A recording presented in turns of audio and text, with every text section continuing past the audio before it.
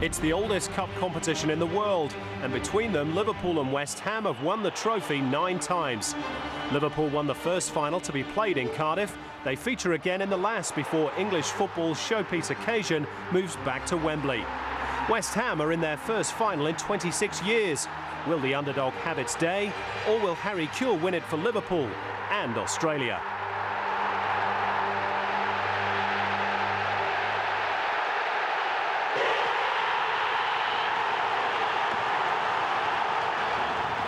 The world's press gathered at Liverpool's training facility Melwood on Wednesday to report on the latest chapter in the story of the club's resurgence as a major footballing power. With a third-place finish in the Premier League, the reigning European champions are on a roll. The next target, winning the cup final today. And make no mistake, everyone here is taking it very seriously. It's a massive game. I think our league form's been a massive improvement on last year. But I think when you play for a club this size, there's a responsibility that you always put trophies in the cabinet at the end of the season, and the FA Cup's a massive competition. Coach Rafa Benitez has been posed a few selection problems going into the game, though. Robbie Fowler is cup-tied. Luis Garcia is suspended following his sending off against West Ham in a league match. And doubts surround Xabi Alonso's fitness. When we talk about Gerrard or Xabi Alonso in this case, or other players, are really important players for us. But we have also Didi Hamann, Sissoko, Gerrard that can play in the middle. You must have confidence in your squad. Alonso or no Alonso, there'll be plenty of international talent on show today. An estimated audience of over 300 million tuning in, and not a few of them in Australia. Hopefully there's about 20 million, yeah. Yeah, that'd be nice. All in the same bar. Yeah, well, we've got quite a few bars out there, so maybe they're all out there enjoying themselves. It's massive. I think it's massive everywhere. I think everywhere you go, I think everyone stops and watches it. If not, they want to know who wins the FA Cup. As the city undergoes its transformation after some lean years, there is a new sense of optimism on Merseyside. Liverpudlians, though, know from first-hand experience that nothing can be certain in football. Liverpool know more than any, don't take it for granted, because you won't have to look at the second half in Istanbul to know miracles happens in cup final.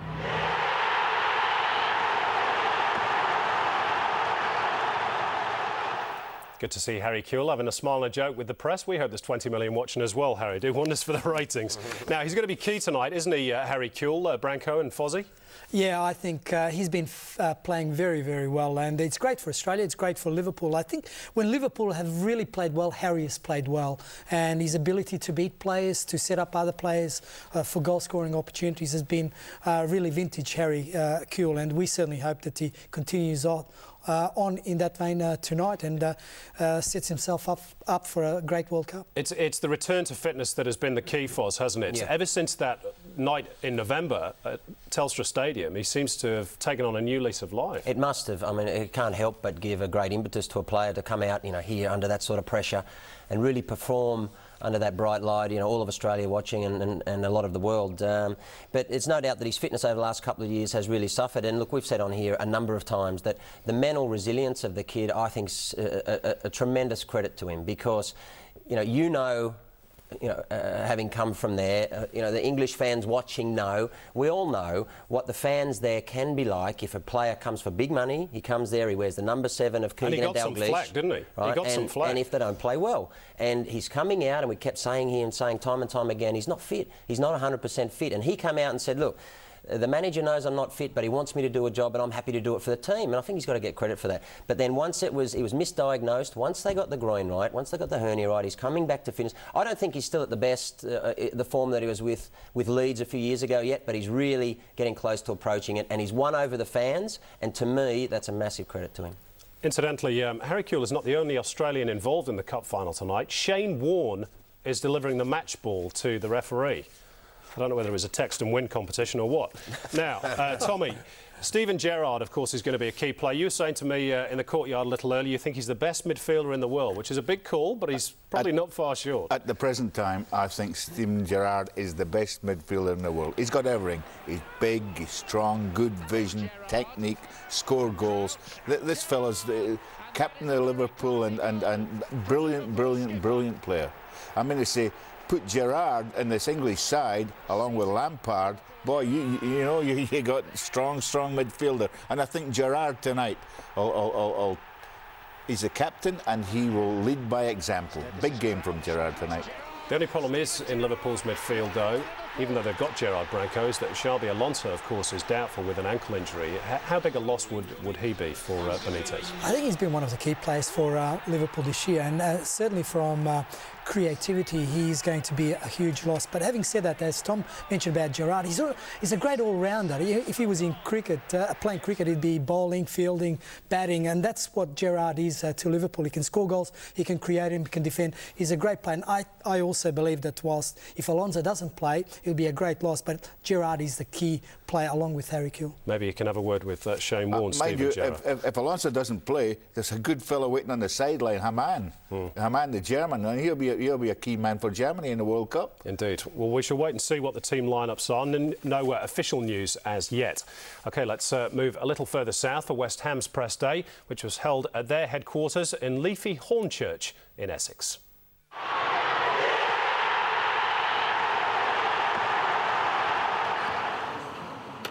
Who could have predicted West Ham's season?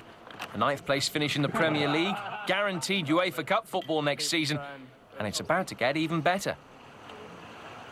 Yeah, it'd be probably one of the highlights of my career and a dream come true, winning a cup final with the team I supported as a kid. It was a far cry from a year ago when fans were calling for the manager's head. But since leading the club into the top flight, Alan Pardew has won over even his harshest critics. I've always backed him. I think he deserves a lot of credit. When West Ham fans turned on him and he was getting booed, other men would have just walked away from the situation. But he stuck at it, he went through the hard times, and now he's getting his just rewards. Pardew has created a spirit of determination and togetherness at West Ham. They're often a team who are greater than the sum of its parts. But they will be facing a Liverpool side with cup pedigree. Not that that bothers 40-year-old veteran Teddy Sheringham. From the outside eye, you might think that we would be underdogs, but we're quietly confident that we've got an established team and we'll be ready and raring to go on Saturday. We're not going there to make up the numbers, we're going there to win and hopefully bring back the FA Cup.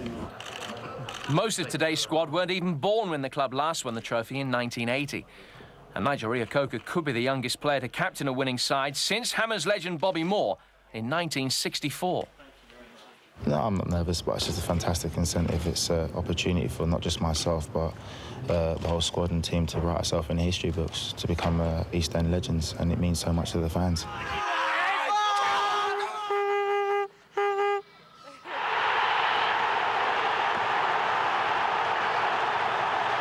Wonder if those fans will be blowing bubbles tonight. Right, Fozzie, what about Alan Pardew, the West Ham manager? Great quote this week. Dean Ashton and Matthew Etherington, of course, two of his star players are struggling with injury, but he says if it's only pain they're suffering, I'm going to tell them to play. Simple as that. Well, he has to, doesn't he? Yeah. How do you rate their chances tonight?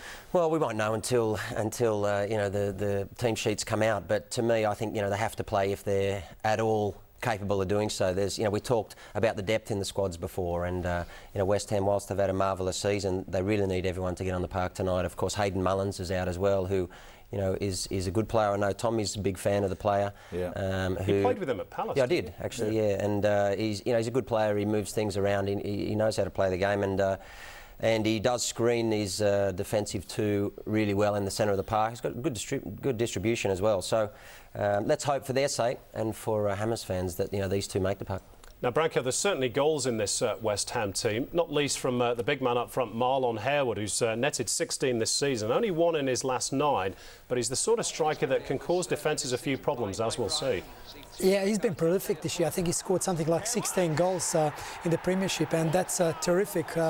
He's very tall, very quick, very strong, and I think he's going to get even better with more experience. But don't forget also that Dean Ashton is also not as prolific, but a good goal scorer. He's tall, can hold the ball up, and he can play actually a little bit as well. So I think there's goals in West Ham. The question is whether they're going to be able to stop the opposition from scoring more.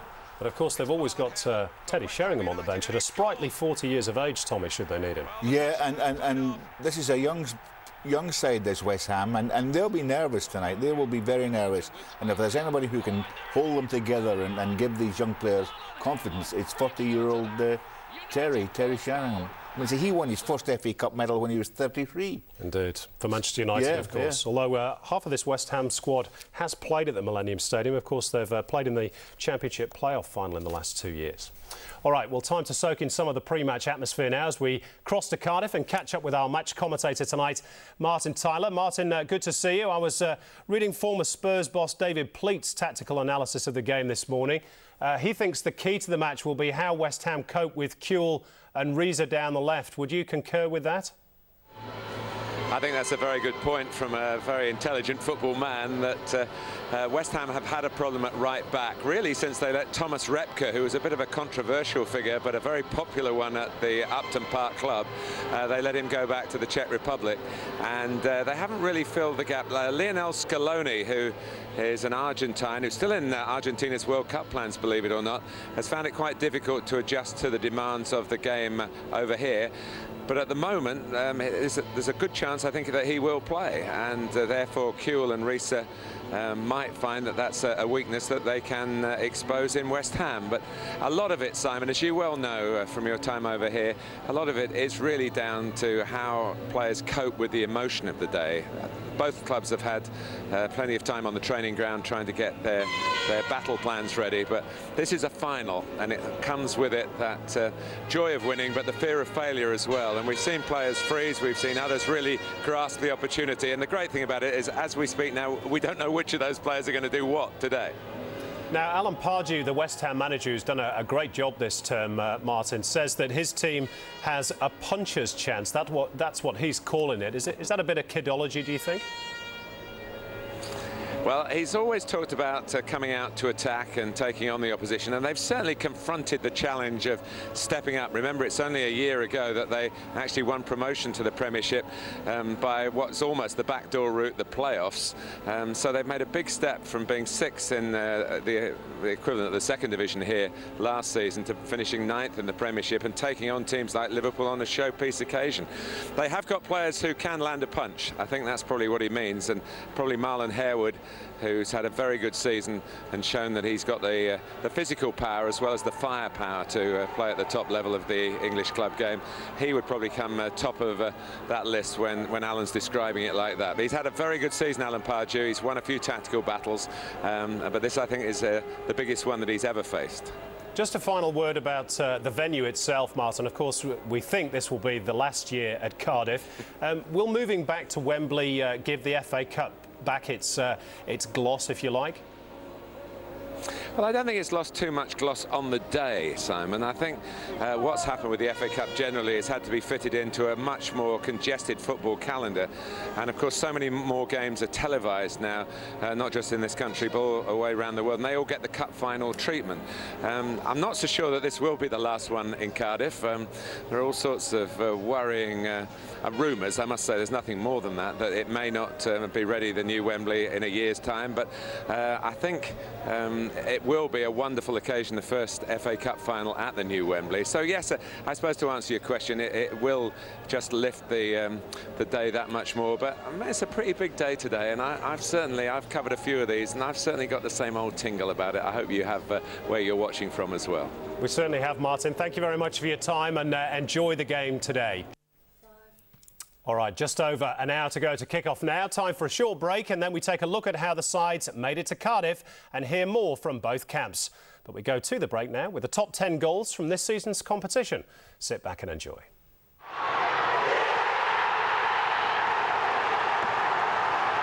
Here are our top 10 FA Cup goals this season. Look out for number 3.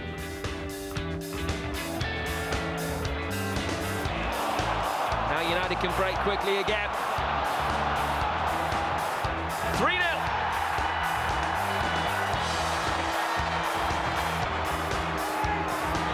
And Peter Crouch, can he get his shot away? Back to Riise again, and then Gerrard! And that is an awesome finish. He is absolutely deadly. Done. It's kept going well. Still wants it. That's Croft. And then Musepa! And they have that lifeline.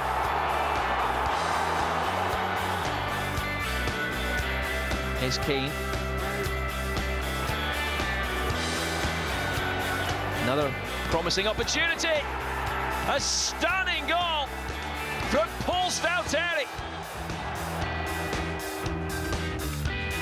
Still Norwich on the back foot. Here's Bobby Zamora. And he's teed it up for Mullins. What a good goal to Hayden Mullins.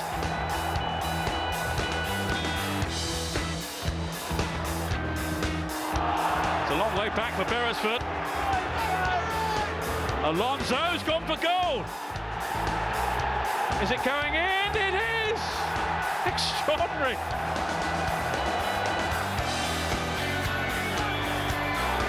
Blake with the corner for Leeds. Kelly's collected it. Gary Kelly! Oh, it's an unbelievable goal! And it's 3-3 in a totally memorable FA Cup tie.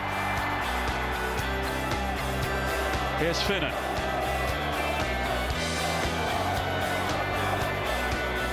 They are in the mood. Riise!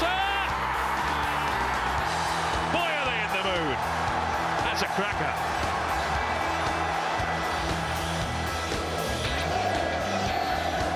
That was Ashton. And again. Good link-up play. Ashton could be in here. Oh, and he is! A super finish from Dean Ashton. The record signing. Off by Murty to James Harper. So much confidence about this Reading team. The flick that was from Shane Long. Now here's Lita! They are good, this team. They are very good. And this fellow is pretty hot at the moment. Leroy Lita.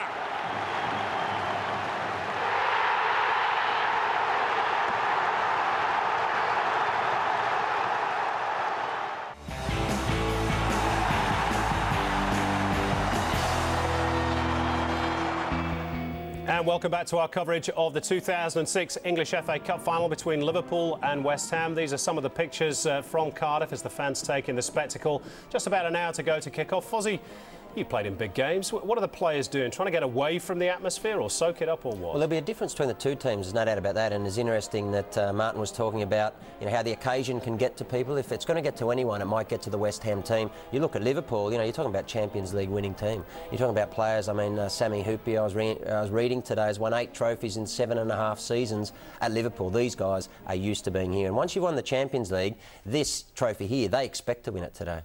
We shall see what happens. Passion beyond reason, always a big day for flags and banners at the Millennium Stadium in Cardiff, the last final to be played in Wales. OK, let's now cross back to Cardiff's Millennium Stadium for more of the pre-game build-up with John Champion and the former Liverpool striker Paul Walsh taking you through the next, or the best part, of 35 minutes.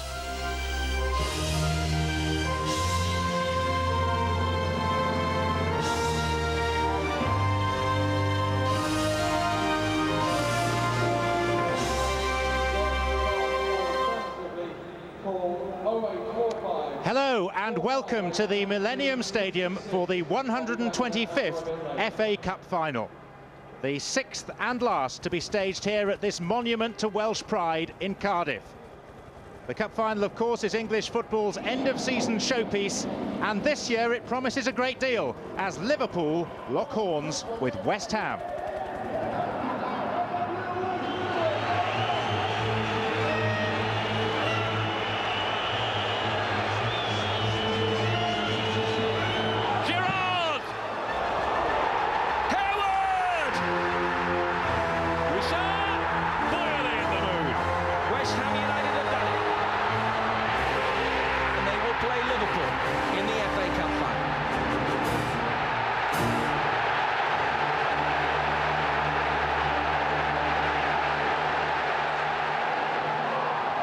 Fans have been arriving here since early this morning, not just from every corner of the UK, but from right around the world. It's a special day to be part of. It's even more special to play in, and our cup final guest alongside me today knows that feeling only too well. It's Paul Walsh, who played for Tottenham in their 1991 victory over Nottingham Forest at Wembley. And he very nearly got on the score sheet that day. He was making up for lost time, having missed Liverpool's 1986 final against Everton through injury. He was 4th in line for his winner's medal some 15 years ago. And happily, he is 1st in line for us today. Paul, welcome. Happy memories to start off with for you. Well, that's right. I mean, you look at those pictures, it certainly throws you back to that day, and it's a fantastic achievement. Fantastic to win that competition, be a part of it, the build-up, the day, everything about it. Sometimes a little bit difficult to remember it all at the time, so it's great to see those pictures again. Now, your relationship with the FA Cup started at the age of 12 as a programme seller at the 1975 final involving West Ham. That's right. I think it was it West Ham Fulham, I think, wasn't it? And I went with my dad selling programmes just outside Wembley Stadium, and that was great in itself, just seeing the build-up, sensing the atmosphere, the tension, everything about the FA Cup final, really. Everything that's great about the Cup final. Rushed home to watch it on the TV. Shame I didn't get in to see it live.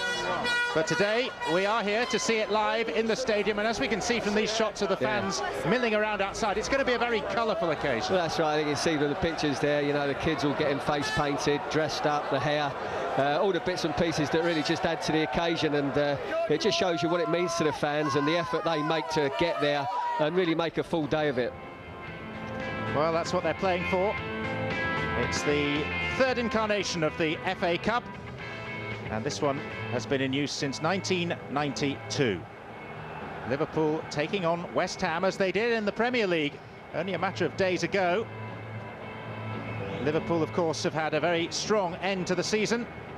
West Ham's has been rather more mixed, but they did manage to see off Tottenham in an important league game last week. So it sends them here in good heart. And as you can see, the city centre of Cardiff is buzzing, throbbing, and there are acts of mindless violence going on. Yeah, all the merchandising getting used to full effect there. And as you're saying, John, it's the way that everyone gets into the atmosphere. It's a real family day out now, the FA Cup final, and everyone really getting into the spirit, really wanting to enjoy themselves, but ultimately they want their team to win. They want to go home winners. And both these sets of fans have been here a fair number of times in recent years. The Hammers for the playoffs, and so many cup finals for Liverpool. Well, that's it. I mean, Liverpool got a lot more experience on the big occasion. You mentioned the playoffs for West Ham, you know, really a fantastic occasion for them. And Alan Pardew was under pressure at that time, and he's made great strides since he's got them up, and also getting them into a very respectable position in the Premier League, and now to an FA Cup final. So that's a fantastic season for him. West Ham hope to be blowing bubbles. And West Ham's team bus arriving deep in the bowels of the stadium. They've had the slightly longer journey from their team hotel, which is the one favoured by cup final sides, the Vale of Glamorgan. And they arrive here just ahead of Liverpool.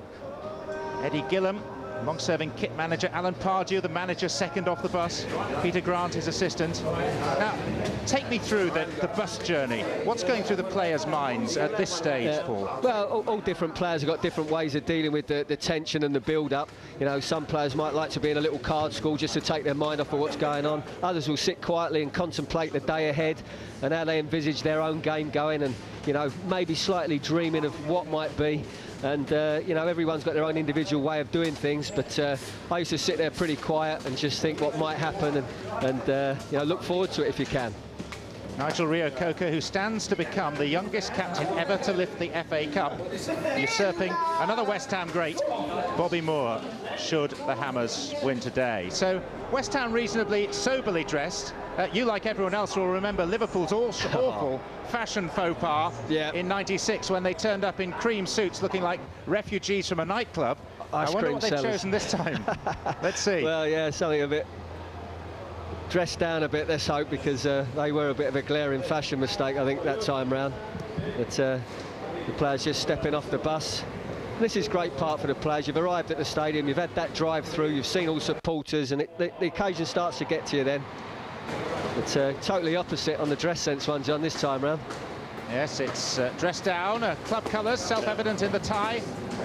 Rafa Benitez, who's had one or two selection poses to work over. He's also had a couple of injury doubts. And very soon he will be unveiling his lineup for this 125th FA Cup final. And for so many of these players, Cardiff has become a second home. Well, that's right. I mean, Liverpool have got a good record here. They enjoy coming here. Any club enjoys coming to the Millennium Stadium because it means you're doing well, whether you're in the playoffs, whether you're in a cup final. But this is the ultimate as far as cup finals go. And this is a massive, massive trophy, and one that the players really covet.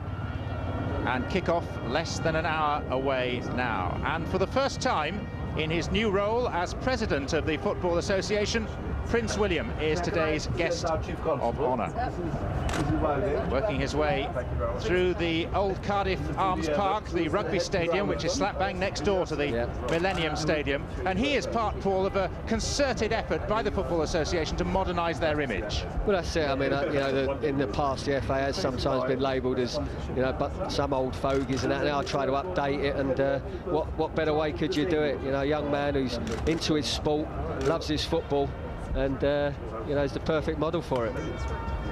Yes, he is not keen to let his allegiances be known publicly, although he was spotted at Arsenal's training ground a little earlier in the season. Yeah, he's not a bad judge then, is he, if he supports Arsenal? But today it's all about Liverpool and about West Ham United, two of the best supported clubs in English football, both vivid in the colours that they sport and in the noise that they make as well. So those are the scenes around the stadium, and of course they're looking out on a verdant playing surface, which is going to be occupied by the players, getting their first glimpse of the arena in which they're going to play. And what a special day for Danny Gabardon, who is a native of Cardiff, and this time last year was playing for Cardiff City. Yeah, absolutely fantastic, and you can see what it means to the players. They've got their own little video cameras, and they want to try and capture as much as they can. You know, get lots of other pictures and stuff sent from other people, but there's a man who's been there, seen it, done it, looking very smart, Teddy. He would be the third oldest player ever in an FA Cup final. We're assuming he's going to be a substitute. Dean Ashton, we are told, has won his battle for fitness today. How important is that likely to be? Well, very important. As you know, he's had this hamstring problem, and as long as he is 100% fit, which you have to be with that type of injury, and sharp, you know, he's an important player for West Ham. He's got that little bit of calmness. He's a good finisher. And, you know, it's about the players who can rise to the occasion in a game like this, because some of the West Ham players are a little bit inexperienced, not like this fella here, Steven Gerrard. You know, he's got plenty of experience. He's been here before, but he knows there's an expectation on him to pull Liverpool through and take this trophy today.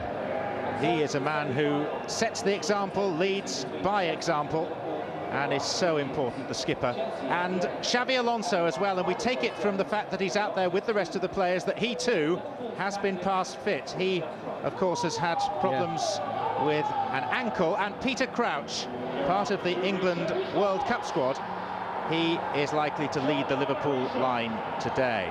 Now, the route to this big day out is often circuitous, but for Liverpool this year, it's been one lined with memorable goals.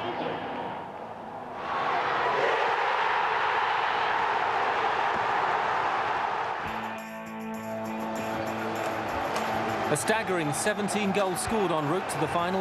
Liverpool's FA Cup campaign began with a third-round thriller at Luton Town. Rafa Benitez's side had gone out to Burnley at the first hurdle the year before. If there would be no slip-up here, it still wasn't all plain sailing. And Peter Crouch, can he get his shot away? Back to Riise again, and then Gerrard! And that is an awesome finish. He is absolutely deadly. Underwood going forward. Offside, is it? No, the flag stayed down. Howard!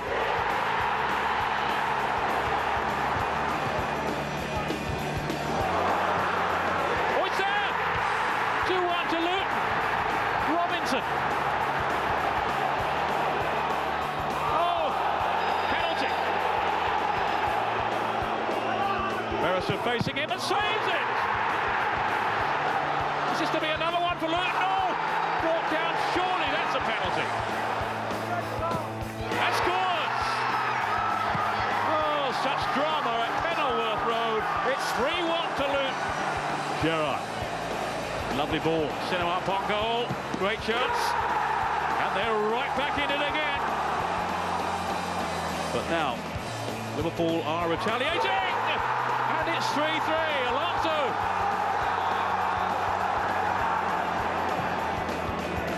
Up on goal. 4-3 Liverpool. It's a long way back for Beresford. Alonso's gone for goal. Is it going in? It is! Extraordinary.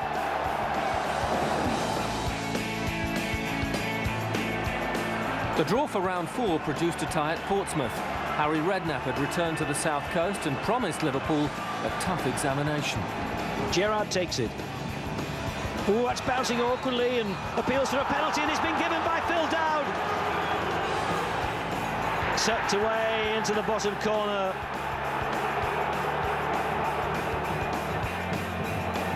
The shoot by O'Brien. Good strike! Oh, and that's the left foot of Arne Riise. What a cluster of players to battle for this, and there's a touch on! Portsmouth have got a goal back. Next up was the tie of round 5. Bitter rivals Manchester United had just beaten Liverpool in the league. The Reds of Merseyside were determined to take revenge. And again, but this time it's in, yes! From Peter Crouch. And for the first time in 85 years, Liverpool have beaten Manchester United in the FA Cup. A third away tie drew Birmingham in the 6th round, with the Reds challenging for second place in the Premiership and the Blues battling against relegation. Liverpool were clear favourites, but 7-0 winners. Here is Gerrard to whip it in, and it was off to Zoko, and a goal from Herbia. It goes Crouch, and now Crouch, 2 for him. There's a neat little flick then by Garcia. Gerrard, Morientes, beautifully worked. They are in the mood. Riise! Who is Kuhl now? Teasing Melchiot. It's an own goal, it's 6. Here's Cisse. Oh! It's squeezed in and it's 7.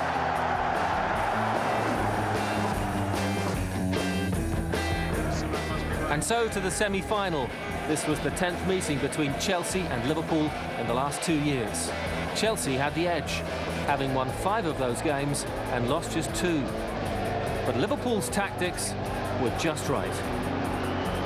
Gerrard to Riise, who scores! Arne Riise.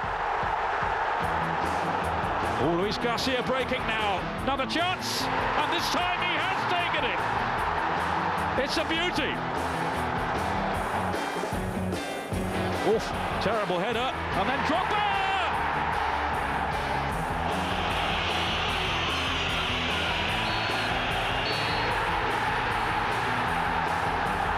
So Liverpool through to their 13th FA Cup final. Unlucky for some, but the Reds must be confident a 7th FA Cup triumph is theirs for the taking.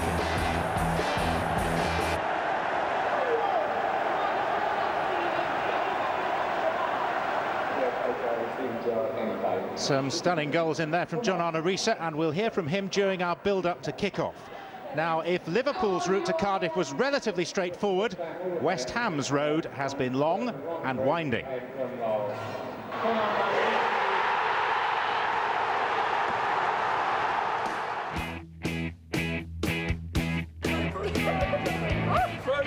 Back in January, West Ham began their FA Cup campaign at Norwich. They'd beaten the Canaries at the same stage the year before, and again the Hammers made no mistake. Midfielder Hayden Mullins opening the scoring early on with an absolute stunner. The Happy Hammers doubled their lead just after the break. Bobby Zamora in the right place. Paul McVeigh pulled one back from the spot for Norwich, but it was far too late. 2-1, Alan Pardew's team had eased through.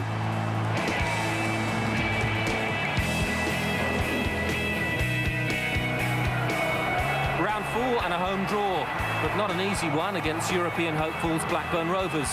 And the Irons made a terrible start. David Bentley putting Rovers ahead with not even a minute gone. West Ham have found the resilience under Pardew and fought back. Teddy Sheringham with a cheeky chip from the penalty spot. The home side shifted up a gear. Matthew Etherington giving the Hammers the lead.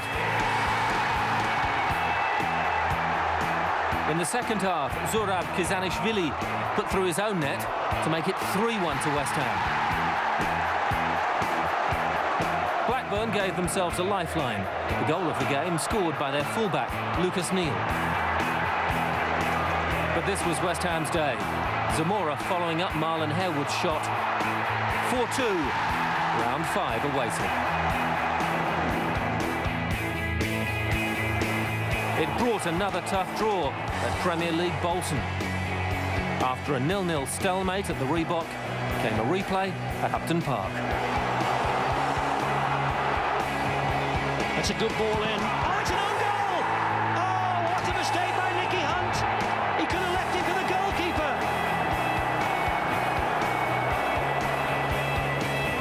There's Kevin Davis with a chance to shoot.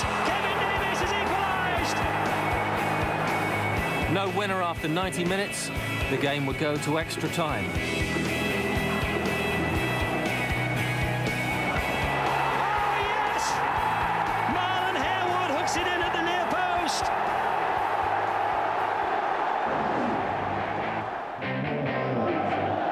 The sixth round draw was again unkind. Another away tie and another Premiership opponent.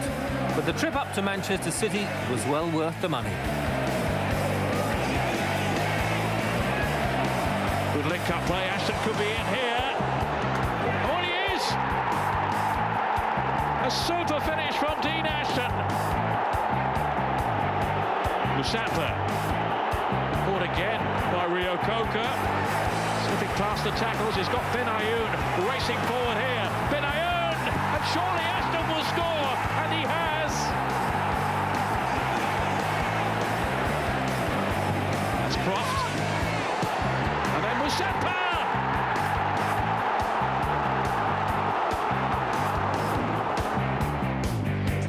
That's it, there you go. And the bubble didn't burst in the semi-finals either. Middlesbrough in the hunt for a place in the UEFA Cup final, with the opponents in a tight game at Villa Park.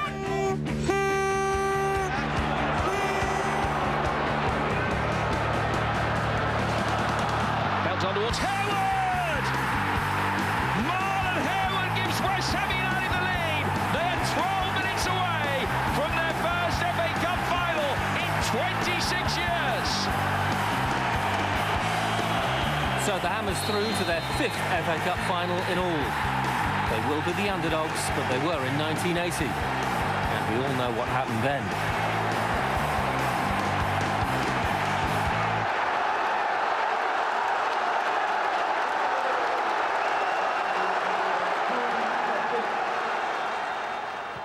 Trevor Brookings' stooping header, one of the indelible moments of FA Cup final folklore. In fact, the Happy Hammers have contributed their fair share of memorable pages to the FA Cup's rich history book, and Jim Proudfoot has been flicking through it.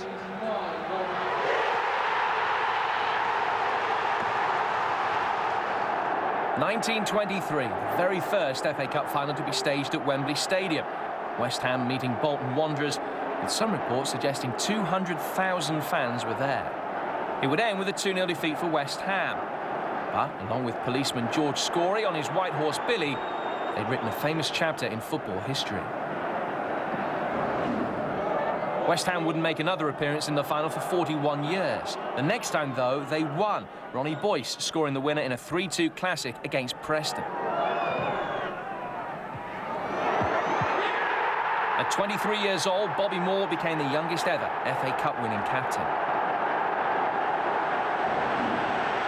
Moore would return to Wembley for the Cup final in 1975, but this time not in West Ham's colours. Fulham's multi-talented but ageing side were outpaced and outfought in a Cockney Cup final. Peter Mellor parried Bill Jennings' shot. Alan Taylor made a name for himself, getting to the rebound first. Taylor had been playing for the old 4th Division side Rochdale just 6 months earlier, and he was on hand again to seal a 2-0 win.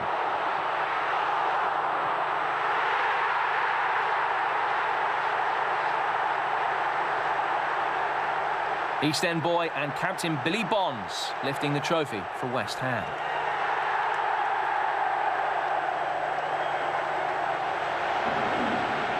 John Lyall won the cup in his first year in charge, and 5 years later he'd repeat the feat. West Ham, now in the old 2nd Division, met Arsenal, and they were clear underdogs. The Gunners were the cup holders, but that counted for nothing here. Trevor Brooking, hardly renowned for his heading ability, sealed a famous cup win from 2 yards out.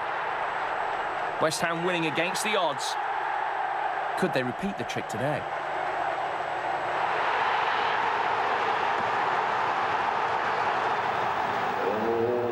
And Bobby Moore's record as the youngest winning captain could go today. If West Ham win, Nigel Rio-Coker will claim that honour on the eve of his 22nd birthday. Now, of course, he expected to be here today. Here's a man who didn't. One of the linesmen, the referee's assistants in the centre there, Kerry Richards, who lives in South Wales in Llanelli, is a very late replacement for Peter Kirkup, who woke up this morning with conjunctivitis and is unable to take up his duties. Kerry Richards received a phone call at 9 o'clock this morning, beetled along the M4 and takes part in the biggest game of his life today. So, shenanigans amongst the officials. As for Liverpool, their record in this competition down the years is, of course, a proud one. As of today, only Arsenal and Manchester United have appeared in more finals. Gabriel Clark now traces their trail of FA Cup glory.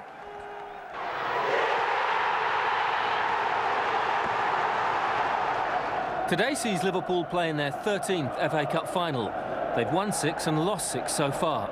After their shock defeat by Wimbledon in 1988, they returned to Wembley 4 years later, determined to beat 2nd Division Sunderland. A stubborn Black Cats defence held out until just after half-time, when Michael Thomas broke the deadlock with a fantastic strike. Liverpool never looked in trouble. A 2-0 victory sealed by goal machine Ian Rush. Not too stressful an afternoon for Graham Souness, who had just recovered from a triple heart bypass operation. Captain Mark Wright lifting the famous trophy.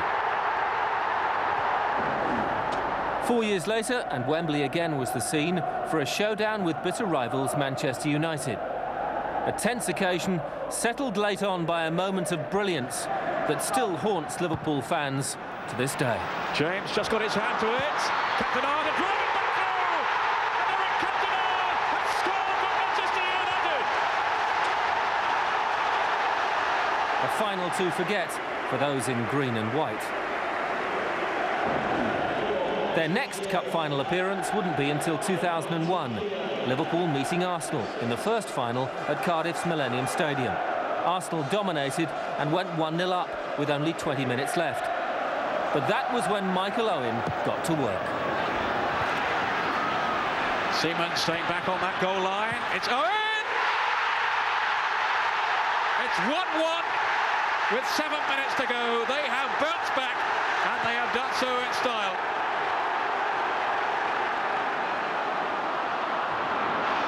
Adams has stayed back for Arsenal. Look at the pace here of Michael Owen again. It's there!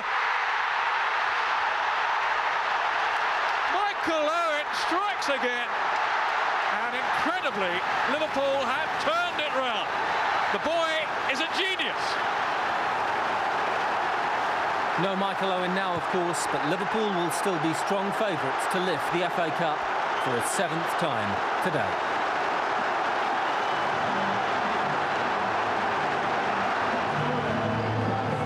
The special match ball has arrived in Cardiff.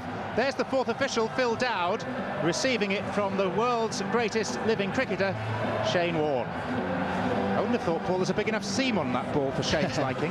Yeah, he can spin it, can't he? But maybe not that one. But great to see him here. Playing, of course, in Hampshire in English domestic cricket at the moment, and the atmosphere building Many more supporters inside the ground now. And for fans of both these teams, Cardiff has been a regular destination.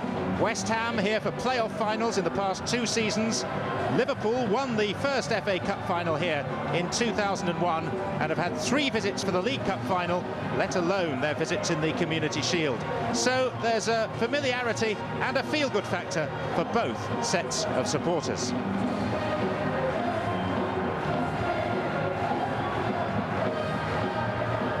So, gradually the empty seats filling up one by one, and I think we can expect it to be one of the most colourful cup finals we've seen for a good number of years. But that's right, you've got the bold red of Liverpool and the claret and blue of West Ham does make for very colourful scenes.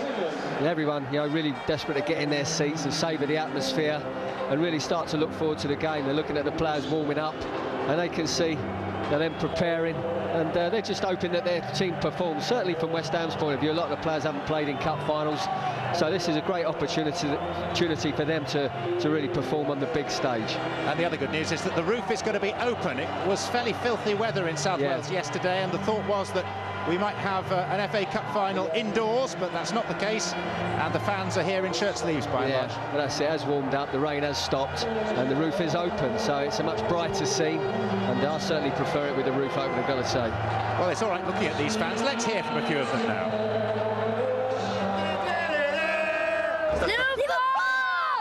Good luck, West Ham. Hope you have a good game today. We'll all be there cheering you on from the first to the last minute. Come on, lads, do it like you always do it. We're gonna win today. Come on, come on, Liverpool. Come on, Stevie. Get one in the back of the net. Come on. Rio Coco, Steven Gerrard, any day.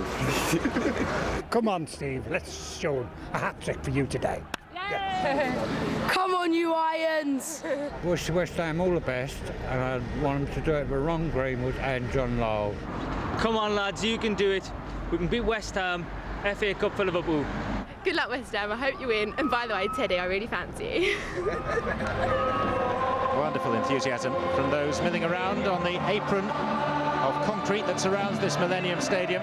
Flags, banners, songs, and the Liverpool anthem blaring out at the moment. You'll never walk alone. Fans at the south end of the stadium that we're looking at there, those of West Ham, of course, not joining in that, but they will be forever blowing bubbles, Paul. I think we can assume that. That will certainly get an airing at some stage, I'm sure, but I've got to be honest, whenever I hear You'll Never Walk Alone, it always makes the hairs on the back of my neck stand up. It's a fantastic song. You see the Liverpool fans as well with their flags up, but there's the West Ham end, and there they are. Fantastic atmosphere, great pictures. It's a great sight when you get all the flags up, emulating the Cup. Should we listen to the climax? Here we go.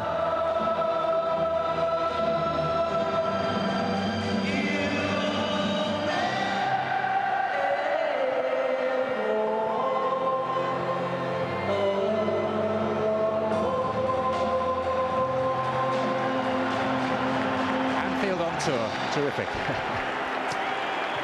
But we were looking at those of a claret and blue persuasion, and there is a growing conviction among them that Alan Pardew is the right man to lead the right club at the right time. A young English manager with a largely English team, and that semi-final win against Middlesbrough brought his dream closer to fruition.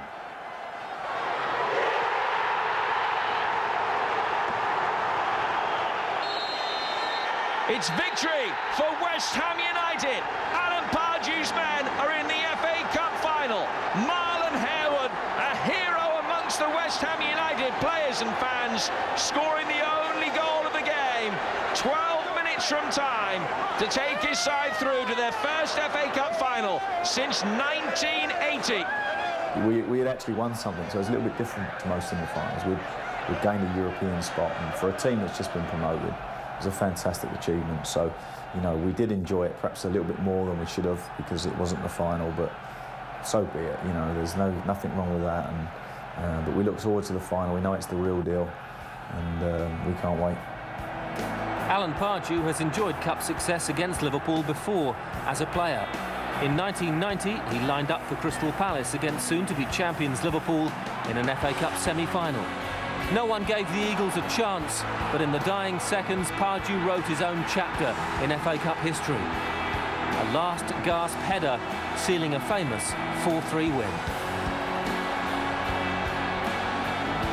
Well, I mean, Obviously it was against our opponents in the final, so I remember it well. It was the time when Liverpool were the team. I mean, they were the team. So, you know, it was a fantastic day, a fantastic game, and I'll never forget that. For West Ham fans, this cup final has added significance. The recent deaths of former managers John Lyall and Ron Greenwood cast a shadow over Upton Park. During their semi-final against Middlesbrough, the fans saluted the men who did much to lay the foundations for the West Ham culture. Certainly those two guys played a massive part in this club, and a lot of our fans will draw on that for inspiration and help. And I hope they don't hold it against us if we don't win it, because that is obviously a possibility up against a side as good as Liverpool. But certainly if we do win it, we will do it in honour of those two guys. Liverpool have beaten West Ham twice this season in the Premiership, but this is the Hammers' third trip to Cardiff in 3 years. They know the turf, and of course, anything can happen in this famous competition. They probably feel they have the measure of us. The cup final is a different game, and on any given day we can beat anybody. Victory and Pardew will be the first English coach to win the cup since Joe Royle in 1995. He may tone down the dance moves, though. I shall certainly be keeping my bottom still.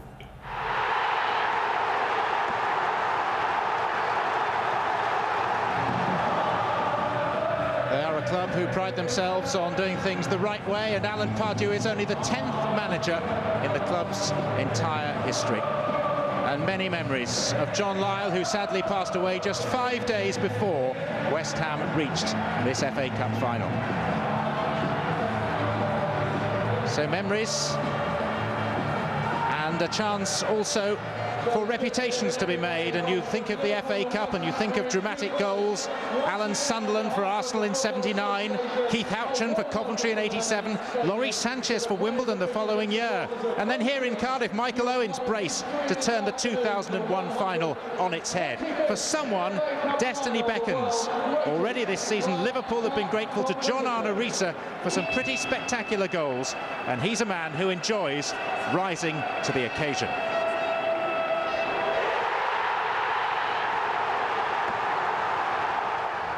Last May, Liverpool ended a fairy tale season with triumph in the Champions League. 12 months later, the FA Cup is in their sights.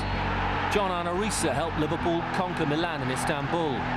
But now, they're the favourites. I think it's important for the team, but also for the players, that we've been used to be playing in the big stage and big games. And for Liverpool, every game is big, but especially when you're playing semi-finals or finals, you always get a real extra in the team. And now again, we go to another final against West Ham, which is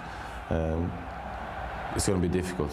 Riise has played his part in getting Liverpool to the final. He's already scored 3 goals. Every one a thunderbolt strike from distance.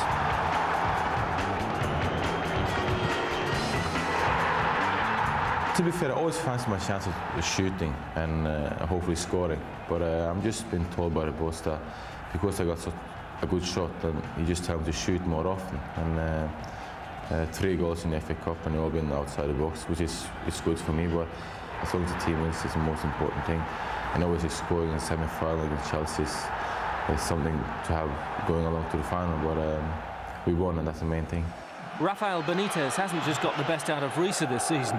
He's meticulously planned Liverpool's progress to the final. Riise rates the Spaniard one of the best coaches in the business. He's tactically maybe the best manager in the world, tactically, because he knows so much about the opposition and how to play them, how to beat them. And he gets that message out to the players. And as long as we listen to him and do our job, we will win the game. Maybe the most important thing is to explain to them the idea, the plan, to analyze our team and the other team. And after, try to be calm, try to give them confidence, anything else, because they have also experience, and I think they know what to do. Benitez and Liverpool will not underestimate West Ham. The East Londoners have a well-balanced side, combining youth and experience.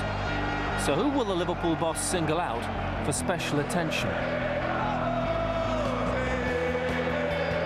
Well, they have some good players. I think that they have a good team, and also the team spirit is good now. This is for me the strong point of the other team.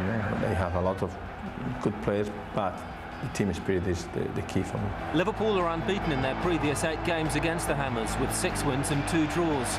They have a taste for success and will not want to finish the season empty-handed.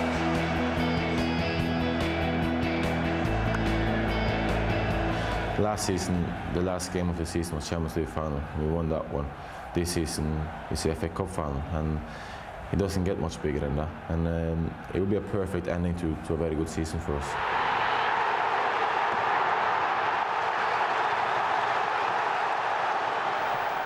OK, just under half an hour now until kick-off. It's a wonderful day for both sets of supporters. We'll take a short break and then we'll cross back to the Millennium Stadium in Cardiff for the traditional cup final anthem, Abide With Me, and then the teams entering the field.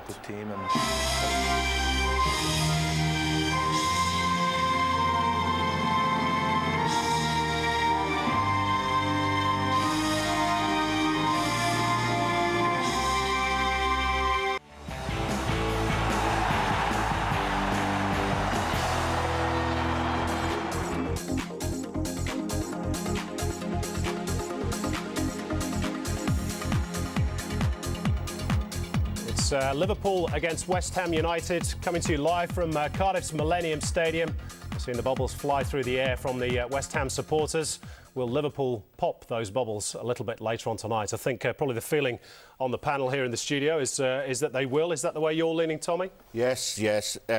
With Alonso playing, Gerrard, Alonso, Sissoko, too big, too strong, too mobile for West Ham, and with Harry Kewell, his silky touches on the left, you know. And this Alonso, the big wide open spaces of Millennium Stadium suit this fella down to the ground. Fozzie, they've got West Ham, Etherington and Ashton in. Yes. Obviously, we don't know whether they're 100% fit, but that's got to be a boost for Alan Pardew, I suppose. Well, even if not 100, you know, you're talking about cohesion, aren't you? You're talking about your first team being out there, or almost all of them. Guys who know each other. You're not bringing on 2 young players who haven't played a lot of football, and you need experience to come into this game without doubt. The difficulty for me that I see for West Ham is the defence of Liverpool is it's the second best in the Premiership. Their record, they've only conceded about 25 goals this season, second only to Chelsea, and very, very strong. It's their defence that took them to the Champions League title. It's their defence that's got them into 3rd spot. The goal-scoring records of both teams are very similar, 57-4 for Liverpool and 52-4 for West Ham. But it's West Ham's defence that has been the problem. So, you know, Harwood and Ashton, to me, got a very big job. If they can get one past Liverpool, it'll be an interesting game indeed. Let's just pick up on that defence, Branko, for West Ham. You picked it in the build-up. You thought Scaloni would start at right-back. That looks as though it's the way it's going to turn out, with Anton Ferdinand, that is, in the middle. Yeah, that's Anton, for those who might not know, is the brother of Rio Ferdinand, the Manchester United player. Look, he's a similar type of player, as as his brother Rio, very comfortable on the ball, strong, very quick, and it's a reasonable defence. But I just think that Liverpool have got too much firepower up front. OK, we shall see. We'll see whether the band's got enough wind power to make themselves heard at the Millennium Stadium in Cardiff, because it's a capacity crowd. They're about to play the traditional FA Cup final hymn. Hope you know the words. It's Abide With Me.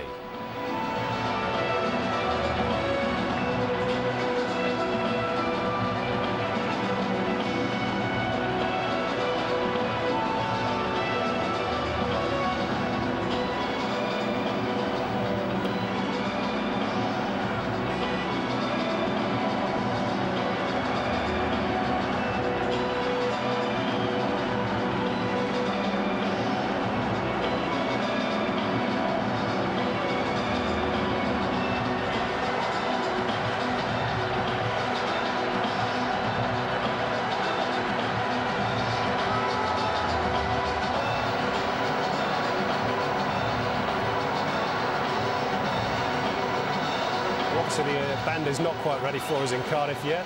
It's the presenter's curse. So let me ask Fozzie a question about Rafael Benitez whilst we wait for the trumpet man to warm up. Yep. Loner with a laptop. He's one of the best coaches in Europe. Obviously, he's won the Champions League.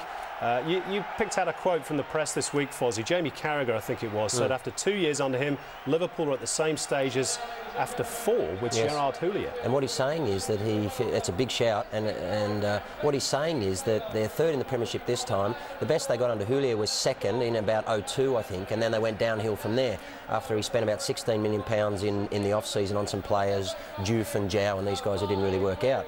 He's saying that they are well poised now to take on the Premiership next season, and they're still on an upward trajectory, and that's a great vote of confidence in Benitez. But look, for you guys and for everyone, this game is also an English manager against a foreign one. Indeed it is, and Joe Royle, the last English manager to win the FA Cup in 1995. Now, digital viewers, don't forget our Channel 31 Sports Plus service. Player Cam is our focus today, with isolated live coverage on selected players throughout the game. Let's go back to Cardiff now, and as you can see, it's Abide with me.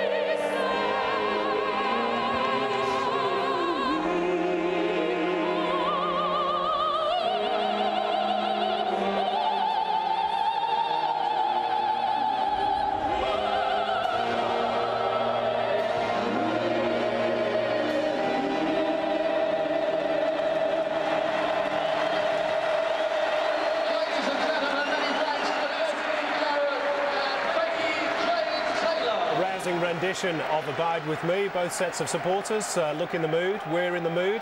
Let's just get a quick word from our pundits before we join Martin Tyler, our match commentator. Key battles today, all over the park, I suppose. Tommy. Yeah, key battles. Harry Kewell today, that'll be a big battle with the West Ham defence. Harry Kewell is the finest footballer ever produced in Australia. People say, oh, Harry doesn't come back and play for Australia. Every time Harry Kewell puts on a Liverpool shirt, he's playing for Australia, and I think Harry could be a key man tonight. Harry for Tommy, Branko? Yeah, I think the midfield. I think whilst on paper, certainly the Liverpool midfield of Gerrard, Alonso, Sissoko and Kewell looks very, very strong. I think the interesting battle there will be probably right in the middle with Rio Coca, the captain of West Ham, who's an exceptional young talent, up against the likes of Alonso and Sissoko. I think that'll be a real battle. Who's the match winner for West Ham, Foz? Is this guy Yossi Benayoun, the Israeli? He's a creator, and he can pick them apart. It's going to be interesting to see how they close him down. They'll want to make sure that he doesn't get any time on the ball, as well as Rio Coca. For me, Alonso's obviously key, but also how the West Ham defence, where they play, how high they get up the park, because that obviously allows the pace of Cisse to be used in behind. So how they deal with his pace, to me, is really key. And also this guy here, I think in the last several, at least, cup finals that Steven Gerrard has played in, he scored in each one of them. He loves these occasions. Last four, is it? And so, look, he is the key to the game, without doubt, and how West Ham deal with him, how Pardew sends out his midfield to deal with this guy. He's mobile. He seems to be sitting on the right of a midfield, Gerrard, but he will move around, as Branko was saying earlier. And how they're going to follow him, how they're going to keep him off the ball, and how in particular they're going to track his runs into the box. Well, the rumour was, Branko, wasn't it, that Benitez was toying up with the idea of playing Crouch on his own up front and playing Gerrard just off him to come from deep, which he loves to do. And he's very good at it. In fact, he's done that on a number of occasions throughout the season, particularly in the Champions League. And look, he's just a superb footballer. I wouldn't be surprised if Harry Kewell actually plays out-and-out left wing. And it would be an interesting battle with Scaloni if that is the case. And it would be interesting to see if the Argentinian actually has a go at Harry and how Harry responds to that. The other interesting thing there might be is how will Gerrard respond if someone at West Ham is prepared to have a go at him, because we all know that Gerrard's a brilliant footballer, but he also tends to lose his composure and control at times. So if he's niggled at, how will he respond? But he's such a fine footballer that he can play in any position. Matthew Etherington, Tommy, for West Ham. Fine player out there on the left-hand side. Can he get in behind the Liverpool defence and expose Steve Finnan on that right-hand side of the Liverpool backline? I think Etherington's probably one of West Ham's best players. But there's a question mark over Etherington and Ashton's fitness. And, you know, I'm not a believer of taking players who are not 100% fit into a final such as this. I really am. I'd rather see someone with maybe a lesser ability, but 100% fit going into a final like this. Xabi Alonso, I suppose, is in the same situation for Liverpool, Foz. Oh, he is so key, though. You know, how good has he been since Benitez brought him across to the club? You know, everything it comes through Xabi Alonso. He's got the best distribution outside of probably Makelele in the Premiership, and he really has the ability to control this game for Liverpool this evening, and that's what it's all about. You know, Liverpool, they're the experienced ones. They're the one with 6 cups. They're the ones who've got the Champions League on side as well. They want to go out at the start of this match, and to me, the first 15 and 20 is really going to be exciting because they want to control it. They want to take the initiative, or at least set their tempo. And it's going to be very interesting to see whether Pardew does send his side with a young captain, which I think is a fantastic move. I think it's a brash move, and it shows that they're going to come out and show no fear, and I hope they don't. I hope they come out and play some good football. But if they go at Liverpool too hard early on and get hit on the counter, then it's really going to be a tough night. And of course, we've mentioned Hayden Mullen's absence for West Ham, but Luis Garcia is also missing for Liverpool, so we'll wait and see how that affects them. As you can see, West Ham playing in all white as they did in 1980, the last time they won the FA Cup. One word answer, please, guys. Liverpool or West Ham? Tommy? Liverpool. Branko? Liverpool. Foz? I'm sorry, but Liverpool. OK, it's a full house. We shall see what happens. Kick off a few seconds away. Let's join our commentary team in Cardiff, Andy Gray, and first, Martin Tyler.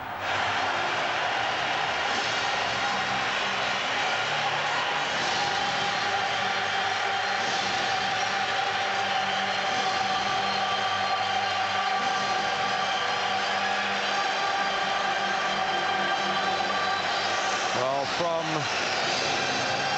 July the 13th to May the 13th. 10 months of toil and travel for Liverpool. They picked up the UEFA Super Cup on their journey back in August, and now maybe a major domestic trophy at the end of it.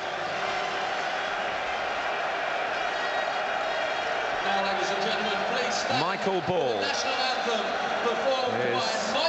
going to lead the assembled gathering in the national anthem, backed by the National Youth Choir of Great Britain and the Royal Band of Electrical and Mechanical Engineers.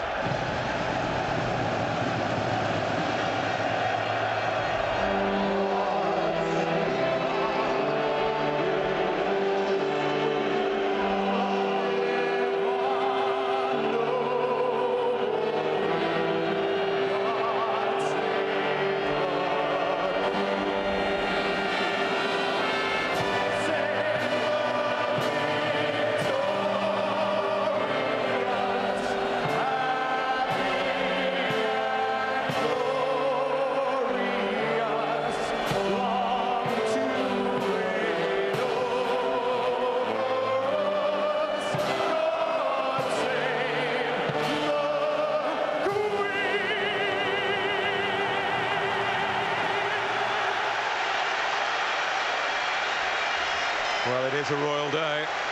Prince William starting out on a new role, the president of the Football Association now, and he's a genuine football fan.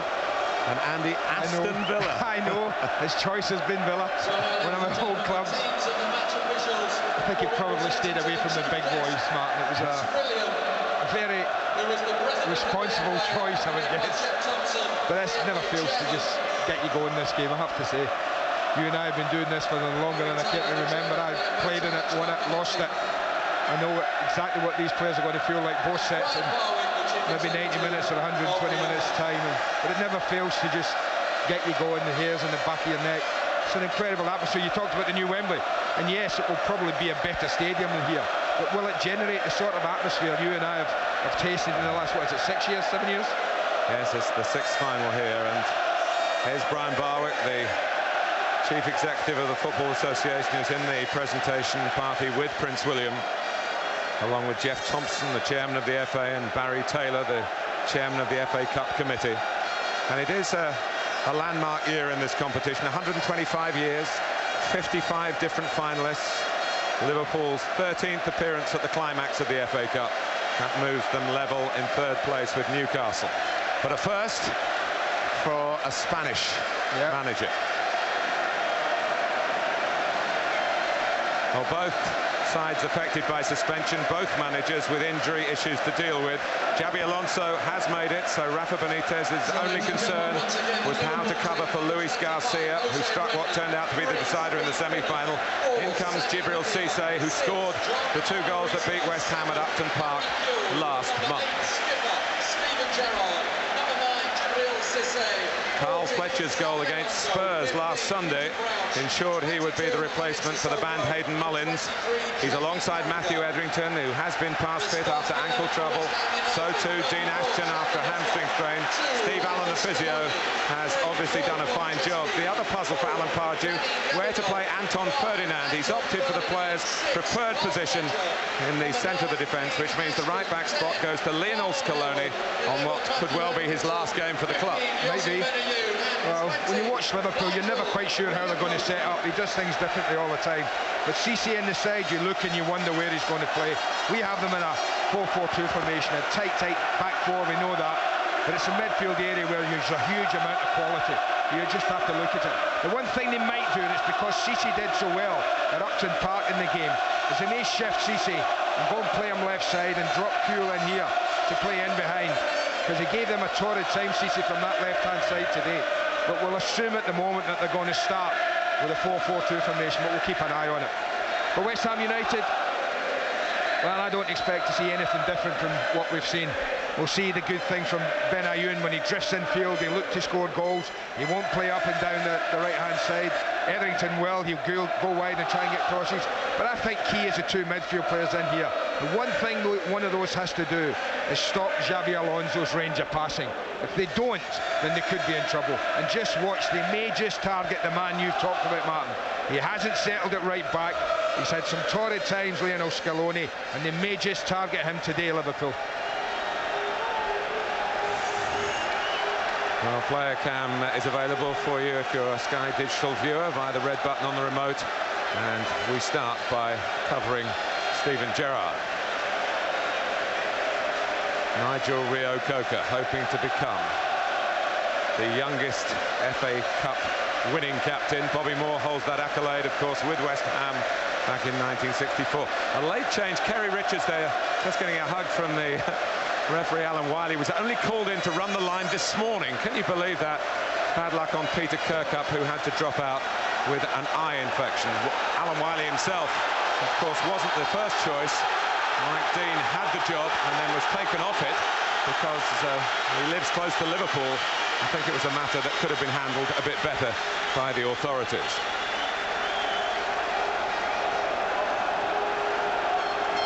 Well, when West Ham last won the FA Cup, Alan Pardew will know all about this.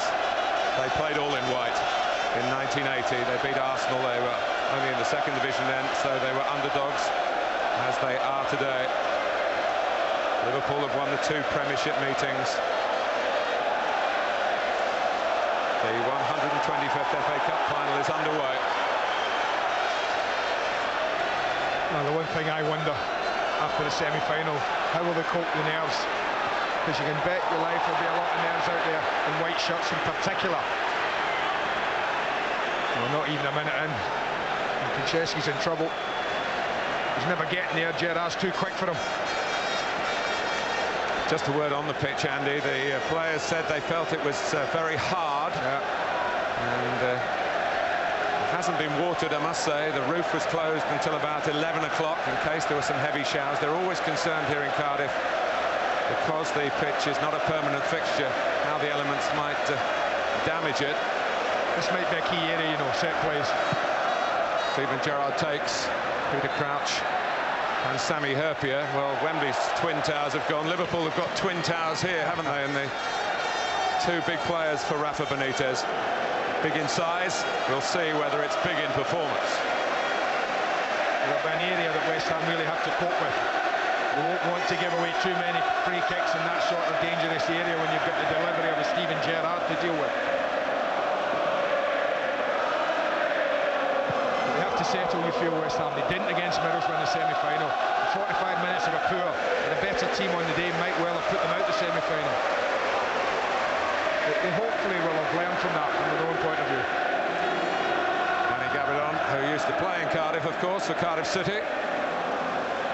Here's Anton Ferdinand, a year after his brother played for Manchester United and lost in an FA Cup final here. Rio was telling me earlier how nervous he was feeling for Anton. I'm sure he's more nervous than the player is out there on the pitch. Well, they look cool enough. And he'll be happy back that he prefers to be centre of defence. Gerrard. He's spotted Kuehl. It's a difficult one to take. It's a little too difficult. But how well Harry Kuehl has recovered from the injuries that blighted last season and the Champions League final when he started, but got nowhere near the finish of the game. No, he had to build some bridges, I felt, amongst Liverpool fans in particular, win some people over. I think he's done that, but it's been a big year for Harry, hasn't it? World Cup year, Australia are there, he'll be there. Been a big year for Dean Ashton as well to get back in the Premiership with West Ham. And how will his hamstring hold up? And a little bit nip and tuck on the fitness front for West Ham, a bit more I think than with Javi Alonso for Liverpool. Steve Finnan got to a semi-final with Fulham. He's out here on the big day itself today. I'm just looking at Ashton. I just wonder if he's going to drop off the front a little bit. Just play a little deeper than Harewood. Keep an eye on that. Well, Cisse certainly started through the middle, although he's worked right here and looks for Peter Crouch. Of course, both teams do have terrific tactical flexibility within the starting 11s.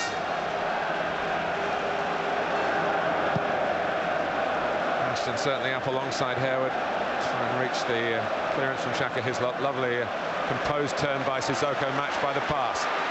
Gerrard already marauding in from the right. He wasn't happy, just wanted Crouch to face him up. Rio Coker finds Benayoun. First thrust from the Hammers here.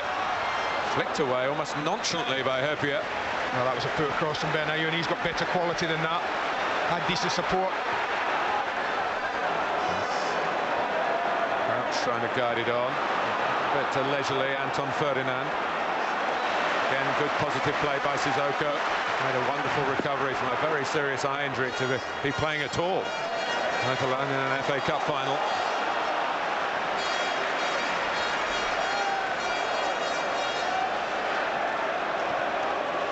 Gerrard.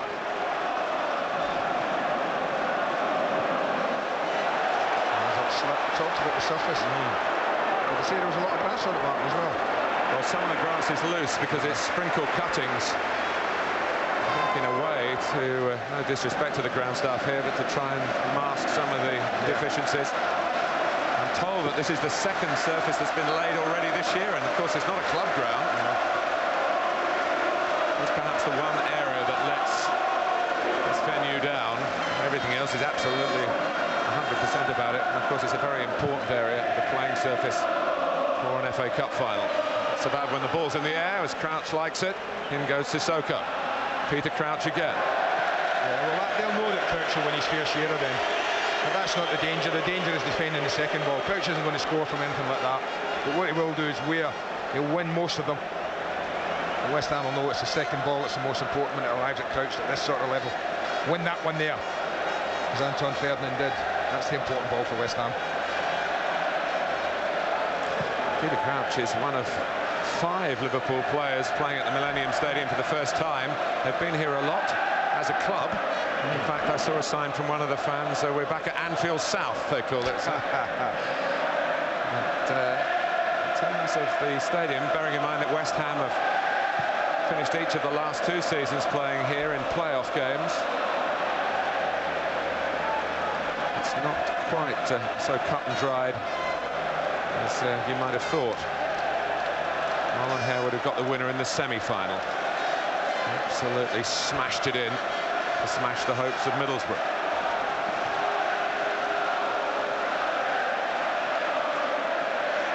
And goes Xabi Alonso, taken down by Riise.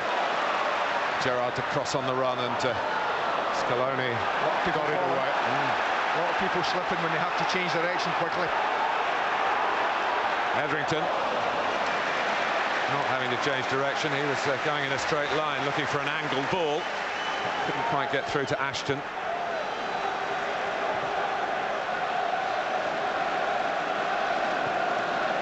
Riise, who gave Liverpool the lead the last time that we were here, the League Cup final against Chelsea last season,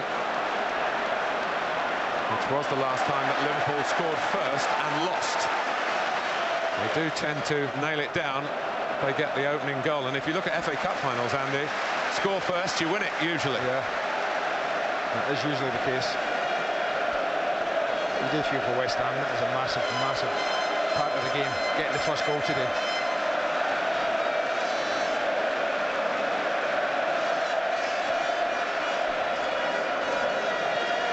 Konchesky.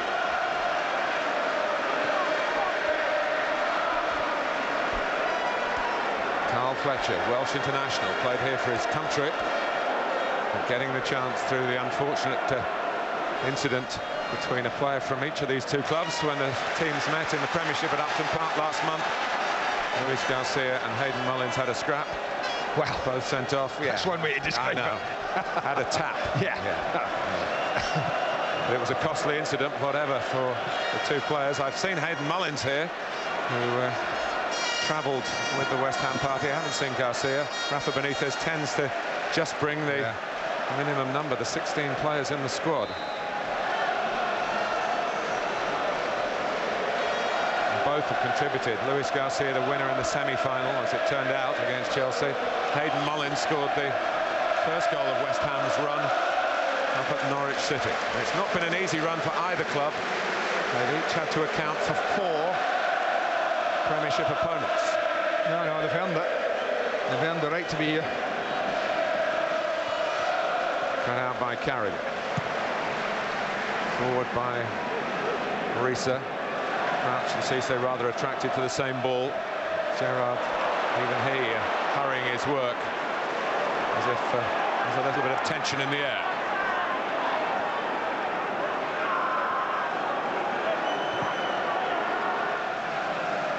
Scaloni. I understand, Andy, that they've been trying out different right-backs all week in training.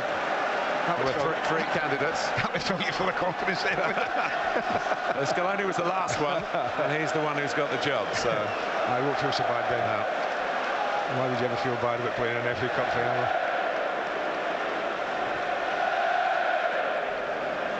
Here's Rio Coca and Scaloni. Some olays. Rafa Benitez will understand the expression.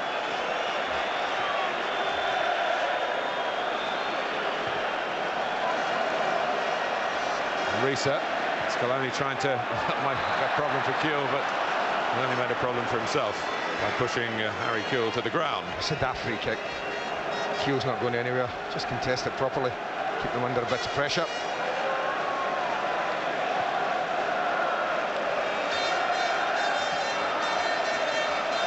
Tapia. 10 minutes in, and Alonso's hardly the kick of the ball, so that can only be good for West Ham. But they just seem to drop Ashton off there. You just see him there. I think when he comes short to look for it, Alonso, Ashton's obviously been told by Alan Pardew just to tuck yourself back in, getting in around him. This is about the first time he's had the ball at his feet, been able to look up and pass it. And Riise, his mistake, and on goes Hayward, who's got bags of power. When he's in the mood, he's hard to handle. Great block. I mean, he is a real powerful runner with the ball, Marlon Harewood. Something that I guess we would have talked about. Try. If anything, Carragher and Hupia do lack a little bit of genuine pace at the back. I'm sure he's been told if you get a chance, go at them. He certainly skipped past, I think it was Jamie Carragher quite easily. Two words that come to mind: Liverpool defending a corner, zonal marking. Yeah. West Ham have been trying to really pick holes in that policy. We'll see. Well, coming from deep was Fletcher. That may well have been part of the plan. Yeah, the ball was just awkward when it arrived at Fletcher, the height of it.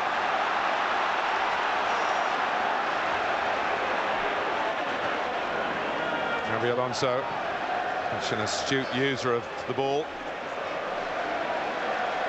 He's tweaked an ankle at Portsmouth last Sunday. Oh, that's got to be a free kick, and might be seen as a bit more cynical than just a ticking off.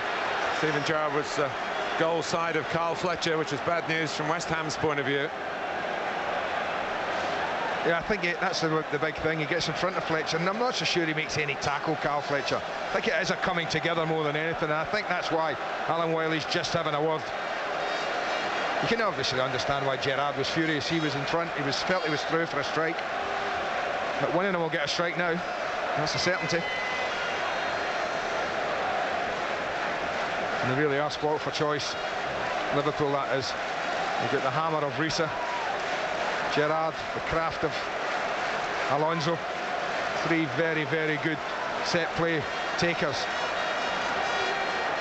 Riise has scored 3 goals in this cup run.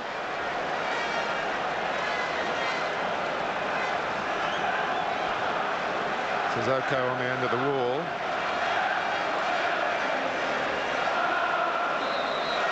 As if that's why whoever takes it is going to try and look for a gap that Sissoko might be able to create.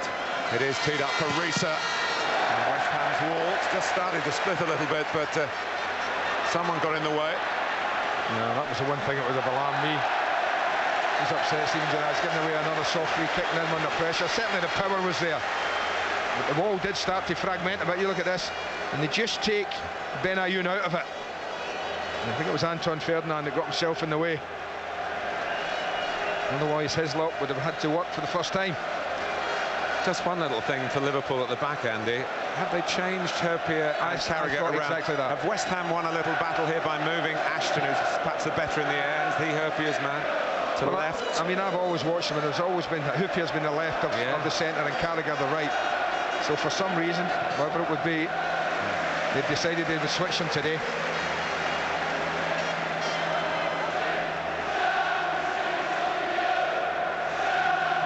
Here's Anton Ferdinand in his usual position to the right of Danny Gavidon. There's no change there. Franceschi, the left back.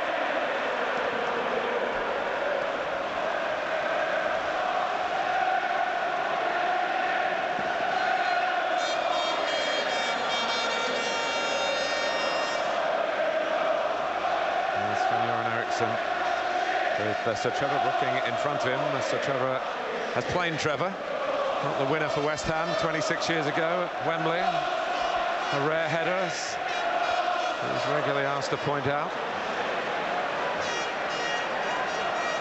He was definitely offside. Cisse there, flag went up, but Alan Wiley just playing on.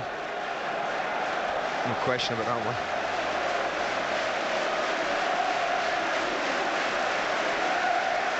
But he's a mixed bag, Djibril Cisse. Oh, he is.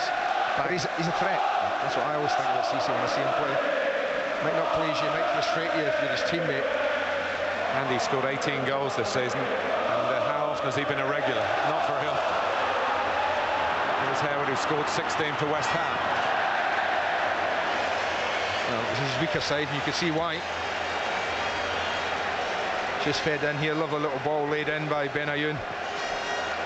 Might have just turned it back here to Etherington. Much better crosser of the ball. A little wasteful.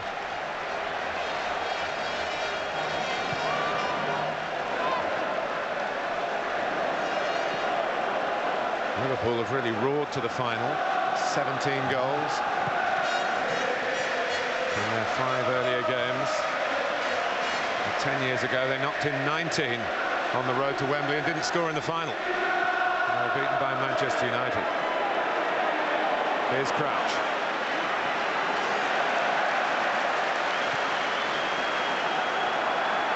Benayoun. That's a little straight. It's a little straight. He didn't want it there. He wanted it angled over Riise's head into that little channel there. Hoppe and Gerrard, 2 of the survivors from 2001, when Liverpool had little of the game for 80 minutes. And Michael Owen turned the final on its head at the expense of Arsenal. Only done that a couple of times with Arsenal. Outplayed by Manchester United. Another final here, I remember, and won on penalties. So it's not always the best team that wins the final.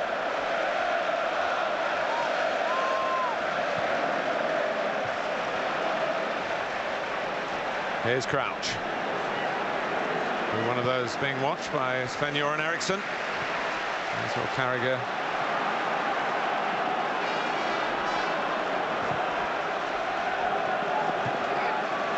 Chesky.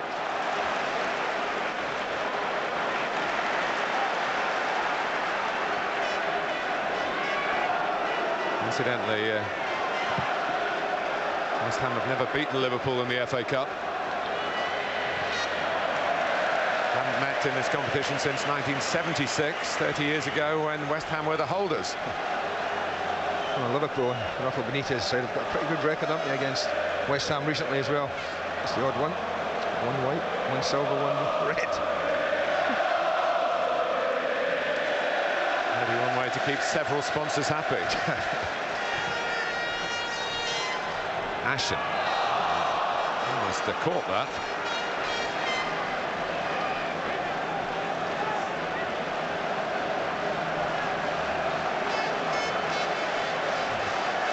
Cam now following the young West Ham skipper Nigel Reo-Coker, 22 tomorrow. Going for Sky Digital viewers via the red button on the remote.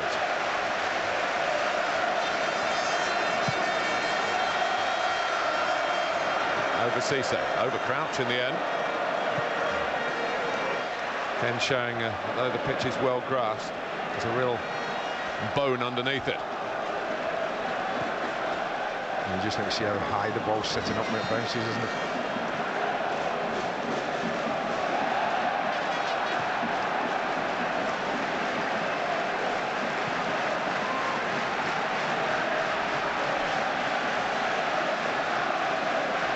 When I said there were trials at right back in the week, Anton Ferdinand was one of those. He is a most reluctant right back, I believe.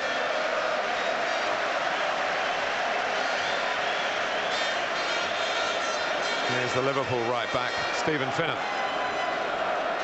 Crouch got to it. Free kick with a push.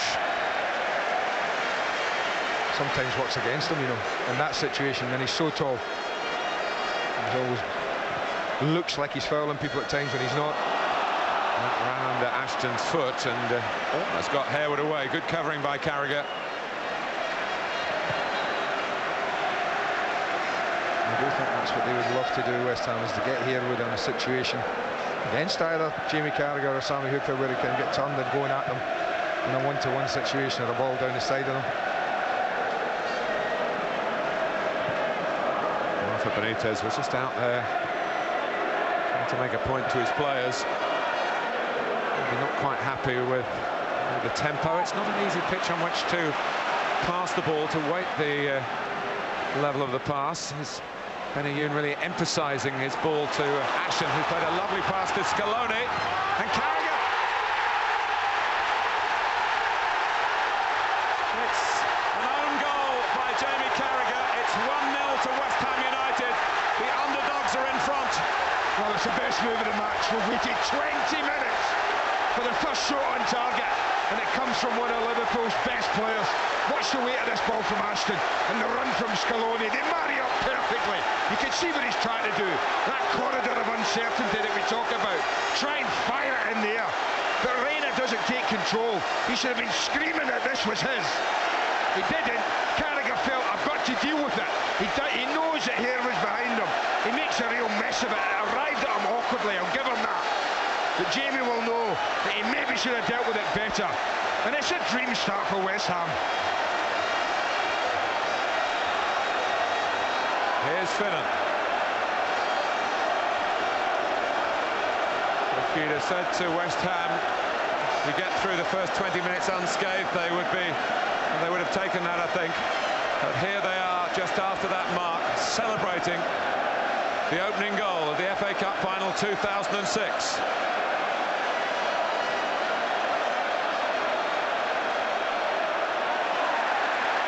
Just got to be a little bit quicker, Crouch. He's had the ball a couple of times and he's just dwelt on it. Well, now you get something to hold on to.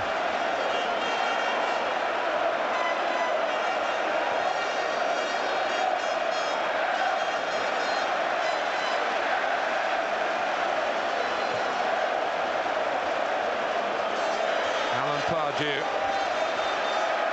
tries to present a calm face, and how his heart must be racing. Played in an FA Cup final as a loser for Crystal Palace back in 1990. But now the team that he has guided into this position and leading Liverpool. Great tackle.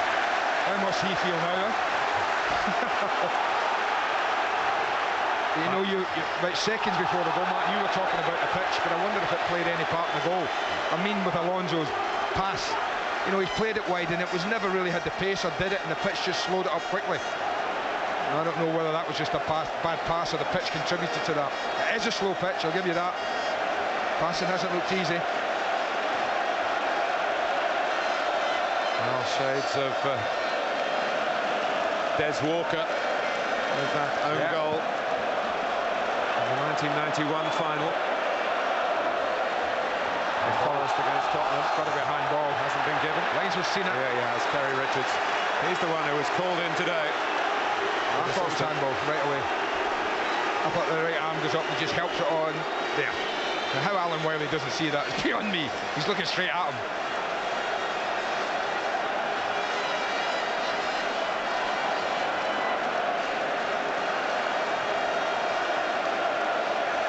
It is amazing, Andy. I was just going through West Ham's records, as you would expect, over the past couple of days. They've benefited now with 7 own goals this season. And actually, there is another one that hasn't been given as an own goal, though Nigel Reo-Coker said it was, which was the winning goal at Wigan in the Premiership. That went off Jimmy Bullard. So, sometimes you have a lucky run, sometimes maybe you have a lucky season. Yeah. And if you win this competition, luck plays a part along the way somewhere.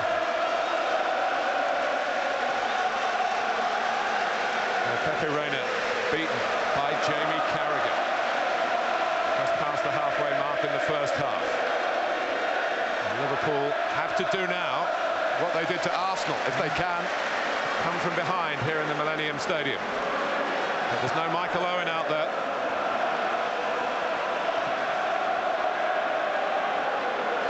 Gerrard.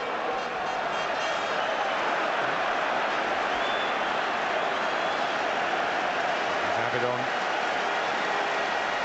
sees it out. Now here's what I mean of this pass. As it goes wide there, it just seems to slow up. Now I don't know whether that was just a bad pass, but where from here they work this really, really well. Look at Scaloni overlap. They've dragged Riise infield following Benayoun. Now can you give them a problem? Yes, he did give Carragher a problem, and they didn't deal with it. Also, Andy, the way Benayoun really deliberately sort of putted the pass, didn't he? Had to take absolute care to make sure it reached its target, and of course Ashton then just played it into space, knowing Scaloni was on the run. Build-up was great. And it will matter not a jot to West Ham United that it wasn't one of their players who finished it off.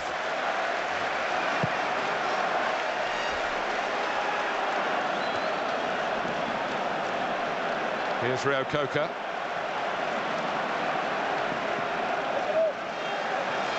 They've been working also, West Ham, this week on Benayoun playing a little bit deeper and drawing Riise forward to him, knowing that Riise will probably be the one who'll track him, trying to isolate the other members of the back four and use the turbo power of Marlon Harewood. Well, that's what they want to get him in the situation that we've just seen there. 1v1 against one of the centre-backs, because he's got pace and he'll trouble him. But these are the two key passes. That one and then that fizzed in. Rayner's got it covered, we can see that. But he didn't know that.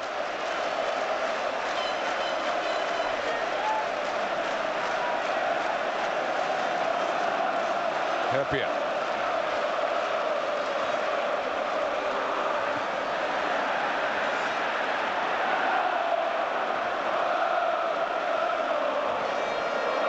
Here's Etherington.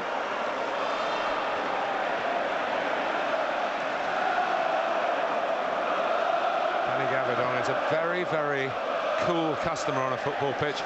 Just occasionally, maybe erring on the side of being a bit too cool and giving the opposition a chance. He's not one to panic. I'm sure Rafa Benitez is also not one to panic.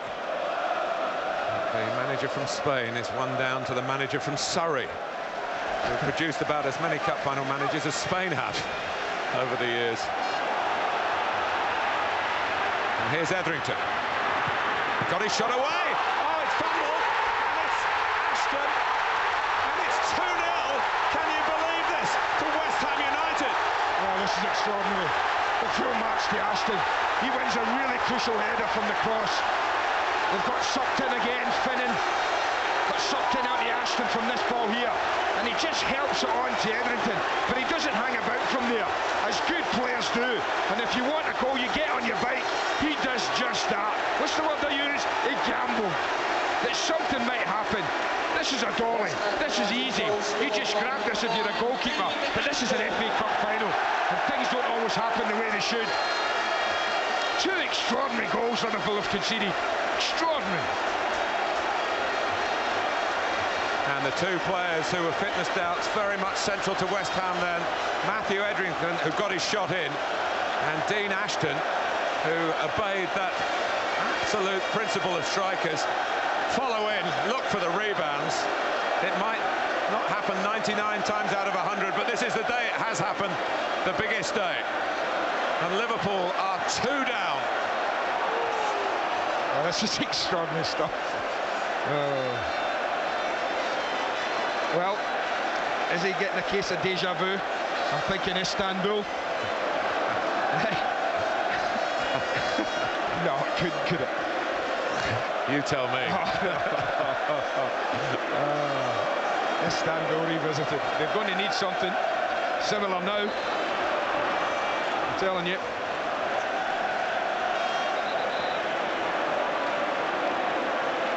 Well, for 10 days or so, it's all been wonder and worry for Dean Ashton. Will I be fit? Will I make it? Now, he's alongside you, my friend, on the list of FA Cup final goal scorers.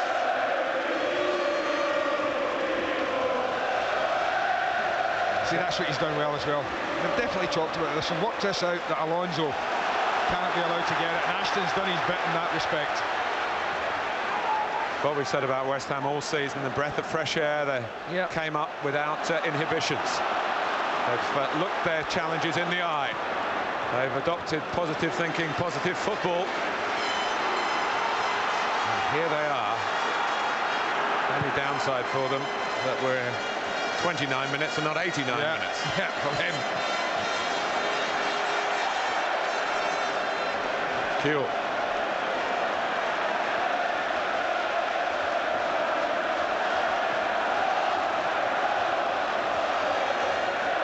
Well, I talked about Liverpool's midfield quartet at the beginning of the match, how important they are to them. Will you tell me how many times you've been saying anything good about any of them? The four of them. Gerrard started quite brightly, Stephen. He fizzed about a bit. This boy's not had a kick. Harry Kewell's certainly not had a kick. He's come in from the left-hand side to try and get into the game. So, you know what? Somebody along there, or the four of them in particular, have got to get involved in the shake of this game and change it for Liverpool. Well, you talked about Riise quite rightly, Andy, that he came from the left at Upton Park for much of the game. Gerrard takes it quickly, the flag's up, no goal for Peter Crouch, no goal.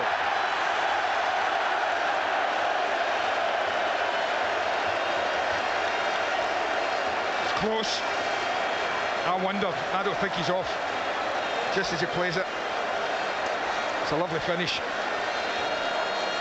Very close. Flag went up right away. And it's the stand-in assistant, Kerry Richards. Well, on such things, the cup finals won and lost, aren't they? He got the call at 10-9 this morning. Can you imagine? You're at home. Says, come on, come and officiate at Cardiff. It's Welshman. It's 50 miles away. It was obviously a pragmatic choice. He's a very good official, experienced one too. And he flagged there to deny Liverpool 1 goal back. That would have been a wonderful time to strike back for Liverpool. They need a shot in the arm. They need something. Gerrard, who might have provided it for Cisse. That does count. Well, it might have taken 20 minutes, but this cup final has just come alive. What do you say about Gerrard?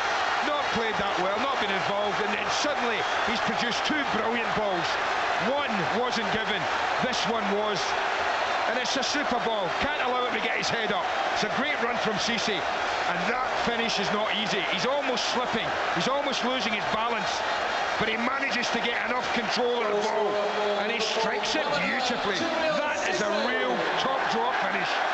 We got game on here. And he's come from the left-hand side. He's run in behind Scaloni. Harry Kewell has lined up with a kick-off in the middle again. Here he is. Liverpool just juggling it around to try and change it around. And they've already got a reward for that.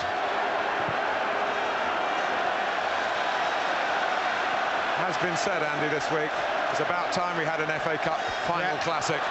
You're right. One's unfolding before our very eyes. Ashton. Now Fletcher.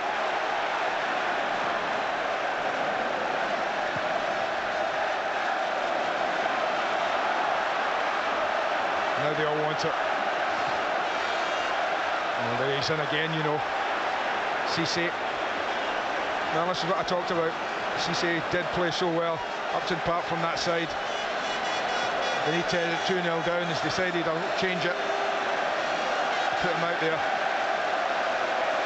Andy, our producer, is a Sheffield Wednesday fan, and he has, of course, pointed out Sheffield Wednesday 1966 final.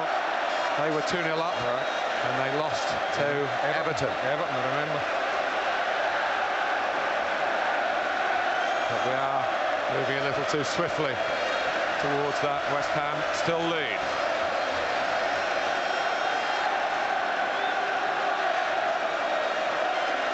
No, it's been 13 incredible minutes. I was looking at the clock, 20 minutes in, and you know, we hadn't had a shot on goal. Not one. Neither goalkeeper had made a save in the first 20 minutes of this cup final. 13 minutes, we've had 3 goals.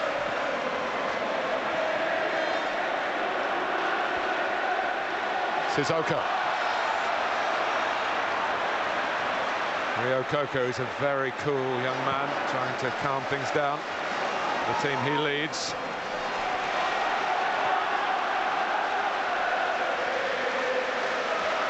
Carragher. And there's still more than 10 minutes to go to half-time. And Jamie Carragher, having scored at the wrong end, might have gone for a shot at the right end then. Well, they're going to show us this one. There's the ball played. I think that's really close. Unbelievably close to call. And how close was Cisse? Same sort of run. That one's easier, I think. But we could be sitting here at 2-2.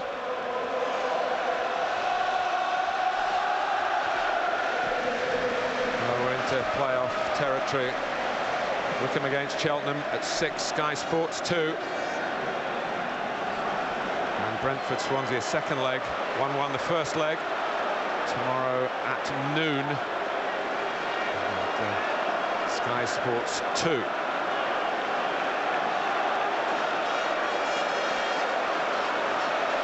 Kerpier. Here comes Riise. Back goes Benayoun. Well done. Not what he's noted for Benayoun. This is a cup final, and you're holding on to your lead. And Liverpool have got the bit between their teeth now. That goal's given him a lift. Alonso lets it run under his foot. It's a long way for Harewood to run, but he's got Rio Coker charging up on his right. It's all about the timing of the pass. Here's Rio Coker. Harewood wants it back. And Etherington's training to get there. He will be there first for West Ham, and Harewood rather switched off in the centre as if he was disappointed with the first ball. He did. Room for Kuehl.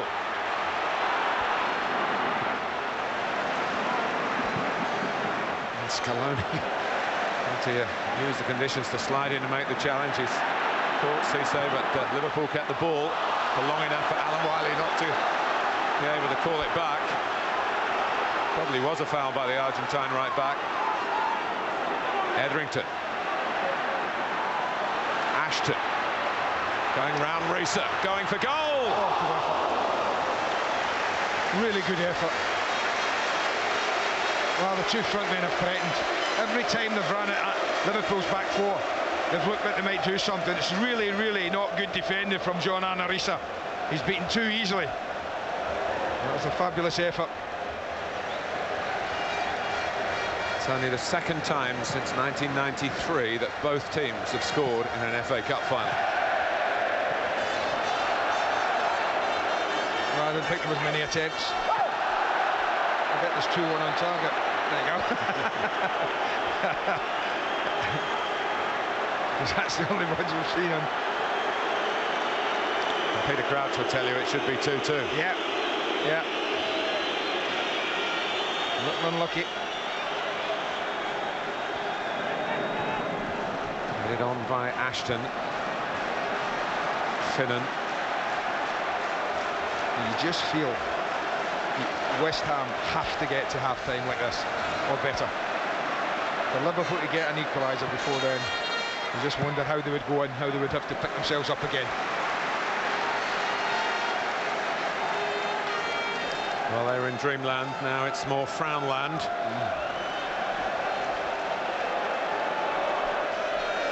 But what they have shown, even since conceding to Cisse, that they are capable of manufacturing meaningful attacks and chances.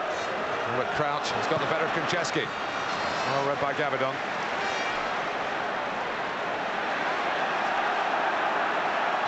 Alonso, Cisse. There's Bounce Scaloni again. He's so quick, and he knows what he's doing. Whatever you think about Cisse, I've always believed he's a threat. I know he frustrates people, but he's just done a little movement there. Lost Scaloni. I think it's fair to say, Andy, you have spoken up for him more than most, Djibril Cisse. I mean, he would drive me daft, if I'm honest, if it was his manager, his coach. But if you're asking me, is he a goal threat every time I see him?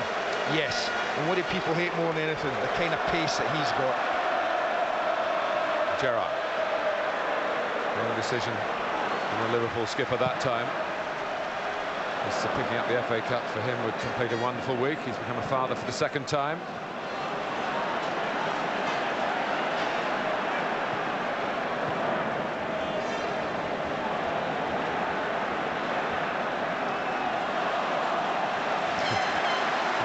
Were leading the appeals for the throw.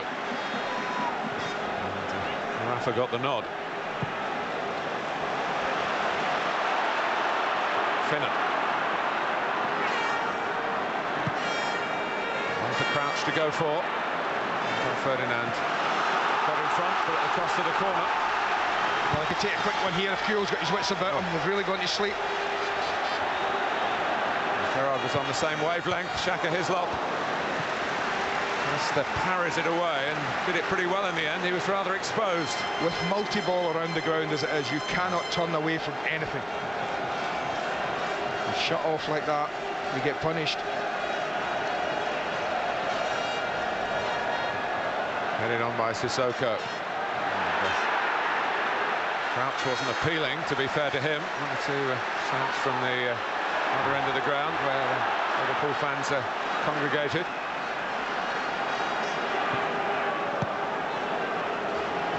Cisse, Hopia would come up for the corner. In goes Kuehl, might reach Gerrard. But, captain to captain, Rio Coker came out on top. Yet again, there was a threat there from Riise. But this is a spellbinding contest. Here's Riise having to react to some positional necessity. That's why Ashton had just pulled out, calling for the diagonal. Benayoun.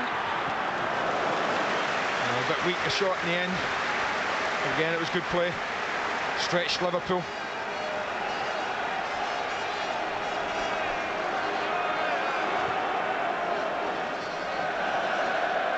How did Steven Gerrard do that? Maybe the tide really is starting to turn. Audacious piece of control.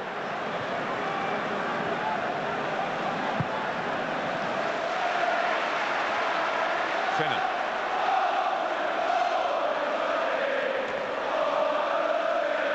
Kewell. Davidon who hooks it away. They're just starting to work West Ham over a little bit, Liverpool.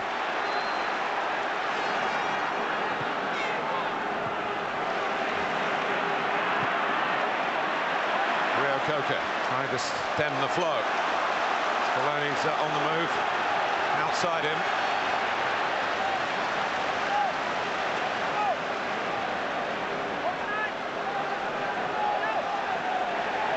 Fletcher.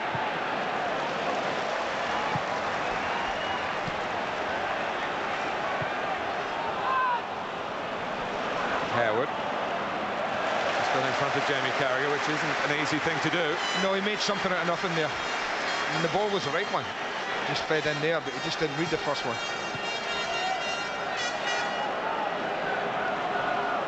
Franceschi. Well, Finnan is only cleared as far as Harewood.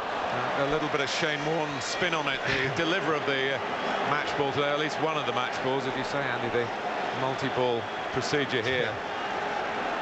It certainly keeps the players on their toes, and it's great for the fans.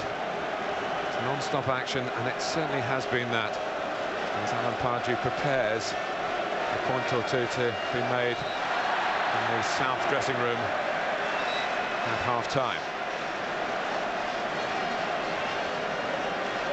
Well, if we get to half-time, he'd have taken this. You better believe it.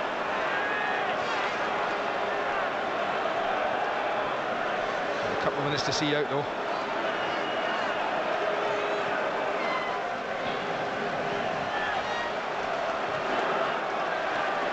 Finnan. Sissoko. It's a free cross for Steve Finnan. In fact, he goes for a straighter ball, which was a more difficult ball, really. Yeah, it was. Towards Harry Kewell. They're just sitting in there a little bit, West Ham. Mainly because Liverpool are forcing them to. Sissoko. Kewell. Etherington hasn't quite got the stature. Has to sheer muscle power against the well-chiseled frame of Sissoko, but he did his job. And I probably think at the moment it was worth waiting 26 years. But it's not quite as good as it was. It's not quite as bad as it was for Liverpool.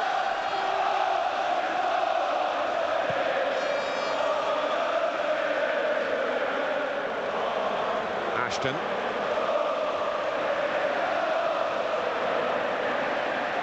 Really taking on a bit too much.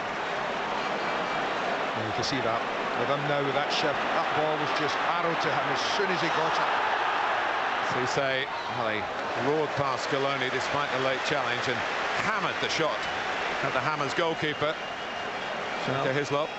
Alan Pardew has got a problem at half-time with that. Because all Alonso did there from 40, 50 yards away was, as soon as he controlled it, he arrowed it over Scaloni. The only surprise to me was what we said at the top. I thought they'd start like this because of what Riise did to them.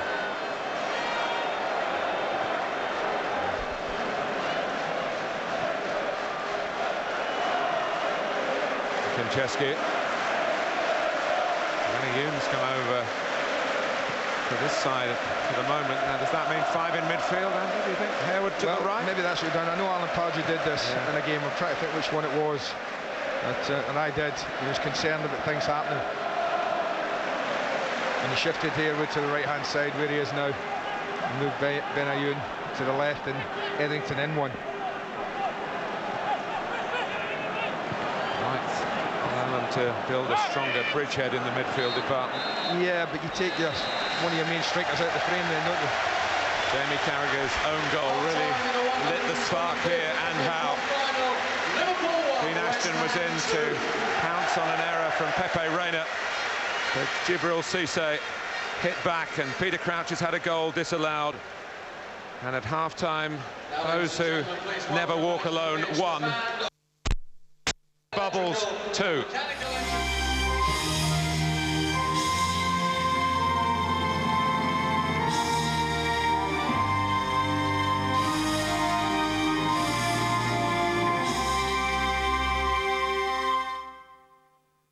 Would you make a change, Branko? Morientes is on the bench. Yeah, look, there's no doubt that Morientes will come into the game at some stage. I just think that Liverpool need to settle down and start playing the passing game, which they are much better at. But we may see a very early change because, as I said, they've certainly got the players on the bench.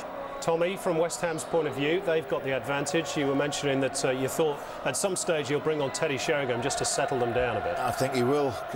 Terry will settle them down, the young guys. They've got to keep their nerve, haven't they? And if there's one guy who can talk them into playing and keeping their nerve, it's Terry Sheringham. We could do with a goal from Harry Kewell, I suppose, from an Australian perspective, or at least for him to not get injured. Yeah, absolutely. You know, like we said the other morning with Viduka and Schwarzer, you know, from a selfish Australian point of view, you know, we want them to have a great game. We want them to do well. We certainly want them to win, but above all, we don't want them to get injured. But I just love to see Harry come more into the game. You know, you just feel sometimes, you know, he doesn't even back himself enough with all the talent that he has. At times when he came inside late in that first half and started to get on the ball and play things 1 and 2 touch around there, they looked a better side for me. But then he'll lose 1 or 2 as well and just dwell on the ball a little bit too long. So, you know, if he gets in that position again in the second half, I think he'll certainly do a better job than what Crouch is doing coming deep anyway. Tell you what, Branko, pitch isn't helping either. It's not great, is it? Yeah, it's been disappointing because we saw that certainly at the beginning of the game, too many players were slipping and losing their footing, and that certainly doesn't all go well for a pretty football. OK, we shall see what happens. They're about ready for the second half. Digital viewers, don't forget our Channel 31 Sports Plus service. Player Cam, our focus today, with isolated live coverage on selected players throughout the game. Let's now cross back to Cardiff, and your match commentators again, Andy Gray and Martin Tyler. West Ham lead 2-1. Player Cam, to remind you, available again, Marlon Harewood. And wait to see what role he's got in the second half. Via the red button on the remote.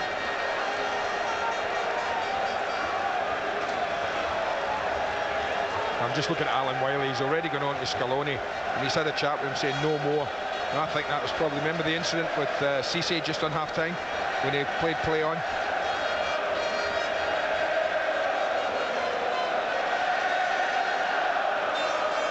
Kewell apparently limped down the tunnel a little bit, and he kicked off very nervously. Yeah, he did. And I noticed that Fernando Morientes had a pretty vigorous half-time session out in the pitch. It looked like they were getting him warm. It certainly wasn't a warm-up that suggested he wouldn't be coming on. So they obviously got a problem with Kewell. And both Kromkamp and Morientes are doing quite extensive warm-ups. Ashton. Etherington. For Harewood! And it comes out to Benayoun. Still Benayoun. Well, he just might have had the cup final on his right foot, Marlon Harewood there. Beautiful break, yet again, Ashton, the architect of it. But every time West Ham have got at Liverpool's back four, they've looked threatening. Well, you had to feel for Harry Kewell. It does look as though injury is struck again. No, he's major final. Yeah, Morientes has been called back, and he's running back very quickly. Harry Kewell is not running at all, let alone very quickly. No, he's gone.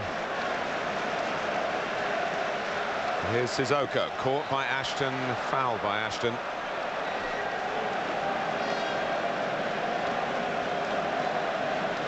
Pepe Reina, who obviously hold up a gloved hand about the Ashton goal. Made a couple of important interventions. A double save from Harewood and then Benayoun. Advantage played here by Alan Wiley. And Riise can measure a ball for Alonso. And it came off Ferdinand and it's a corner. That was a lovely block. And it needed to be. Oh, what a start at both ends. Harewood might have made it 3. Liverpool might well have equalised. We just can't see Kewell lasting much longer. Moriente is almost ready. Gerrard takes over Sissoko and Carragher coming in behind him. It's a groin problem, we understand, for Kewell. Well, they're no good. I think once your groin goes, but this is a smooth. That's the ball, super ball. And that one equally as good. And I'll tell you, it's not easy when you get that close to the goalkeeper. And twice Reina got close enough to first Harewood and Benayoun. Alan Pardew just knows what a big moment in the game that just might have been. Coming off the field, number 7. And Harry Kewell goes off, and of course the World Cup not that far away. What this might mean for the Socceroos of Australia. It's Fernando Morientes, who's still in the plans of Spain for the World Cup finals. Is the replacement. Morientes has been admitting in the build-up to this match that just hasn't done himself justice in English football. No, he hasn't. He just gave us a glimpse in one of the last games. At the last game, scored a fabulous goal. And here he is straight away. Well found by Gerrard.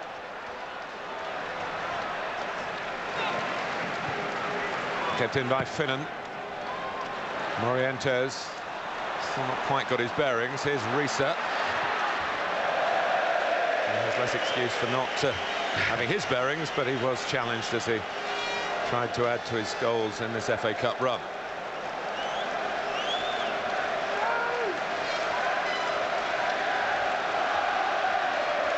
Well, the two coaches that spend an awful lot of time on the edge of the technical area, Riise. And been out quite a bit today.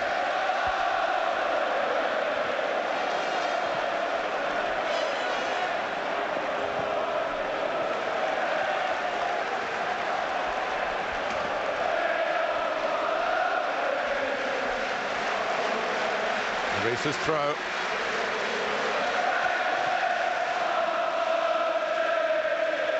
Carragher has gone back to his natural side. Yeah. I just wonder what that was all about. No, I'm not sure, because whatever it was meant to do, if you were the front men, you just swap your position, what you'd planned, and just go and play on the player you were supposed to, regardless of where they were.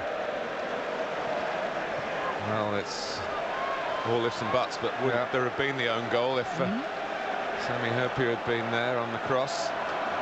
That we will never know. We will never know. Sami Hyypiä's on the ball now. We do know that, and Benayoun tracking Riise.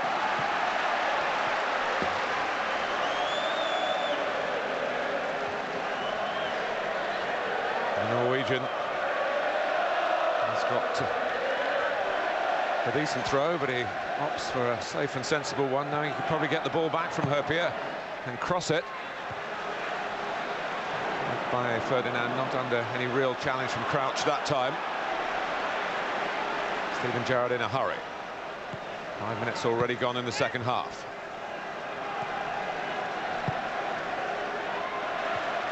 Gabidon there this time. Riise.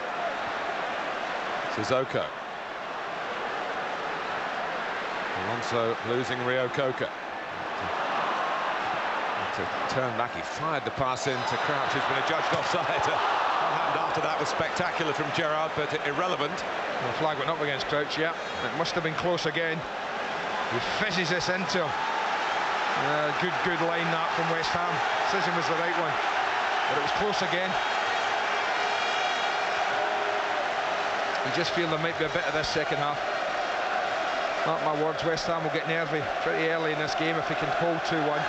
And they might just drop back further and further. You may find Liverpool chasing the game, camped on the edge of the box for times. Pincheski.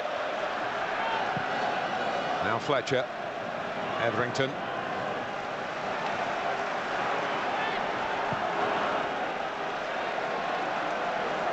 We often talk about the temperatures at this time of year when FA Cup final time comes around. And it was played at such a pace the first half.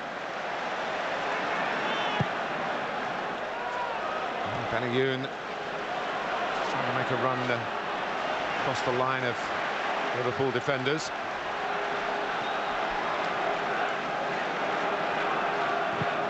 Alonso. And Konchesky, grateful for the bounce, made the back pass very straightforward. Well, the oldest FA Cup final goalkeeper, Shaka Hislop, 37 now.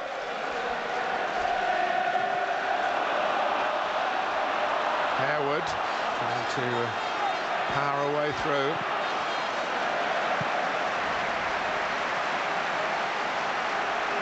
I think the one thing West Ham will know and feel that even if they've got to defend, if they defend well and if they can get numbers back in Harewood and in Ashton today, they have got to that have looked very, very threatening in this game.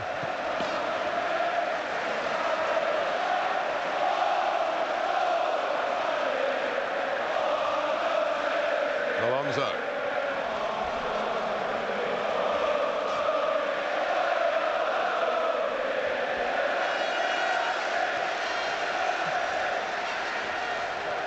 A little bit more deliberate at the moment.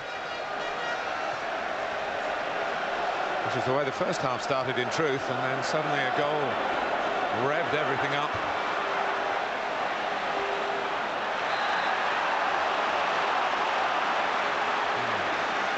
Rio Coker, who's got a strong sense of what's right and is wrong, feels that Riise made a meal of this. Well, he didn't in actual fact. He's gone in with the wrong foot. It's an awkward challenge.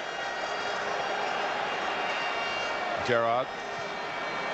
Alonso. Morientes and Crouch going for the same ball. It's Steven Gerrard!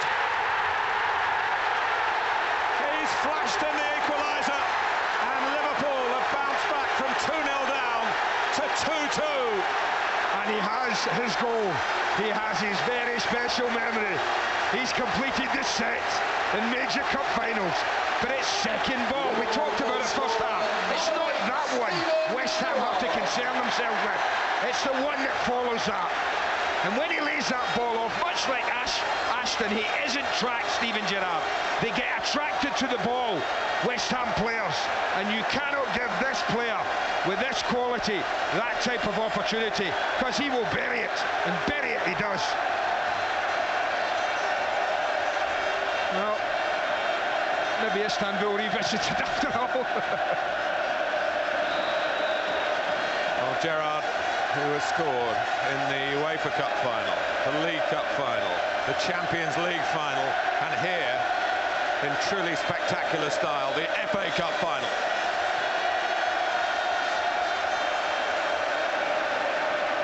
And Scaloni does cover well this time, but the header only falls for Crouch, and he has a go as well.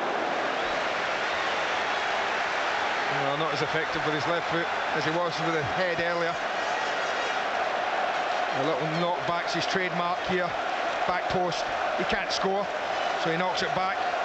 And West Ham just pay the price for not defending that.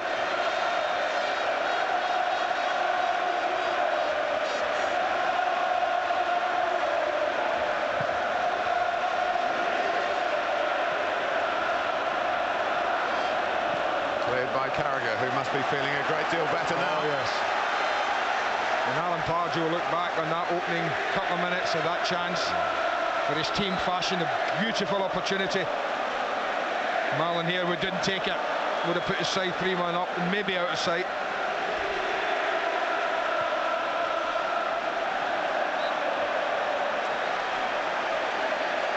Well, FA Cup history, Ian was referring to it at half-time 1987. When it was a 2-1 half-time score. The team that were leading 2-1 at half-time lost in the second half. Tottenham Hotspur to Coventry City. And also that season, Andy, the team that won the FA Youth Cup, Coventry City, also won the FA Cup. Who's won the Youth Cup this year? Liverpool. Absolutely. Hey, we all get a bit omen crazy, don't we? It'll be decided by what football is played in what remains of the 90 minutes and maybe extra time. Maybe penalties for the second year running. It's a massive test of the mentality of West Ham United as well as their footballing skills. And it's Rio Coker. They've got to believe. And what brought them the 2-0 lead can be reconstituted somehow. Oh, big players respond to crisis. Big players respond to a situation where you find your team in.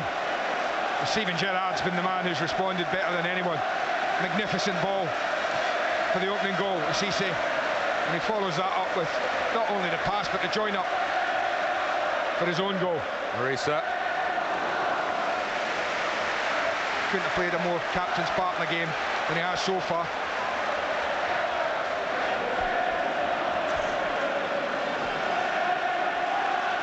And here's Etherington, who carved out that chance at 2-1 right at the start of the second half that Harewood couldn't take. And Wiley points to the goal kick. Good work by Finnan. Now, they were quiet for a while, the Liverpool fans, but they're not now.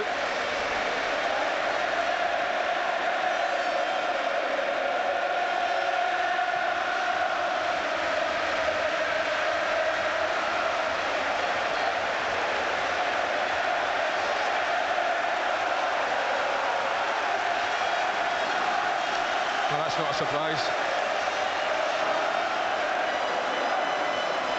It does sound like Anfield South now.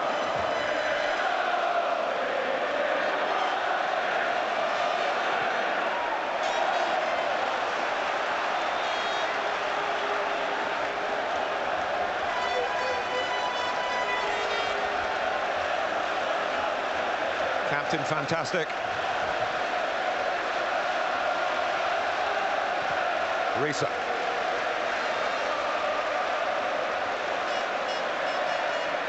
Here's Fletcher. Now Ashton. Carragher needed to be quickly on him. Alonso got it forward.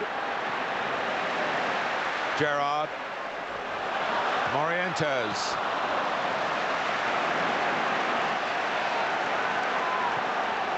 Now Harewood.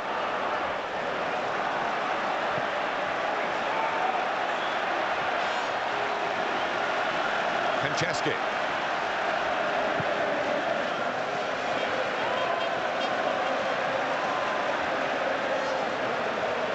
A bit of possession for West Ham United, and almost a killer pass at the end of it. It's Benayoun looking for Etherington.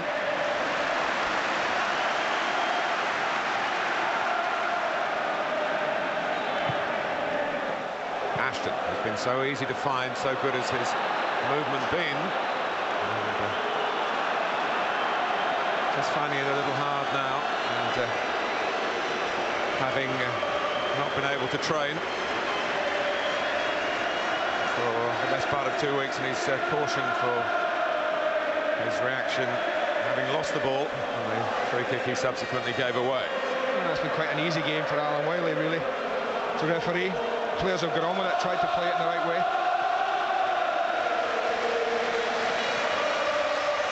Riise.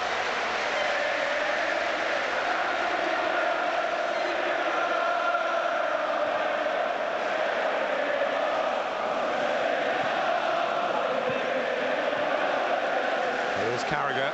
Psychologically, Liverpool certainly in the ascendancy. At 2-2. It's been a marvellous FA Cup final, and there's still the deciding of it to come.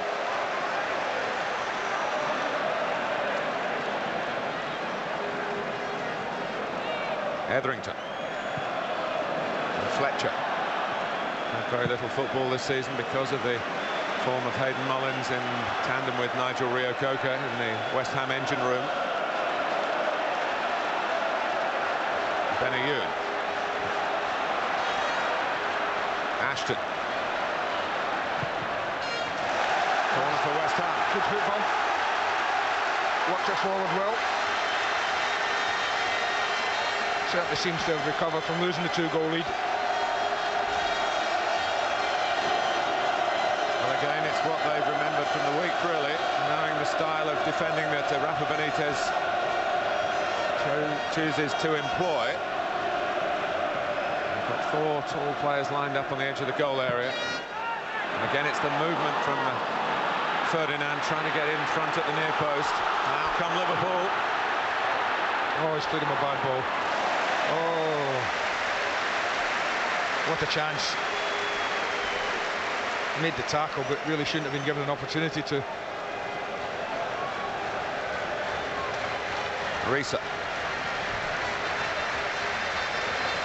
Out into the sunshine go Liverpool.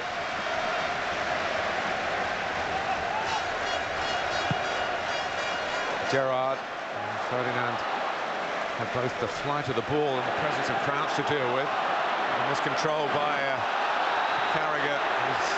That might be a booking. He's booked Ashton a minute ago, then you feel it's a certain booking. I know what Jamie Carragher says, my first tackle, and it probably is, but with Ashton being booked earlier, I thought that was inevitable. And also it was one of those, well, let's take the foul, and if you get a booking, so be it, because West Ham might have been on their way then. Etherington.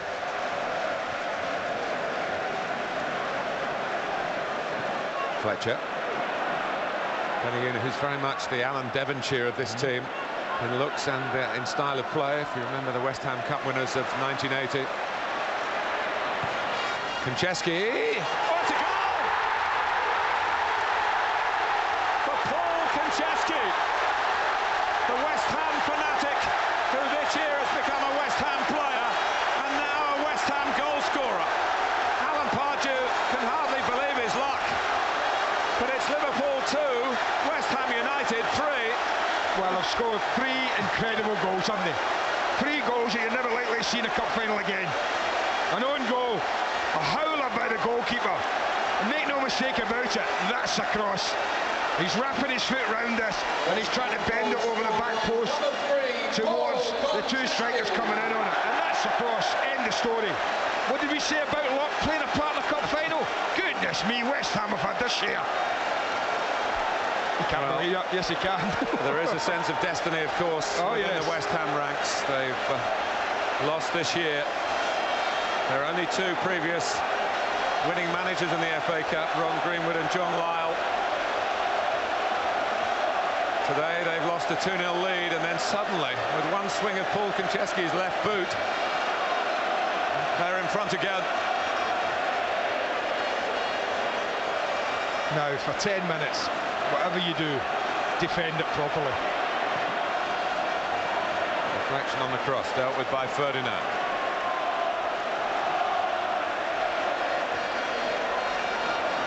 And that's what they mustn't do too often, is just do that, club it forward, because it's coming straight back at you. Maybe with a bit of interest.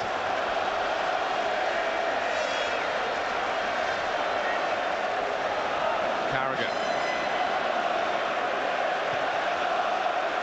Morientes. Gerrard. Well, they must have thought destiny was with them, Liverpool, when they went 2-2. But what they have got is that Istanbul experience to draw on again. Carragher. Benayoun, beautifully done, slipped Alonso. Ashton to the left. Dean Ashton.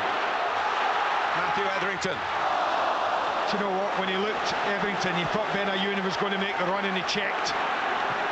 What a chance that was for West Ham. Great football again. Got Liverpool on the break.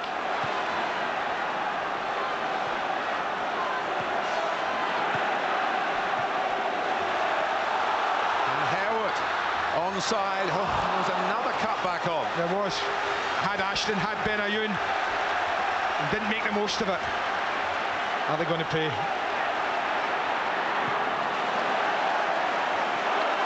Here come West Ham with Scaloni. Harewood's got back onside. What an amazing afternoon in Cardiff. The subtext for any FA Cup history book is really tale of the unexpected. But that hasn't been the way in the finals. Alonso's going off. I'll tell you now. Oh, wait a minute. He's going off. He's telling. They want to change, but I think Alonso felt it might not be him, so he wanted to be sure that if there's a change going on, he's going off. He looks unhappy. There's a change going on for West Ham as well. As, Bobby Zamora's getting ready. Alonso injured at Portsmouth. They took a risk with him, and on comes the Dutchman, Jan Kromka. He hasn't had the influence, Alonso, that he might have hoped he would have. 3/4 of this game just about gone.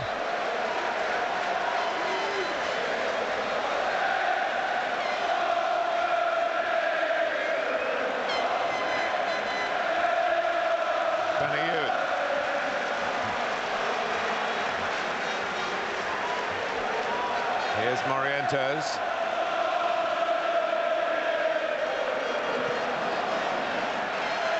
So Liverpool have used 2 of their 3 permitted substitutes.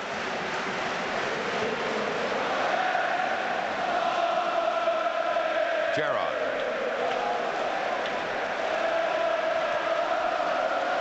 Now Finnan.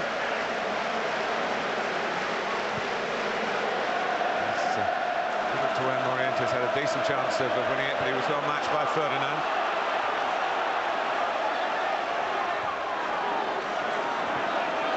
Benayoun. Ashton's on the move, he's got a check.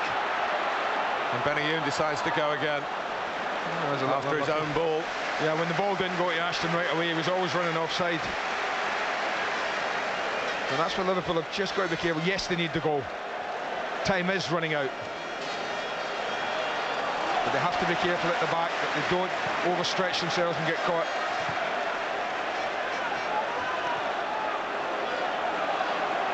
Fletcher. Benayoun's becoming a bigger influence on this game. Yes, he is. He's tired though. Hands on hips there in the centre circle. I think there's a few of them feeling this in white shirts. Might be about fitness in the end. Well, that's what Alan Pardeau's got to recognise who's fit and who isn't. From camp fresh. A wonderful attempt to try and find him from Gerrard. A composed play from Danny Gabidon once more. There are plenty of friends and family here.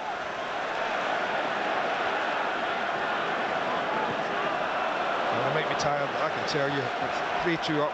There's no way I'd be going anywhere else but staying where I am and working my socks off like that to protect this lead. Scaloni has done well there. And they haven't got at him quite as well in the second half as they did towards the end of the first. Well, they haven't got at him at all, in truth, Martin. Etherington. Alan Wiley lets it run because Rio Coker's on the ball with the step-overs and the shot. A little ambitious. Well, I wonder if they're going to make a change. Yes, they are. Here's the goal that separates the teams as the change has been made. It's a cross. There's absolutely not an argument about it. But do you think Konchesky cares? No, he doesn't. The goalkeeper's got no chance. 3 extraordinary goals have got West Ham, really are. One of them, Dean Ashton, but he goes now another player who's obviously gone through the pain barrier to play. Bobby Zamora put up a pretty creditable case for starting the game with a wonderful display against Spurs in that last Premiership match where West Ham won and didn't play like a team with a cup final on their minds. Well, we know what's going to happen now. You take Cameron on and you take Crouch off, then you say to Steven Gerrard, run for your son.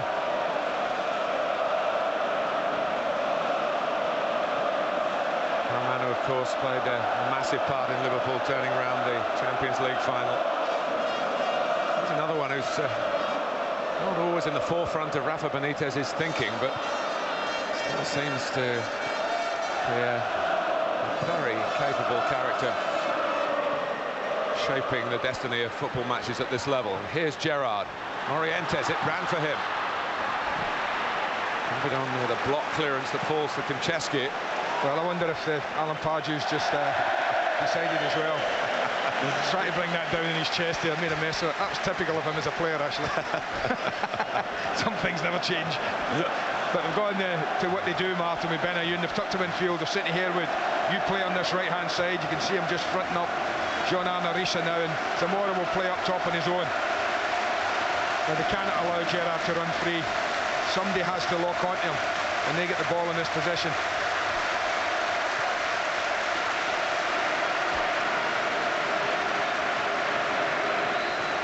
You just can't take your eyes off it. A 5-goal FA Cup final already. Where's the goalkeeper there? Where's the goalkeeper there?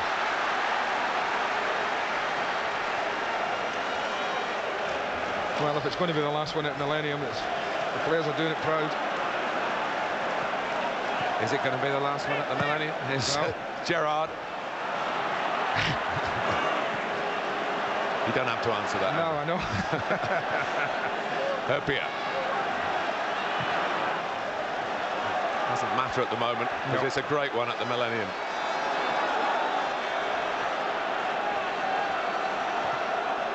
Carragher.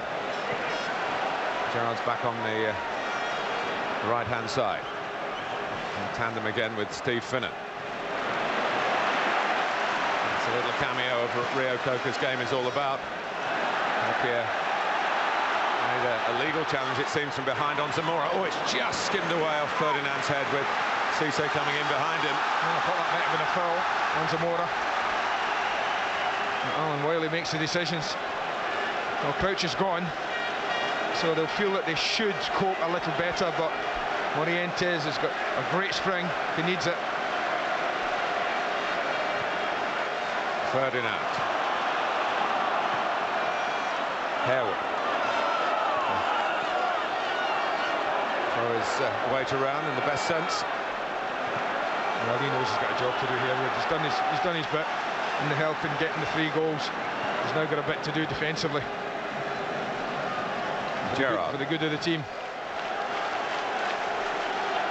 Carragher.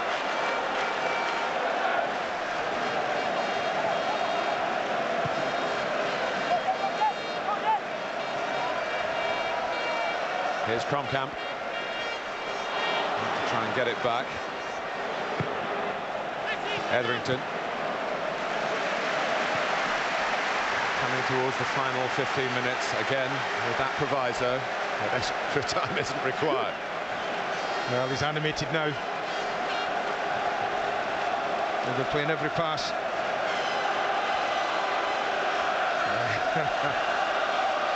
The odd thing about Rafa Benitez, and he's such a man of detail, he takes managerial science to the nth degree, and yet 3-3 in a madcap game in Istanbul, and he's desperate to get a 3-3 here. As you say, having conceded 3 goals that, well, he wouldn't have expected with his planning, his team to ship.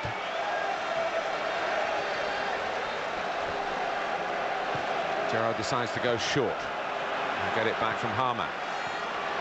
To slide it down the side for Kromkamp.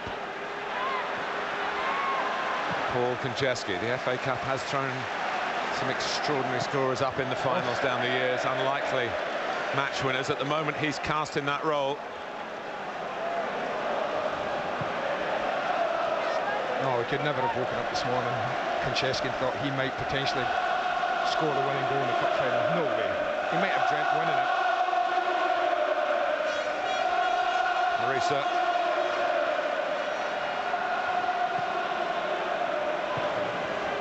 And there's Harman trying to play their way through a pretty congested West Ham defence. Harman, Riise, his sort of range. Pressure's mounting, isn't it? Wasn't quite set for it. Might have well been better shipping it left to Cisse.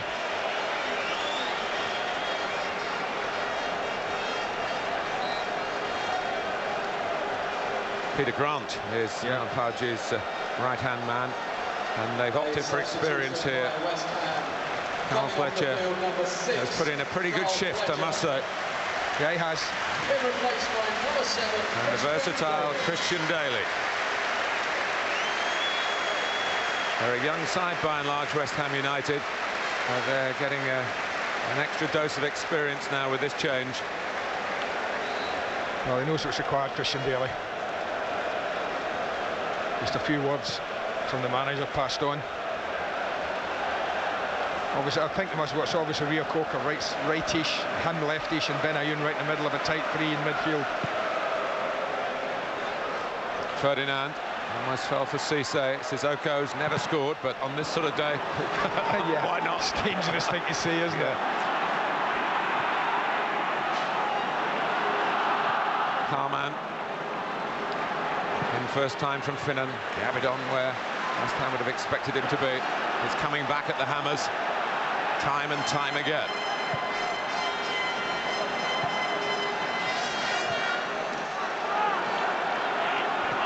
Riise.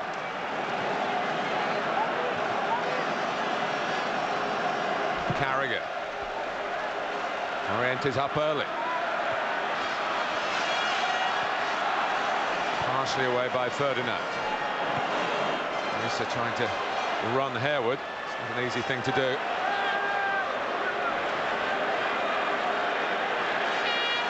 Harewood trying to flick it up to volley it away. It was a bit risky.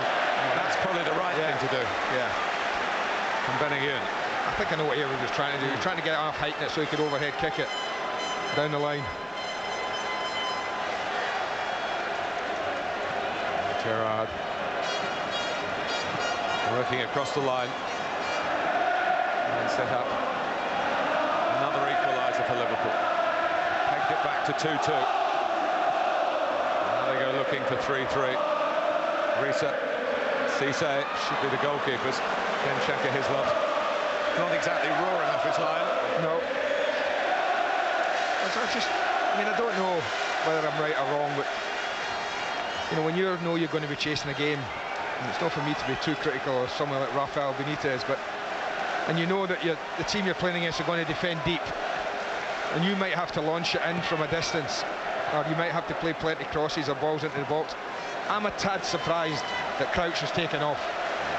But it is something he has done. Yeah, I know that, Martin, but I'm talking about a cup final. But all season he's done it when there have been games again where maybe the odd time Liverpool have been chasing it. They've won a lot of games, of course. They've been in front when he's been taken off most of the time because they've been in front most of the time. Remember, it's 11 successive wins that they've had going into this final. But again, it looked a bit mechanical, didn't it? That's what we do around this time. Harewood. You know what I mean? The best header of the ball, the biggest threat, the one who can win most balls in the area. Just set up a goal for Steven Gerrard. You know, why then take him out the equation when you know you might have to be putting it in there? And now coming up to your last 10 minutes. Carman.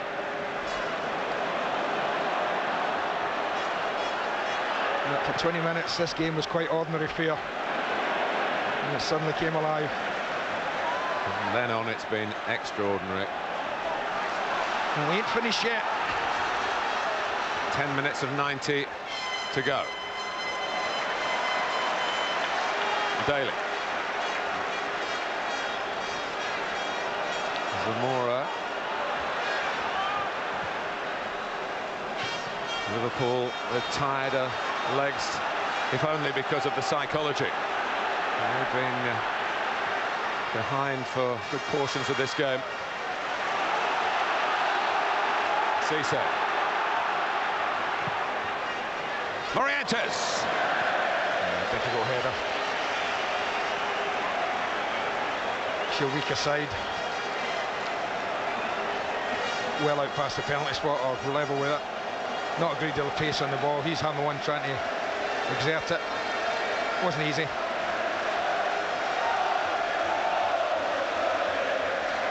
Well, not bad for the cup final. And West Ham's accuracy's been better. Yeah, well, that's Paul Konchesky going down as a goal attempt. Yeah. Which we all know it wasn't. Although he may. No, even afterwards. he can. No. Ronaldinho, maybe.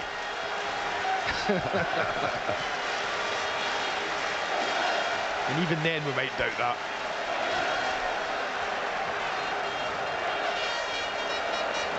From can't catch this, unlikely. Well, it's a corner. It's a corner, got to flick off somebody just as it left Riise's foot, because no one touched it after it bounced.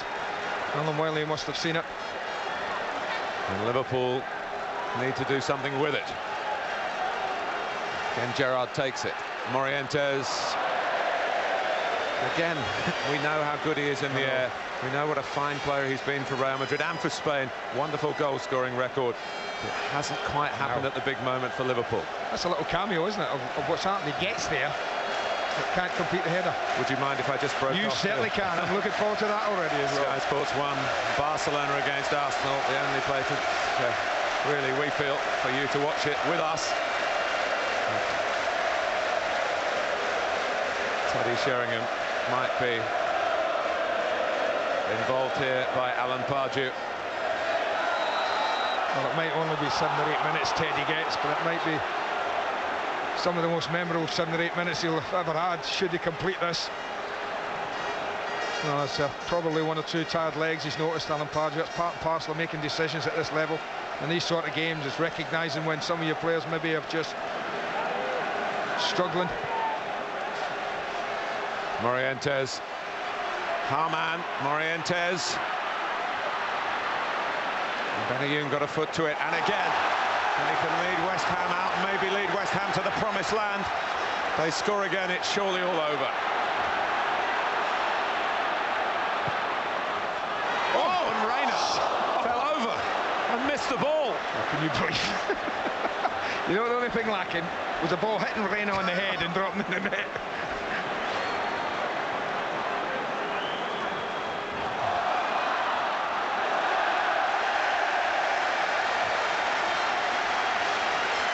Riise is down, and Steven Gerrard in the other half of the pitch is slowly making his way back into the action and flexing and checking, and you can bet that the eyes of the England coach will be on him. And this is what happened. Didn't seem to be an awful lot in that, did there?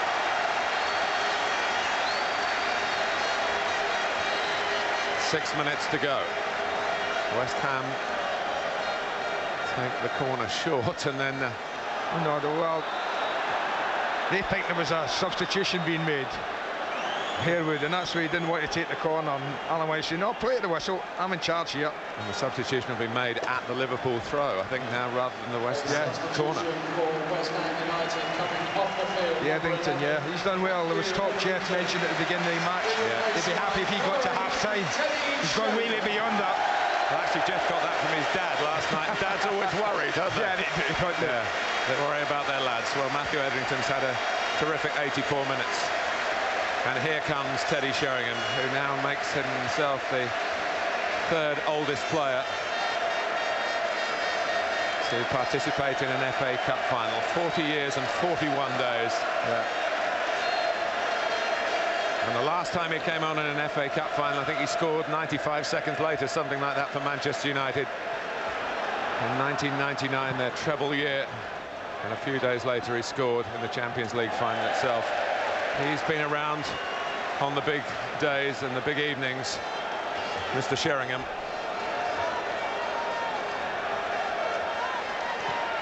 Well, it'd take right now making a block that stopped a Liverpool goal rather than scoring, wouldn't it? He'll be the oldest player to score in a cup final by quite a bit, over 3 years. And he hasn't got much time, which is good news for West Ham, because they are leading. Well, 5 minutes away from the promised land. Kepier, Liverpool, who scored so late through Michael Owen at the end that they're attacking here of the Millennium Stadium.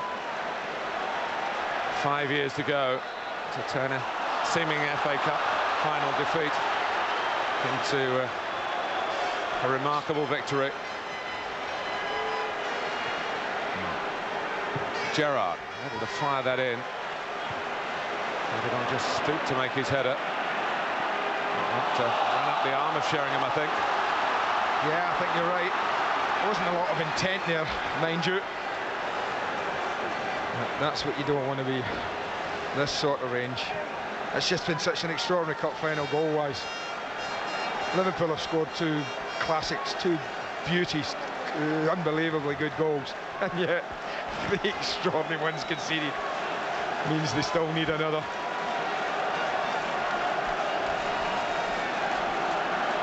Would they risk running out? They've done it a few times this season, West Ham. But would they dare risk it with 3 minutes to go in a cup final? Gerrard aims a deflection. Alan Wiley points for a goal kick to West Ham United. Yeah, it was a plea in desperation from the skipper, wasn't it? Looking for a corner. Now the West Ham fans are beginning to turn up the volume.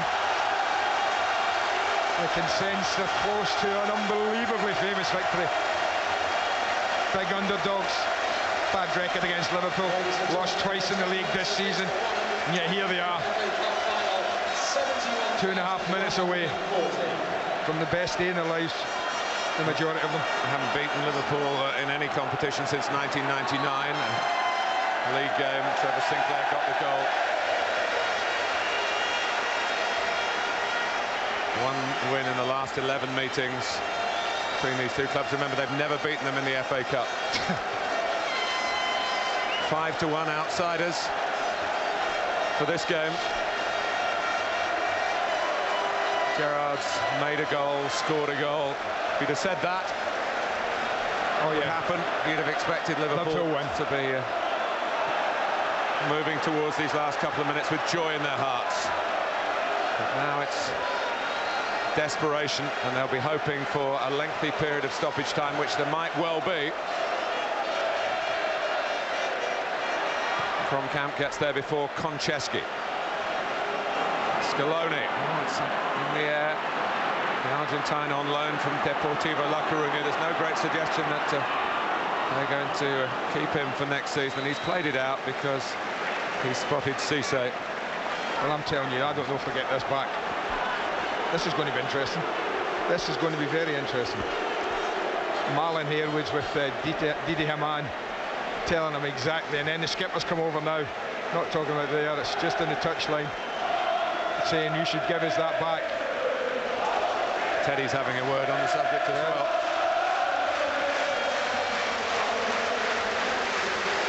Well, I have to say he played better in the boots that he wore in the first half. He did. He's been anonymous second half, Jim Riise.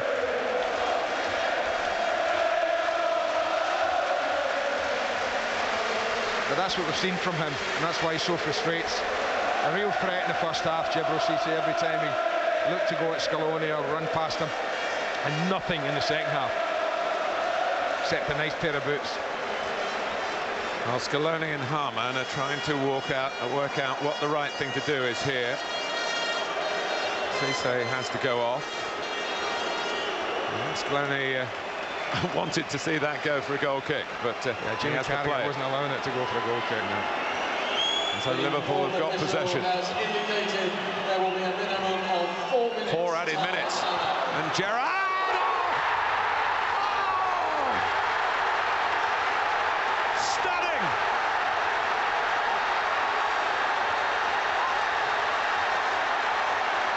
When you need someone to stand up and be counted, to pull an absolute rabbit from a hat, Steven Gerrard has done just that. We know the name, son. Well, take a bow, son. I mean that, take a bow. You have been immense. If anyone ever doubted your value to your side, you have just blown it away with the most incredible equaliser that we've seen in a cup final. We're on the brink of stoppage time. You're fighting against everything, and you pop up with this. Absolutely top draw, magnificent, quality, class, everything you want that's good about football. Here you've got it, son. You've definitely got it. Unbelievable stuff. Andy, what about the throw-in? I know. All I would say is they gave it to Scaloni. They gave Scaloni the chance to put it in Liverpool's half, Martin, and he made a mess of it. Fair comment. Free kick to West Ham. Do you know when he hit that, the announcer just said there will be a minimum of 4 minutes. He was in the middle of saying it, and Steven Gerrard pulled the trigger. Fired the bullet. And Liverpool have scored 3 goals in a cup final again. Alan Pardew, how do you feel, sir? You could taste it. He could feel it. He was that close. Yeah. The team that blows bubbles with the song were thinking about the bubbly to drink. And it might yet happen because Konchesky, Reina, for whom this has not been a vintage display, hung on when it really mattered.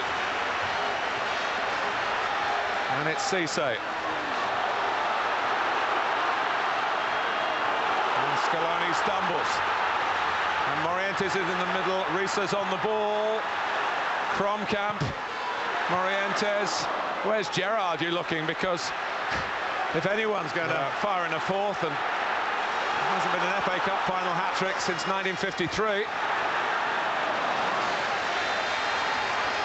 Out it comes to Harewood. Once more, the strength psychologically of West Ham will be put to the test. They wouldn't have felt it was in the bag at 2-0, it came so early. Yeah. But with time ticking away at 3-2 here, they'd be starting to think about the presentation and the winner's medal. The fans have got to rouse themselves as well as the players, and it's Harewood, Bobby Zamora, who scored a winning goal here in the playoffs to take West Ham back to the Premiership only a year ago. Well, we came here hoping for something special. With the best will in the world, I don't think anyone thought we'd get this. All shades of that 3-3 1990 when Alan Pardew was a player. Oh, yeah. For Crystal Palace. Yeah. We lost that replay, didn't we? Yeah, no replays now. No. Crystal Palace against Manchester United.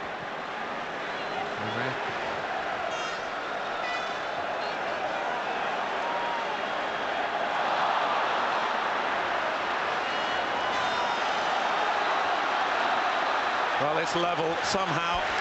Ladies and gentlemen, at the end of full time. 6 amazing goals, really. West Ham's for the strange nature, and Liverpool's for their glorious nature. Nothing more so than this. Pulled it back to 3-3, and extra time to come.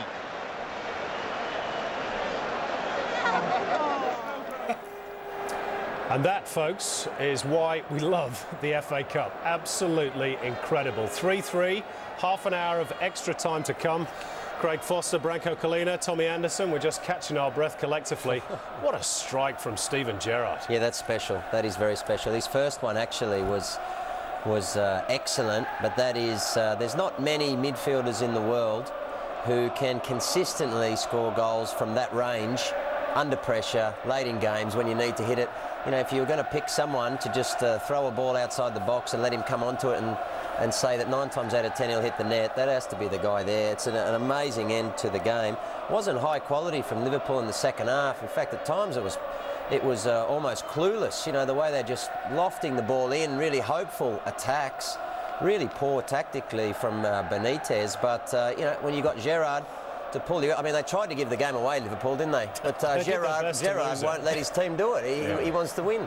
And as the commentators pointed out, Branko, Djibril Cisse, after such a strong first half, almost disappeared from view. Well, you saw in the end he was actually cramping up, which meant that really, you know, he was out of the game, and Liverpool really had not too many options. And really, it's been almost Gerrard versus West Ham, but West Ham would be ruining that opportunity straight after half-time when Harewood had a beautiful opportunity to make it 3-1, and then it could have been really difficult for Liverpool to come back, but that wasn't to be. And then at 3-2, you know, it was always going to be go down to the wire. Here's what we're talking about here, you know, from either side, just lofting balls in and just trying to get the knockdowns, and on this case, I guess it's what's done it for them. But, you know, having said that, you need Gerrard to knock, you know, one hell of a strike in. But, you know, for a lot of that half, West Ham are comfortable. You know, I mean, geez, you get a lot of these in England, and you know, they're just facing up and dealing with things in the air, really lacking Liverpool a midfielder. In fact, Ben Wynn for West Ham was the best creative player on the park. Yeah. Every time he got the ball, is going past someone, which Liverpool really lacked. They're missing Luis Garcia, of course, Liverpool, we should point out. Tommy, what are you making from the body language of the two teams here? We saw some of the Liverpool players lying on the turf with the socks rolled down. It's their 63rd game of the season. West Ham haven't probably had quite so many. Oh, well, they'll be okay now. They've got the equaliser, and that's the greatest reviver ever. And you must never write off Liverpool. Never write them off, because they come back and they come back. The goalkeeper's having a nightmare game out there. Yeah. He's throwing them in. If a cartload of hay went past, he wouldn't get a handful, really. And to be fair, he's had a great season as well. He's had a marvellous season and a terrible 90 minutes here today, you know. But when you've got Gerrard playing, and he's just a wonderful player. I said before the game that he leads by example, and he's done it again here today. Well, he's really been the only player for Liverpool that has stood out for the whole of the game. Disappointing thing for us Australians is that Harry Kewell came off with an injury, and we don't know how serious it is, but for Harry to come off in a final, it must be serious, and a little bit more than a little disappointing for him. us. When just in the later stages of the first half, he started to look like he really was starting to come into the game, and then come out in the second half, unfortunately, looked to pull something straight away. We shall wait and see the injury news on Harry Kewell. Fingers crossed it's good, with the World Cup finals just a few weeks away. What a game that young man had, Nigel Reo-Coker, for West Ham in the midfield. They're all set for extra time, or at least the first period of. Let's go back to Cardiff and rejoin our commentators, Andy and Martin. 53 years ago. You know, and it's an example of what we've seen from Gerrard today, that I think, you know, even with England's striking problems, it's shooting off at a small tangent. Even with the striking problem that they have, Martin, that's why there's such confidence about when you got him and Lampard and Cole, 50-odd goals between them this season.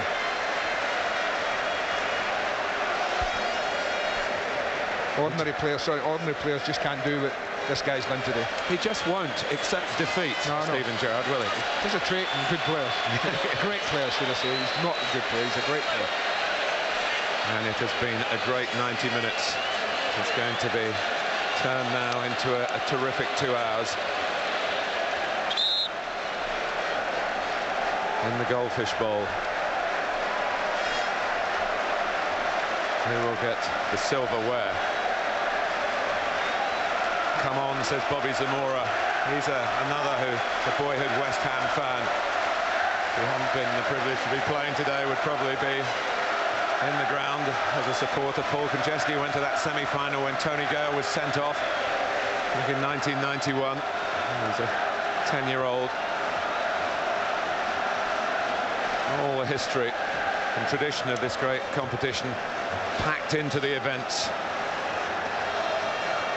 here at the Millennium Stadium. Yeah, good luck, boys, that's all I can say. And what did West Ham do in that little bit of breather? Of course, you know, they brought Teddy on and played him in midfield in that 5. They surely got to play him further up the pitch. And Carragher, Zamora was trying to dart in behind him, had the ball. You know, it looks like Teddy is going to play his usual role. I think that makes sense. They have to try and get the goal. So they'll go to a 4 here, where they'll be on the right, Benayoun on the left, Daly and Reo-Coker, the other two, the quartet. Could they do it again? Have they got anything in them, West Ham, to go ahead again for a 3rd time?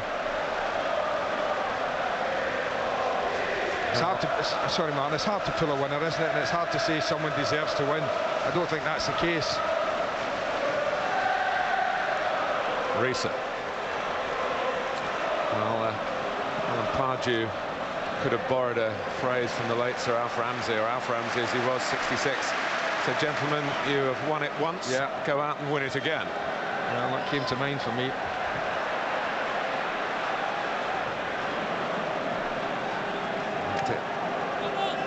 It must be in the minds of some West Ham players. This is Liverpool, and they will have all watched the Champions League final, probably at least until half-time anyway. A year ago. They know what Liverpool are made of. You don't get 42 trophies, as Liverpool FC have, without having plenty of grit to go with the ability. They've got fans all over the world, Liverpool. West Ham more of a homely family club.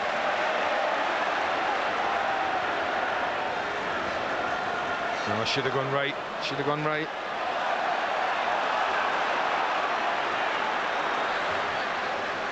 And Gerrard finding Cisse's movement a little unpredictable then. Well, they've moved him. It seemed to me to have moved him at the beginning of this stoppage extra time. It was very much left side for the majority of this game, but he seems to have started more up top alongside Morientes, and they've pretty much sacrificed the left side.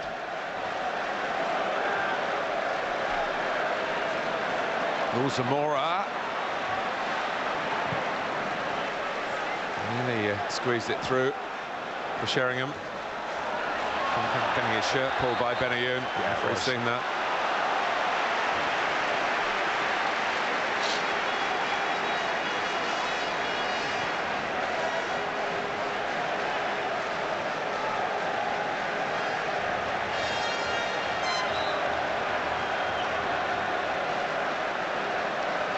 Hurpier played in the very first football match stage in this ground for Finland against Wales, and he's seen plenty of it since then.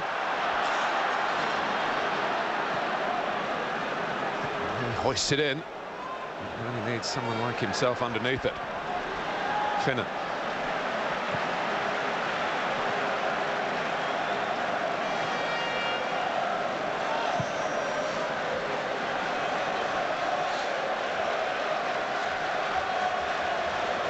Carragher.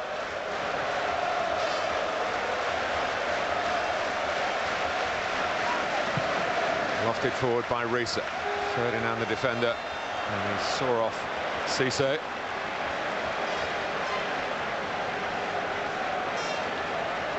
Rafa Benitez constantly adjusting, and the players can tell you how much they're aware of all this from the manager. The two West Ham players were raising their arms, appealing that the decision should have gone their way. No, I think he's right. Just ease Jamie Carragher out of it. That's how hard they've had to work. No cramp.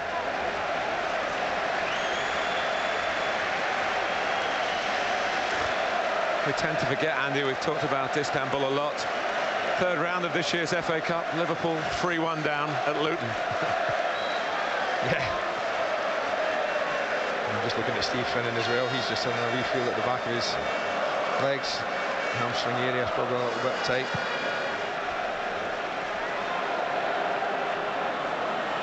Scaloni. Arne picks it off, just covering in front of the back four as usual. Franceschi. Here's Benayoun. Certainly getting his running going again. Finnan kept his eye on the ball.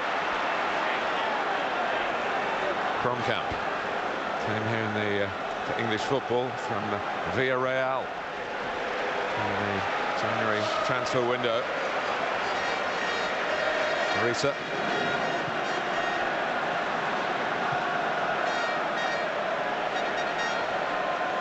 a bit of a collective drawing of the breath in the first few minutes of extra time. That's often the way.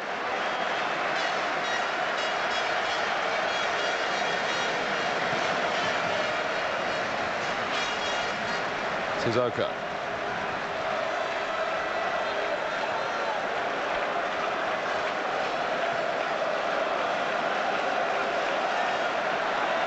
Possession from Liverpool, working to turn that into something a little bit more penetrating. The referee is going to give the corner.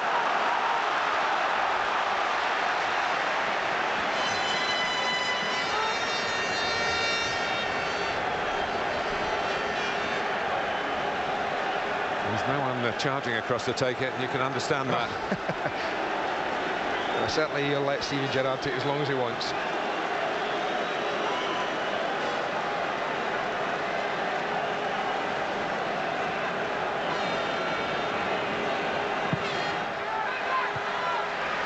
by Sheringham. They were all back for West Ham.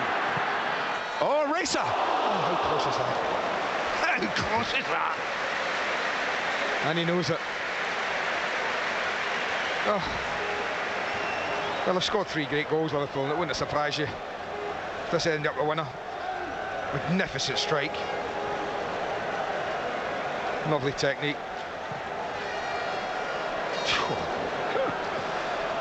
Hislop got nowhere near it, and it was a compliment to the shot. Konchesky just caught a little too far forward, and he's struggling to turn and manage tired legs to get back in position. Kromkamp wants the switch of play, which Konchesky certainly didn't want. He's just overhit that. Kromkamp just overhit it. Good decision. Kromkamp fouled Gabidon. West Ham had the ball and a chance of breaking against a Liverpool team that might have been a little disorganised. When you think football, what an equaliser, what it gives you, what you have to go through. Was it the last final Steven Gerrard was here? Was it Chelsea? The way he left that day, what happened that day, the own goal, and how distraught he was, and here he is now in the cup final, having done more than a captain should in many ways. What a day it's been for him so far. But that'll mean nothing should his side fail to win this now. Riise.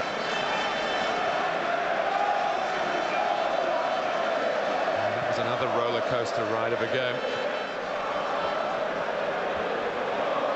Morientes. Konchesky had to play it with Kromkamp behind him. Liverpool fans turn up the volume again.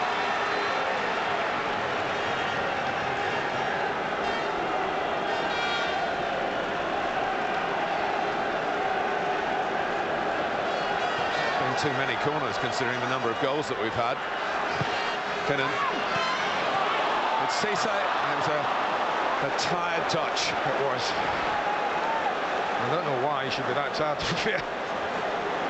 It's not as if he's bust a gut second half. Again, it's another chance for Morientes. Half a chance, really. Riise just needed a sure touch there, and he could be striking at goal from no more than 6 yards out.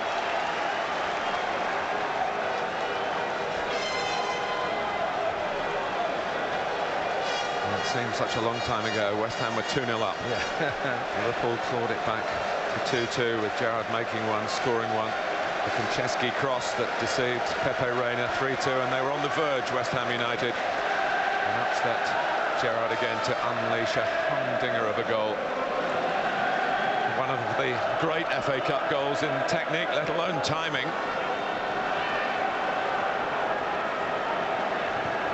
Yeah, it's a goal fit to win an FA Cup, not just keep you in it, wasn't it? And this is how we find ourselves now, with all the substitutes having been used.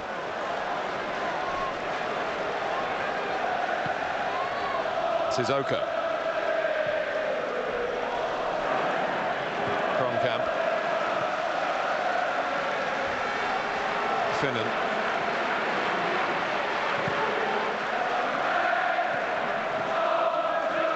Kromkamp. Scaloni did well covering then against Riise. Here's Morientes. Look how deep Sheringham is. He's a long way away from Bobby Zamora. And maybe West Ham can get 1 or 2 more players forward now. A lot of tired legs out there. Can't blame them. Daly.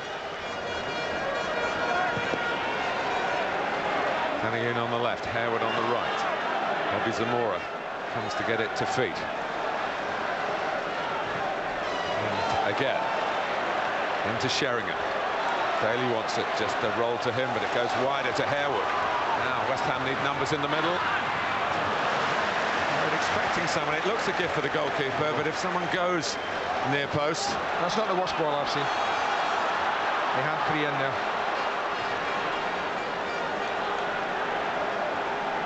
Harman.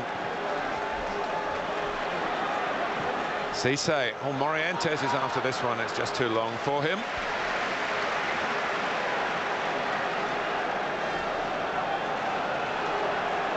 Daly. Zamora trying to read the header from Herpia.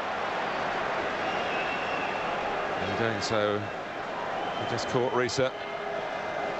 Well, I don't know about you, but down the years it's amazing how many... Well, he's in a little bit of trouble. Maybe a bit of cramp as well, but how many extra times I've seen that just seem to drift. You know,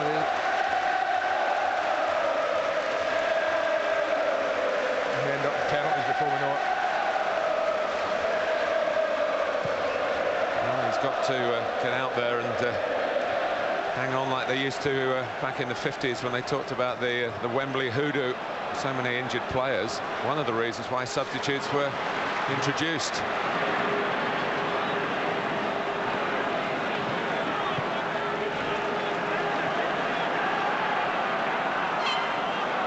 Finnan.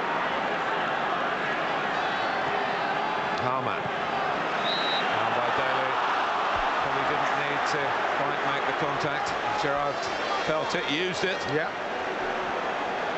That's what happens these days. He knows he's on the edge of the penalty area, gets his body there, you can see that. And as soon as the contact's made, inevitably you get the free kick. Well, I guess the highlight of this first period of extra time has been the Riise drive, so if he gets the nod here, but he's not going to. No. Not when you're on a hat-trick, maybe. And you are the captain. I wonder if he just might stand this one up. He does. Herpia, the defending by Anton Ferdinand. So Herpia's got it again. That's a very clever turn. And Herpia! Well, on this day of many, many unusual experiences, that would have topped the lot. Well, I was always thinking of an old teammate of mine at Villa called Chris Nicholl, as a centre-back who did something like this, but it was up near the halfway line. In a cup final replay at Old Trafford, then hammered it in the far corner.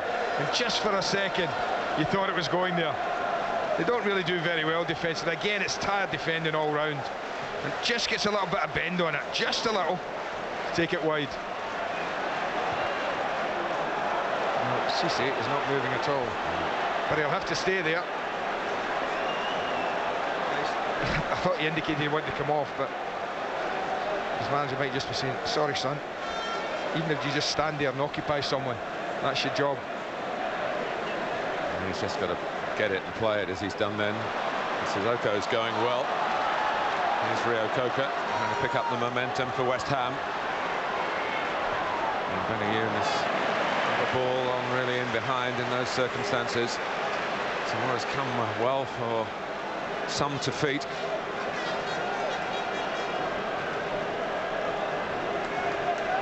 He's scored a goal, he's changed his boots, and now he's injured.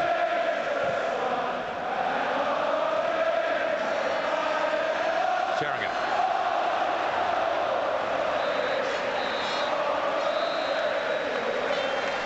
Half-time, in extra time. West Ham has to do a bit more of the defending. Liverpool have had the ball, but not really been able to shift it around with pace, and you can understand that. And added to their difficulties now, whether it's sciatic nerve cramping up or a genuine hamstring injury, that's for the medical men to find out, but it's not helping Liverpool. No. And normally it's a straight swap round here, isn't it? Extra time, it should be. But players tend to take advantage, and there's not an awful lot a referee can do about it, is there?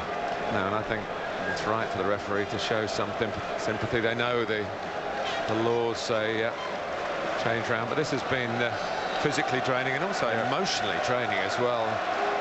The nature of the contest, everything that's so good about the wonderful game, the world game, the global event. And we still don't know whether it will be Liverpool or West Ham United holding up the FA Cup.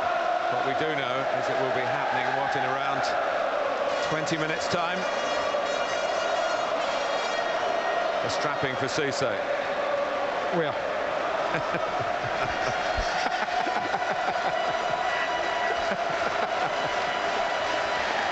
It's not sponsored, though, I can tell you that.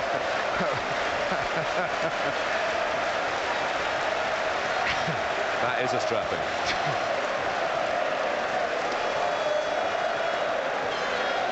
Filled out the fourth official saying Gibril, there's a game going on here.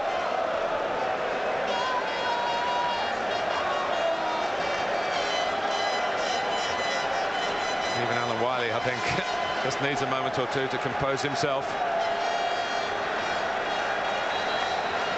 Second period of extra time, 3-3 as we were after the 90 minutes.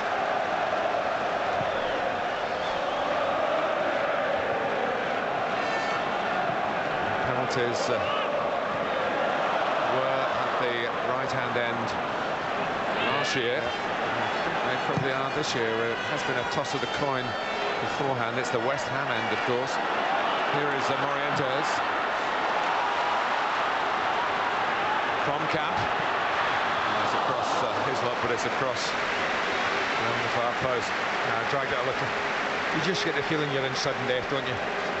By that, I mean, a goal now for either side would, well, I think, would surely be enough. But in this extraordinary game, maybe I'm wrong in saying that. And then, of course, there's the penalty shootout should we not get the goal. So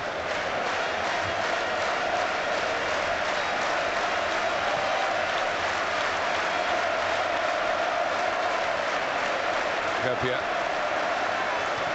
Harewood. Back to Reina by Sami Herpier. It looked routine. Nothing could be routine on a day like this. Kromkamp. Franceschi backpedaling again. Kromkamp really driving at him. And Cisse.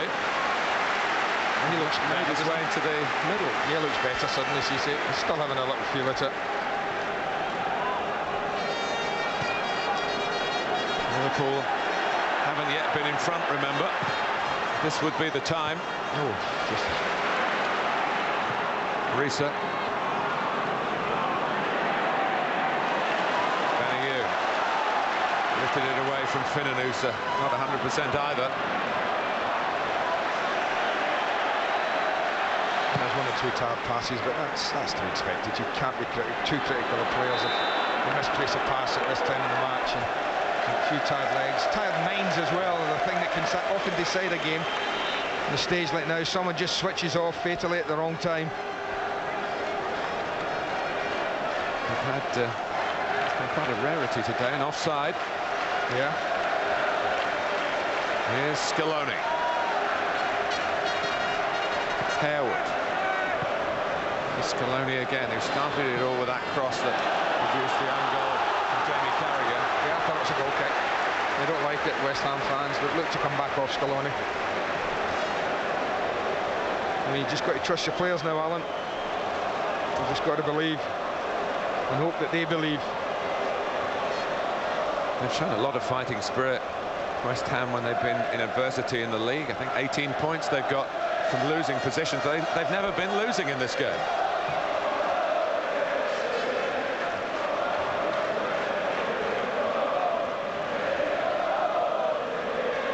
Sheringham. Benayou. Here's Zamora. Here's that corner this time, conceded by Carragher.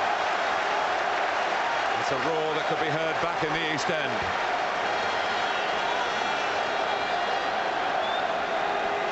You'd get brilliant odds, wouldn't you, this scoreline?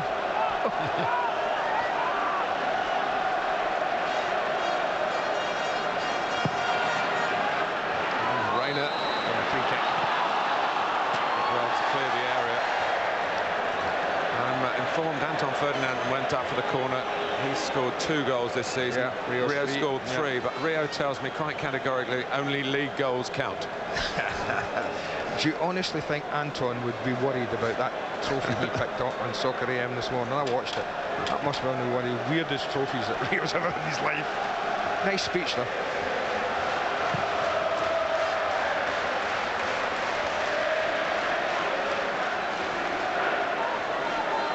Sheringham.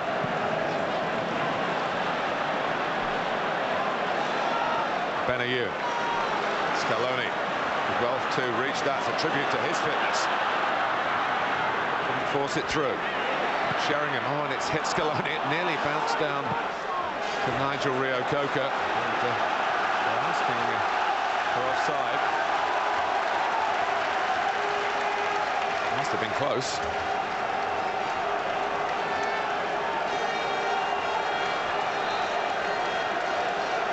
Well, 10 minutes to go. An unforgettable afternoon in Cardiff.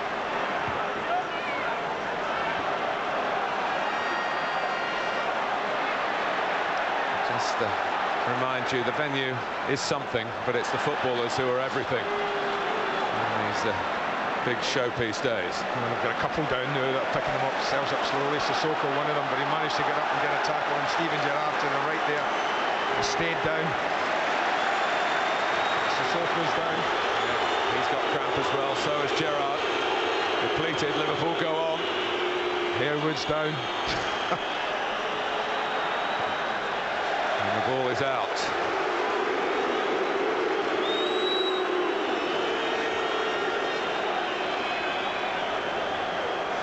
No, that suggests cramp, so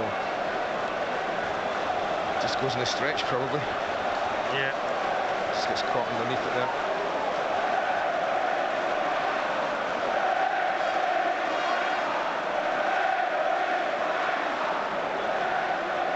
Just trying to stretch those muscles again.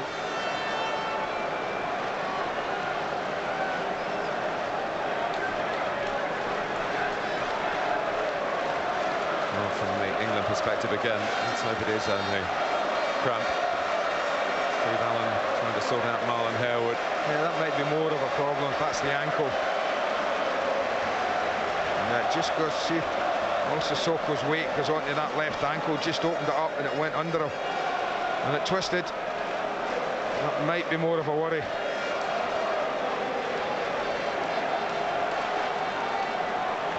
Doesn't look too good, Marlon Harewood, at all.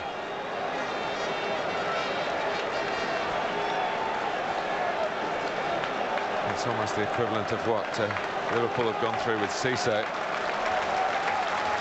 Riise seems to be moving a lot better than maybe Harewood will be. That ankle's gone and he's damaged the ligaments. There's not a lot you can do about that.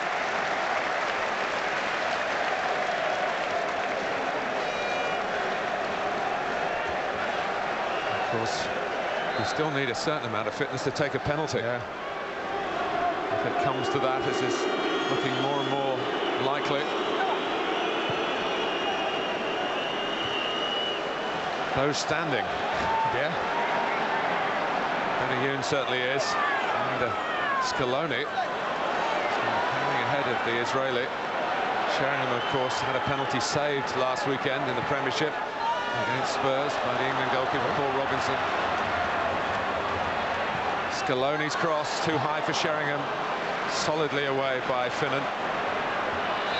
Reclaimed by Daly, but Wiley says he nudged Sissoko down. Well, is he going to... Well, he's hobbling back on, but he's really, really struggling, Martin. Really struggling.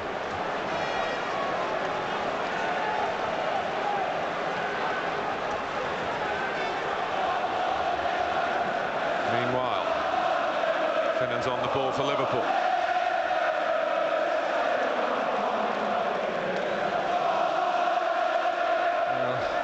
Have they got anything left, Liverpool, to make this extra man count? For West Ham, you just feel they've got to just defend, get the two banks of four. Tomorrow just drop in on the left at the moment. Steve Allen putting some more support around Marlon Harewood's left ankle. Yeah, I'm really surprised he didn't do that right away. Get the boot off, get some strapping around it, give us as much support as you can. Almost to a point where it can't move, and just say, you've got to do it, mate. You don't know what lies ahead. This might be the only chance you have of winning an FA Cup final. Napier has played it and gone on forward. And now he's caught out of position because Finnan lost his legs. Zamora with a handoff. Still Bobby Zamora. Oh, and he's tripped by Napier. I'll tell you what, you know, if he just, I know it's easy, if he just chooses the right option here.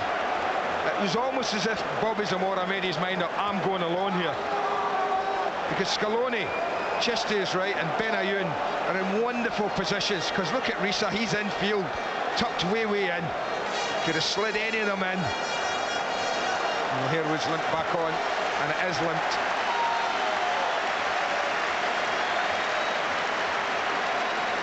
Well, he is just making up the numbers, Marlon Harewood.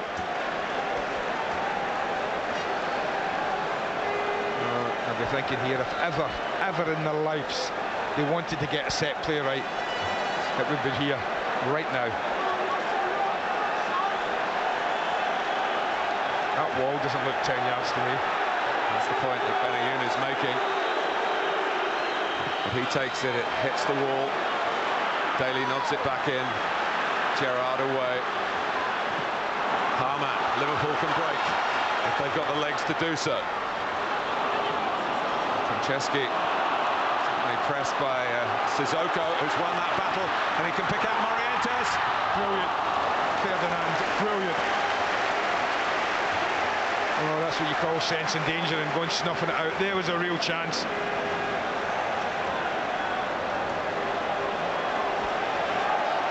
This is Zamora trying to be the playmaker.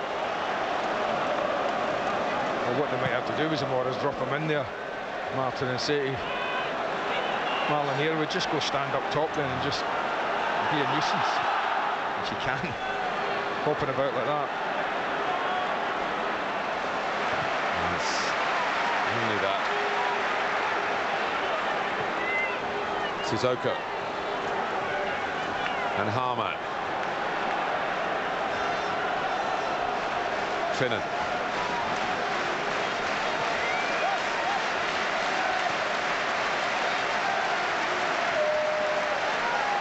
This is where you do wish that there could be a replay. Yeah, I would agree with you. We said that this time last year, didn't we? I think particularly when the game's been like this, where two teams go out and, you know, for the first time in many years, we've come here and actually watched two teams go and try and win the game and just slog it out. You know, there have been a lot of games where I think, you know, maybe clubs like Millwall, Southampton haven't felt that they could win it. Like Arsenal were very negative with their system last year, weren't they? They went with 5 in midfield and allowed United to dominate them. We've had two teams today who really have gone at it and said, we both think we can win the game, and that's reflected in what we've seen. And it's getting nearer and nearer, the shootout. Well, it was getting nearer and nearer full time before Mr. Gerrard stepped up to the plate and kept us here an extra half hour. Morientes. Back comes Daly. It's been stop-start in extra time as the huge efforts put in by the players have taken their toll. One last effort, maybe. By Arne. Well, that's one player who is full of running. Bobby Zamora, yellow card for the German.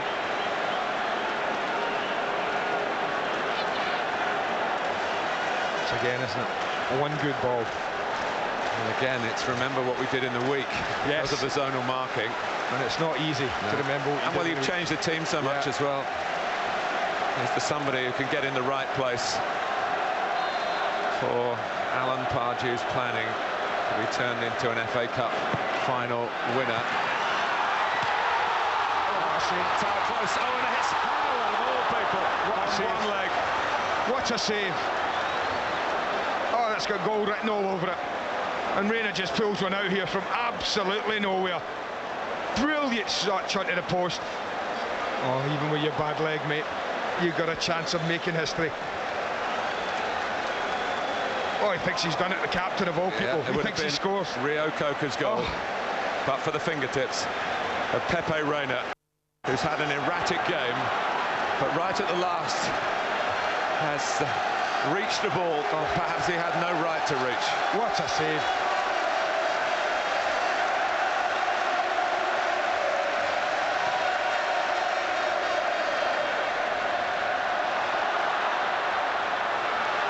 And that's Morientes, and that's much more straightforward for the other goalkeeper to deal with.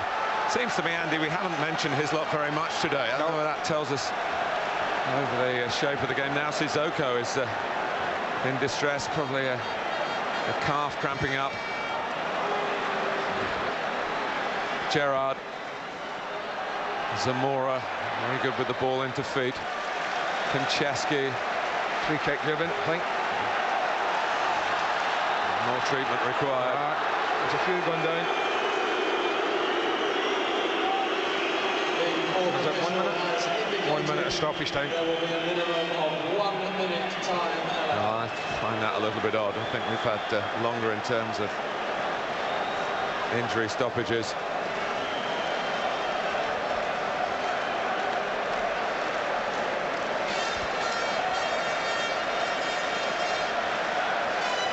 Well, it's been a proper FA Cup final, and Alan Pardew's team so many times have thought they've won it, and that was the latest time. There's your chance, mate. I know it's your bad foot. I know your ankle's killing you. Watch this for a save. Great feet across. Great feet to move and get the ball. And then when Hupia makes a complete mess of it, go on, make yourself a hero. He couldn't do it. He's just about dead. What a save.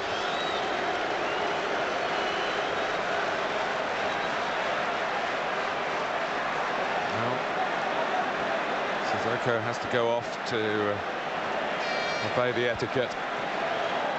And West Ham spurned the chance just to knock it in. Well, I'm surprised. You know, the lads have heard 1 minute of stoppage time.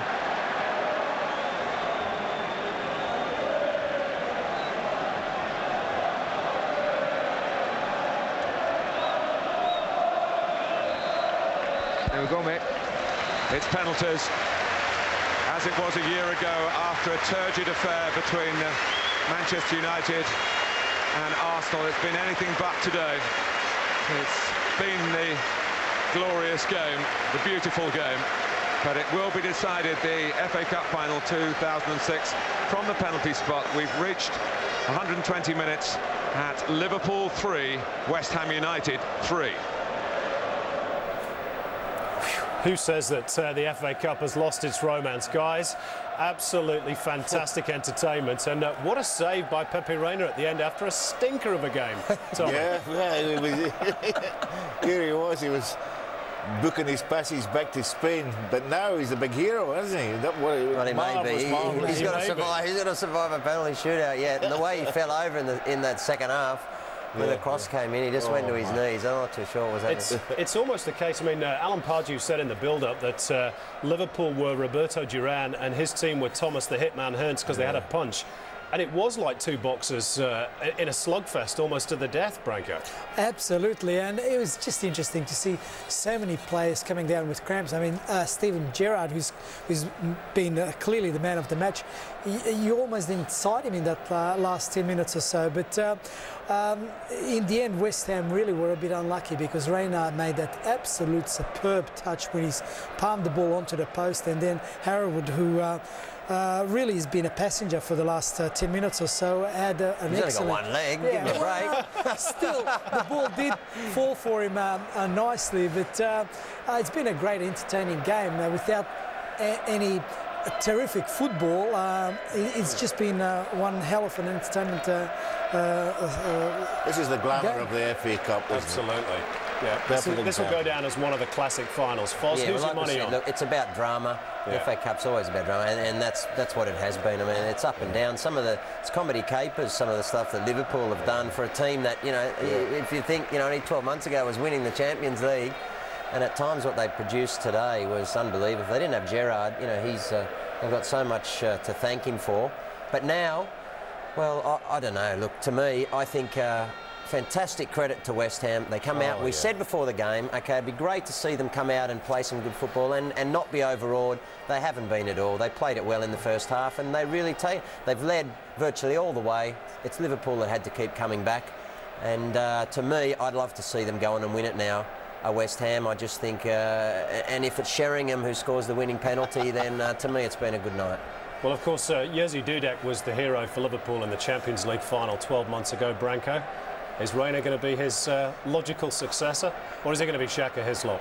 Well, the way Riise started the game, you definitely say it wasn't going to be his day if it got to the penalties. As we see here, he makes a great save, and then Hoopier tries to mess it up for him. What about this one?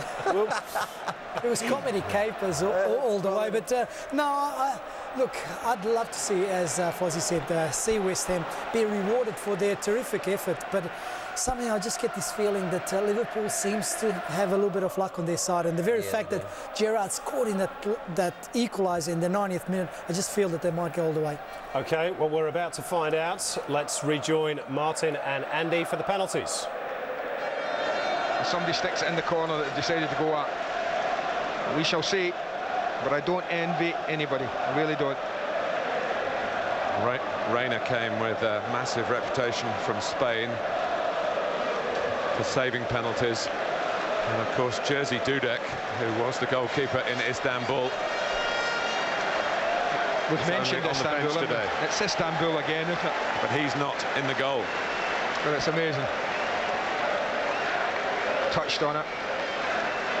They've won a penalty shootout in this ground before Liverpool in the League Cup final against Birmingham City.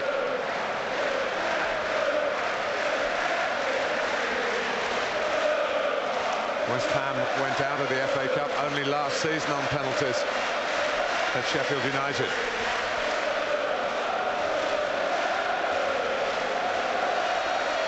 I wouldn't be surprised if Alan Wiley's not just making the point about goalkeepers moving here. It's always an issue when it comes to shootouts. Some referees are picky about it and order retakes. Others let the goalkeepers get away with it. Liverpool first, Mr. Tyler. Who's your money on? Go on. No, I'm here to describe, not to predict. You're the pundit. Get off the fence, you. I haven't a clue. There you are.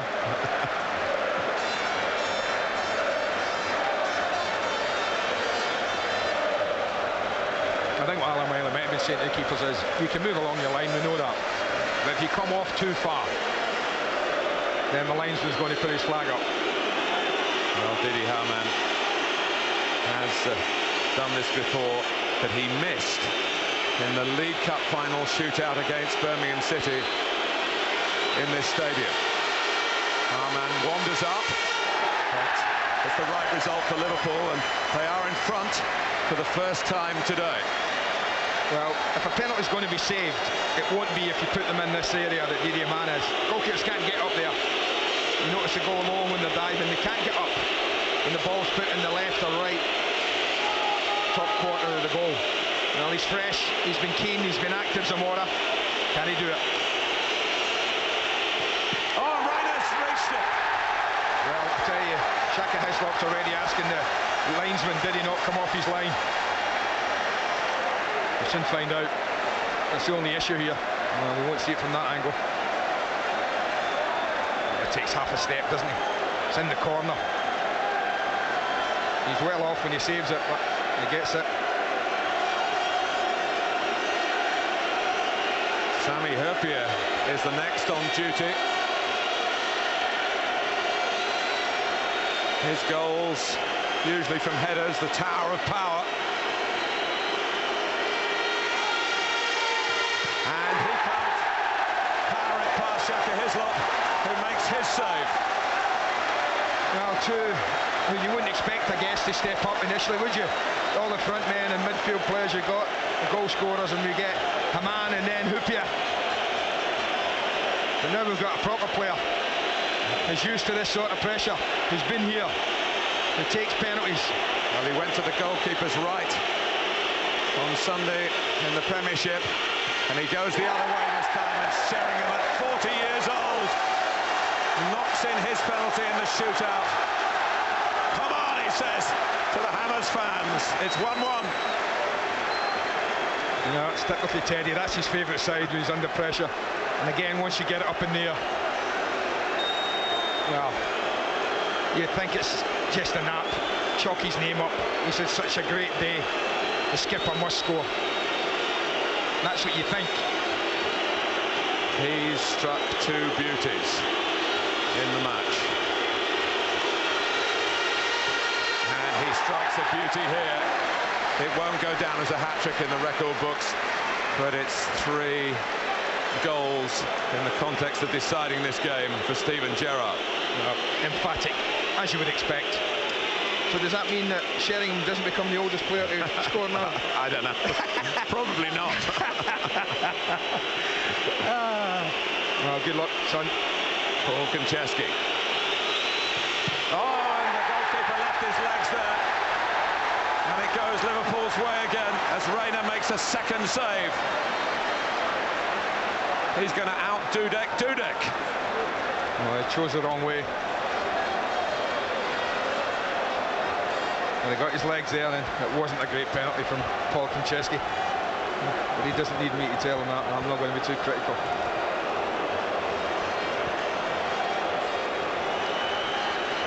In the Champions League final, Riise's penalty was saved in the shootout, so he might be a bit apprehensive. He might just hammer this, Martin. That's what he might just do. He's certainly capable of doing that. He does. Liverpool so close now. And it's Anton Ferdinand who has to score. Straight down the middle with power. Whereas Reina got lucky, stuck his leg up and got it. Shaka Hislop didn't. Alan Wiley warning the goalkeeper again. This is it, isn't it? It is, absolutely. Can Reina make it a hat-trick? He does! England's most decorated club has another trophy.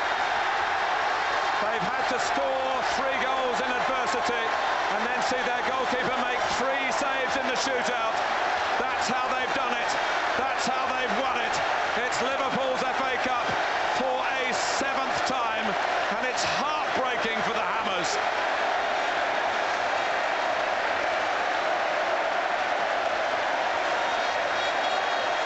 Well, we've gotten there. It's taken a while. But yet again, a Liverpool goalkeeper, when he's asked to, comes up with the big answers in a massive football match.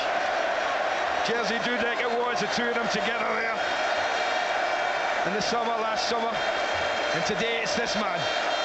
From Poland to Spain. But the result's the same. It's a Liverpool win. That's how they do it. 3-3 draws. And a great piece of goalkeeping. He had a rocky game in truth. But he's the hero. Pepe Reina. Benitez said he was the best goalkeeper in Spain when he signed him. His reactions have been very sharp. Let's get his verbal reactions with Jeff Shreves.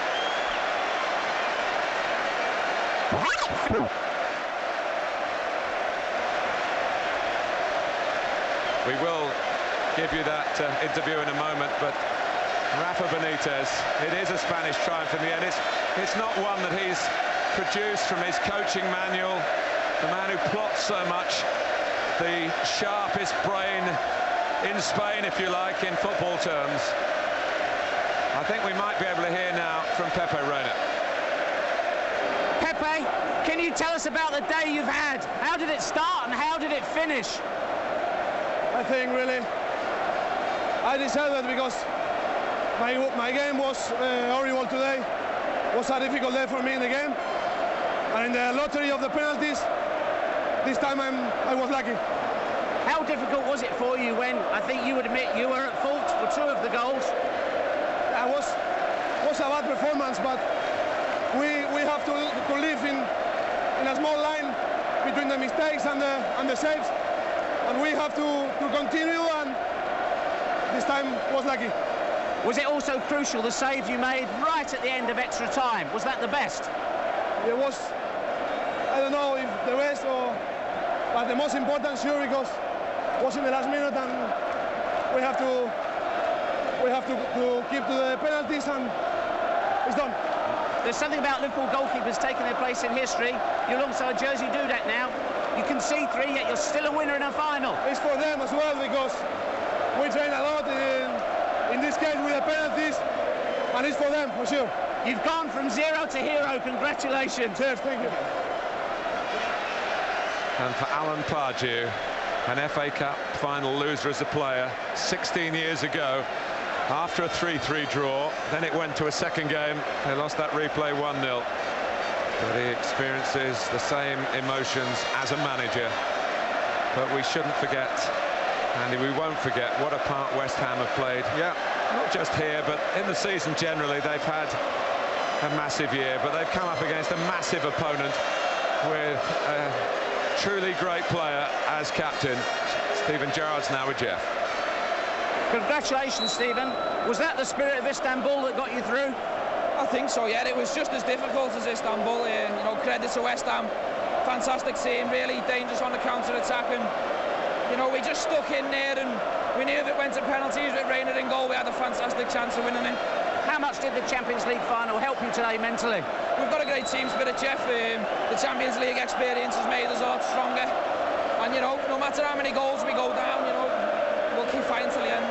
And for you personally, what was it like to score two corkers like that in an FA Cup final?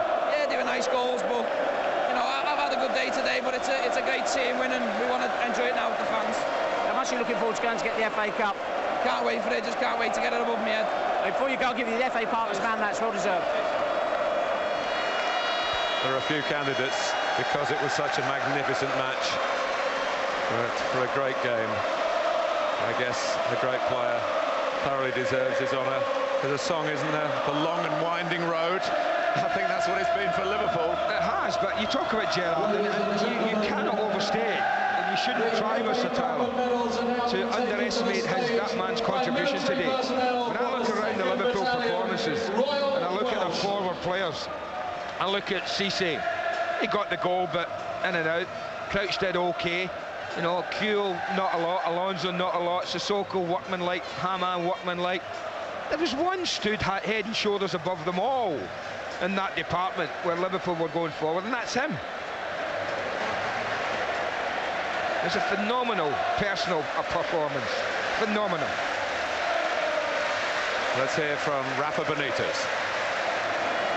Rafa, what can you say about your team? You get to the final, you can see 3 goals again, yet you come out on top. We were talking before, no, they could have scored goals, they considered also goals at the end, and then we say keep going until the end, and after a little bit of luck in the last goal, I think that the team worked really, really hard after 63 games. How have you created this never say die spirit? The players are fantastic, and also the supporters, and I think that they run more with the supporters. At any point did you think it can't happen to us again? We can't be that fortunate to come back? We were talking about don't make mistakes, and okay, as sometimes we made some mistakes, but after the teamwork, it was fantastic. It was one of the best ever FA Cup finals we've seen. What was it like for you as a coach? For me, it's fantastic. Remember Istanbul, and now this one, it's amazing. What's next, the Premiership? We will try. You never know, but we will try for sure. Enjoy today first. Well done. Thank you. Well, the officials played their part. Remember, Alan Wiley was only called up as a replacement referee when the FA in their wisdom appointed Mike Dean and then said he couldn't do the job. And Kerry Richards, one of the assistants, only called in today. But they avoided a third problem. The podium in place. The ceremonials. So now, been a long season for Liverpool. It started on July the 13th, ended all worthwhile on May the 13th. A 10-month tour. And it's ended with beating West Ham United, who were so gallant in their attempt to overturn the odds today. 2-0 up, 3-2 up. They were so close to taking the FA Cup back to London to obviously delight their supporters, but to also, Andy, to honour the memory of Ron Greenwood and John Lyle, 2 true football men that we've lost this year. Yeah, they were very focused.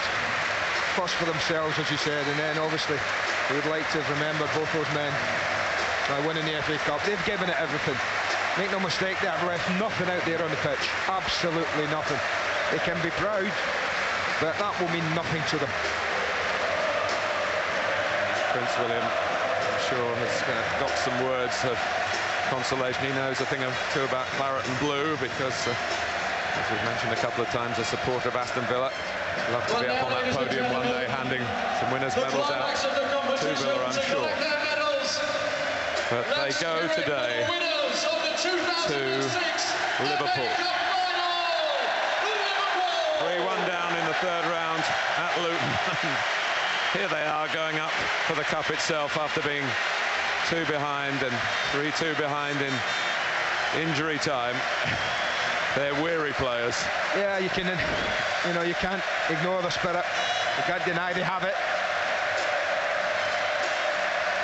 And remember, Andy, they have beaten Manchester United on the way, and the first time in the FA Cup for 85 years. So they've also beaten Jose Mourinho's Chelsea. That was in the semi-final. That's the first time they've had a run over Chelsea, a win over Chelsea in a domestic competition.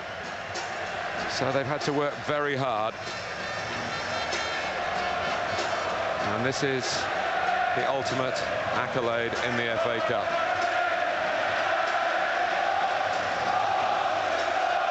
Casualties along the way. Riise has made it. Robbie Fowler not eligible, but Steven Gerrard is. Liverpool to the core. The man of the match. The captain. 2 goals. The penalty successful in the shootout. And ladies and gentlemen, for a worldwide audience, a Liverpool local hero lifts the FA Cup for Liverpool.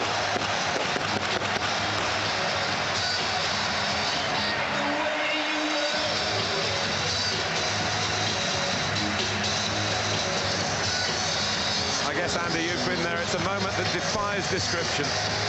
Yes, you're exactly right. I'm trying to remember what you do feel like. And that's it. You act abnormally.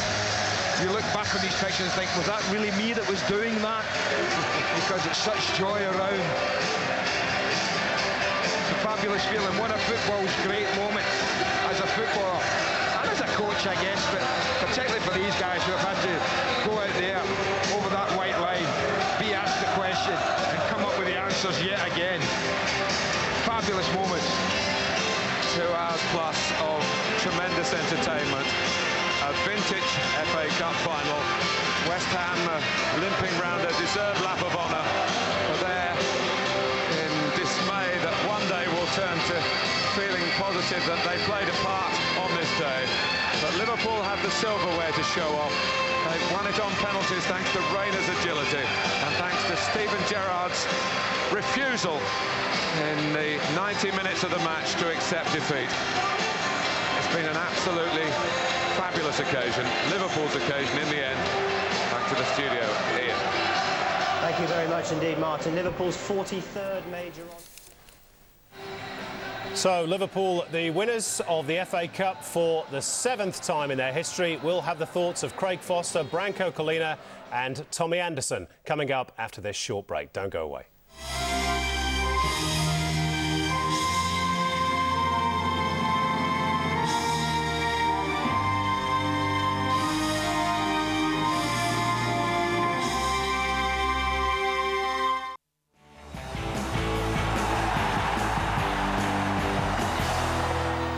Welcome back to SBS's coverage of the 125th FA Cup final. If you are just tuning in, well, I presume you've been to the pub and you missed a cracking cup final. 3-3 it finished, and Liverpool have triumphed 3-1 on penalties over West Ham United. Craig, Branko and Tommy have watched it all with me. Gee, it's a cruel way to lose a football game, but I guess we weren't saying that last November, were we? Tommy? No, well, we're not. It's a funny game, football. It's not meant to be, but it's a funny game. Well, we were laughing throughout the whole 120 minutes because it was just a slugfest towards the end, wasn't it, for us? Yeah, well, this goalkeeper, he had a horrible game, really, until the last couple of minutes. Then he's the hero now, isn't he? He made that brilliant save, and then he saved the penalties, and he's gone from the basement to the penthouse in a matter of 10 minutes. You know all about the penthouse, Tom, so I'm told. And talking of Scotland, the land of your birth, Tom, you'll be pleased to know that Hearts have also won on penalties after the game with Gretna in the Scottish Cup final finished 1 apiece, 4-2 on spot kicks. So the big club won there as well. Yeah, Gretna, there's only 2,000 people in Gretna. Yeah. You know? Well, they won't be celebrating tonight. No, they will not. No. Branko, You've got to feel sorry for West Ham. 3 times they led. They had chances, particularly in the second half of normal time. Harewood had 2, one at the start of the second half, one at the end of the second half. And by all things being equal, they should have won. Yeah, they should be very proud of their performance. I thought out of the 2 teams, they probably did more to win the game. Unfortunately for them, that wasn't to be. But certainly on the balance of chances and play, as we'll see here in the highlights, and 2-0 up, they had every right to feel that they would win this game. And again, you ask yourself how lucky Bennett is in Liverpool, particularly as we'll see later on with Gerrard, who was, I suppose, the man of the match, scoring in that 90th minute. Well, they didn't feel too lucky on the 20-minute mark, Foz, when Jamie Carragher put West Ham a goal to the good. This seems an awful long time ago, doesn't it? But West Ham 2 up after 27 minutes. It is an awful long time ago. But again, here was some pretty poor defending, and not just from the keeper, but from the guys on the edge of the box, just letting people turn. And right all the way through that first half, you know, Ashton just from getting a turn and starting running at people, and they just looked all over the place, Liverpool. But great finish this from this Suso. Is a top quality technical finish where the ball's come over. It's not easy. It's coming across his body. You know, his timing has to be perfect, and it was beautiful. But this was, I guess, the disappointment for me out of the game was simply that, you know, this was what Liverpool had to offer once they went behind. You know, the 2 goals that came were from knockdowns, and you needed Gerrard, who, you know, is absolutely brilliant at doing that. But, you know, they just didn't have Liverpool, you know, even the Liverpool of old, you know, going back 15, 20 years, you know, could play some football and at least break people down, and there just wasn't that creative player. You know, this is what it was, you know, from Riise, and he must have put in, you know, 30 of those balls in the second half. What about the creativity on the bench, Foz? You often tell us that it's down to the coach to change the game. Benitez didn't do it. No, he didn't. And look, what disappoints me is just the style that he had them playing in the second half, and that he's just happy with them. You know, you're coming from behind, okay, but you know, if that's what you've got to offer, to, you know, lump those balls in where it's so predictable. You know, let's face it, without Gerrard hitting 2 absolute top quality shots, apart from that, they created very, very little. With all of those long balls, they were all dealt with very, very easily. And to me, that's, you know, you spend all the money, you do all this, and that's what you come up with. Tommy? A win covers a multitude of sins. Yeah, it does. And in a few weeks or a few months' time, Liverpool will be remembered as the great game that they won. The final will be remembered as a well, perhaps not a great game, but certainly great drama. Absolutely, very entertaining. What was surprising about Liverpool tonight, apart from the fact that they played poorly and still won, was their defence. We've all been raving on about them throughout the year, how great they've been and how many clean sheets they've had. Yet tonight they were very, very ordinary. OK, we're almost out of time, guys, but before we go, obviously we can't leave the Cup final without sort of the real big story from an Australian perspective. The potential injury, and we still don't know how serious it might be for Harry Kewell. How much of a worry is this for Guus Hiddink with the World Cup just a few weeks away? It's massive. It's a worry for all of us.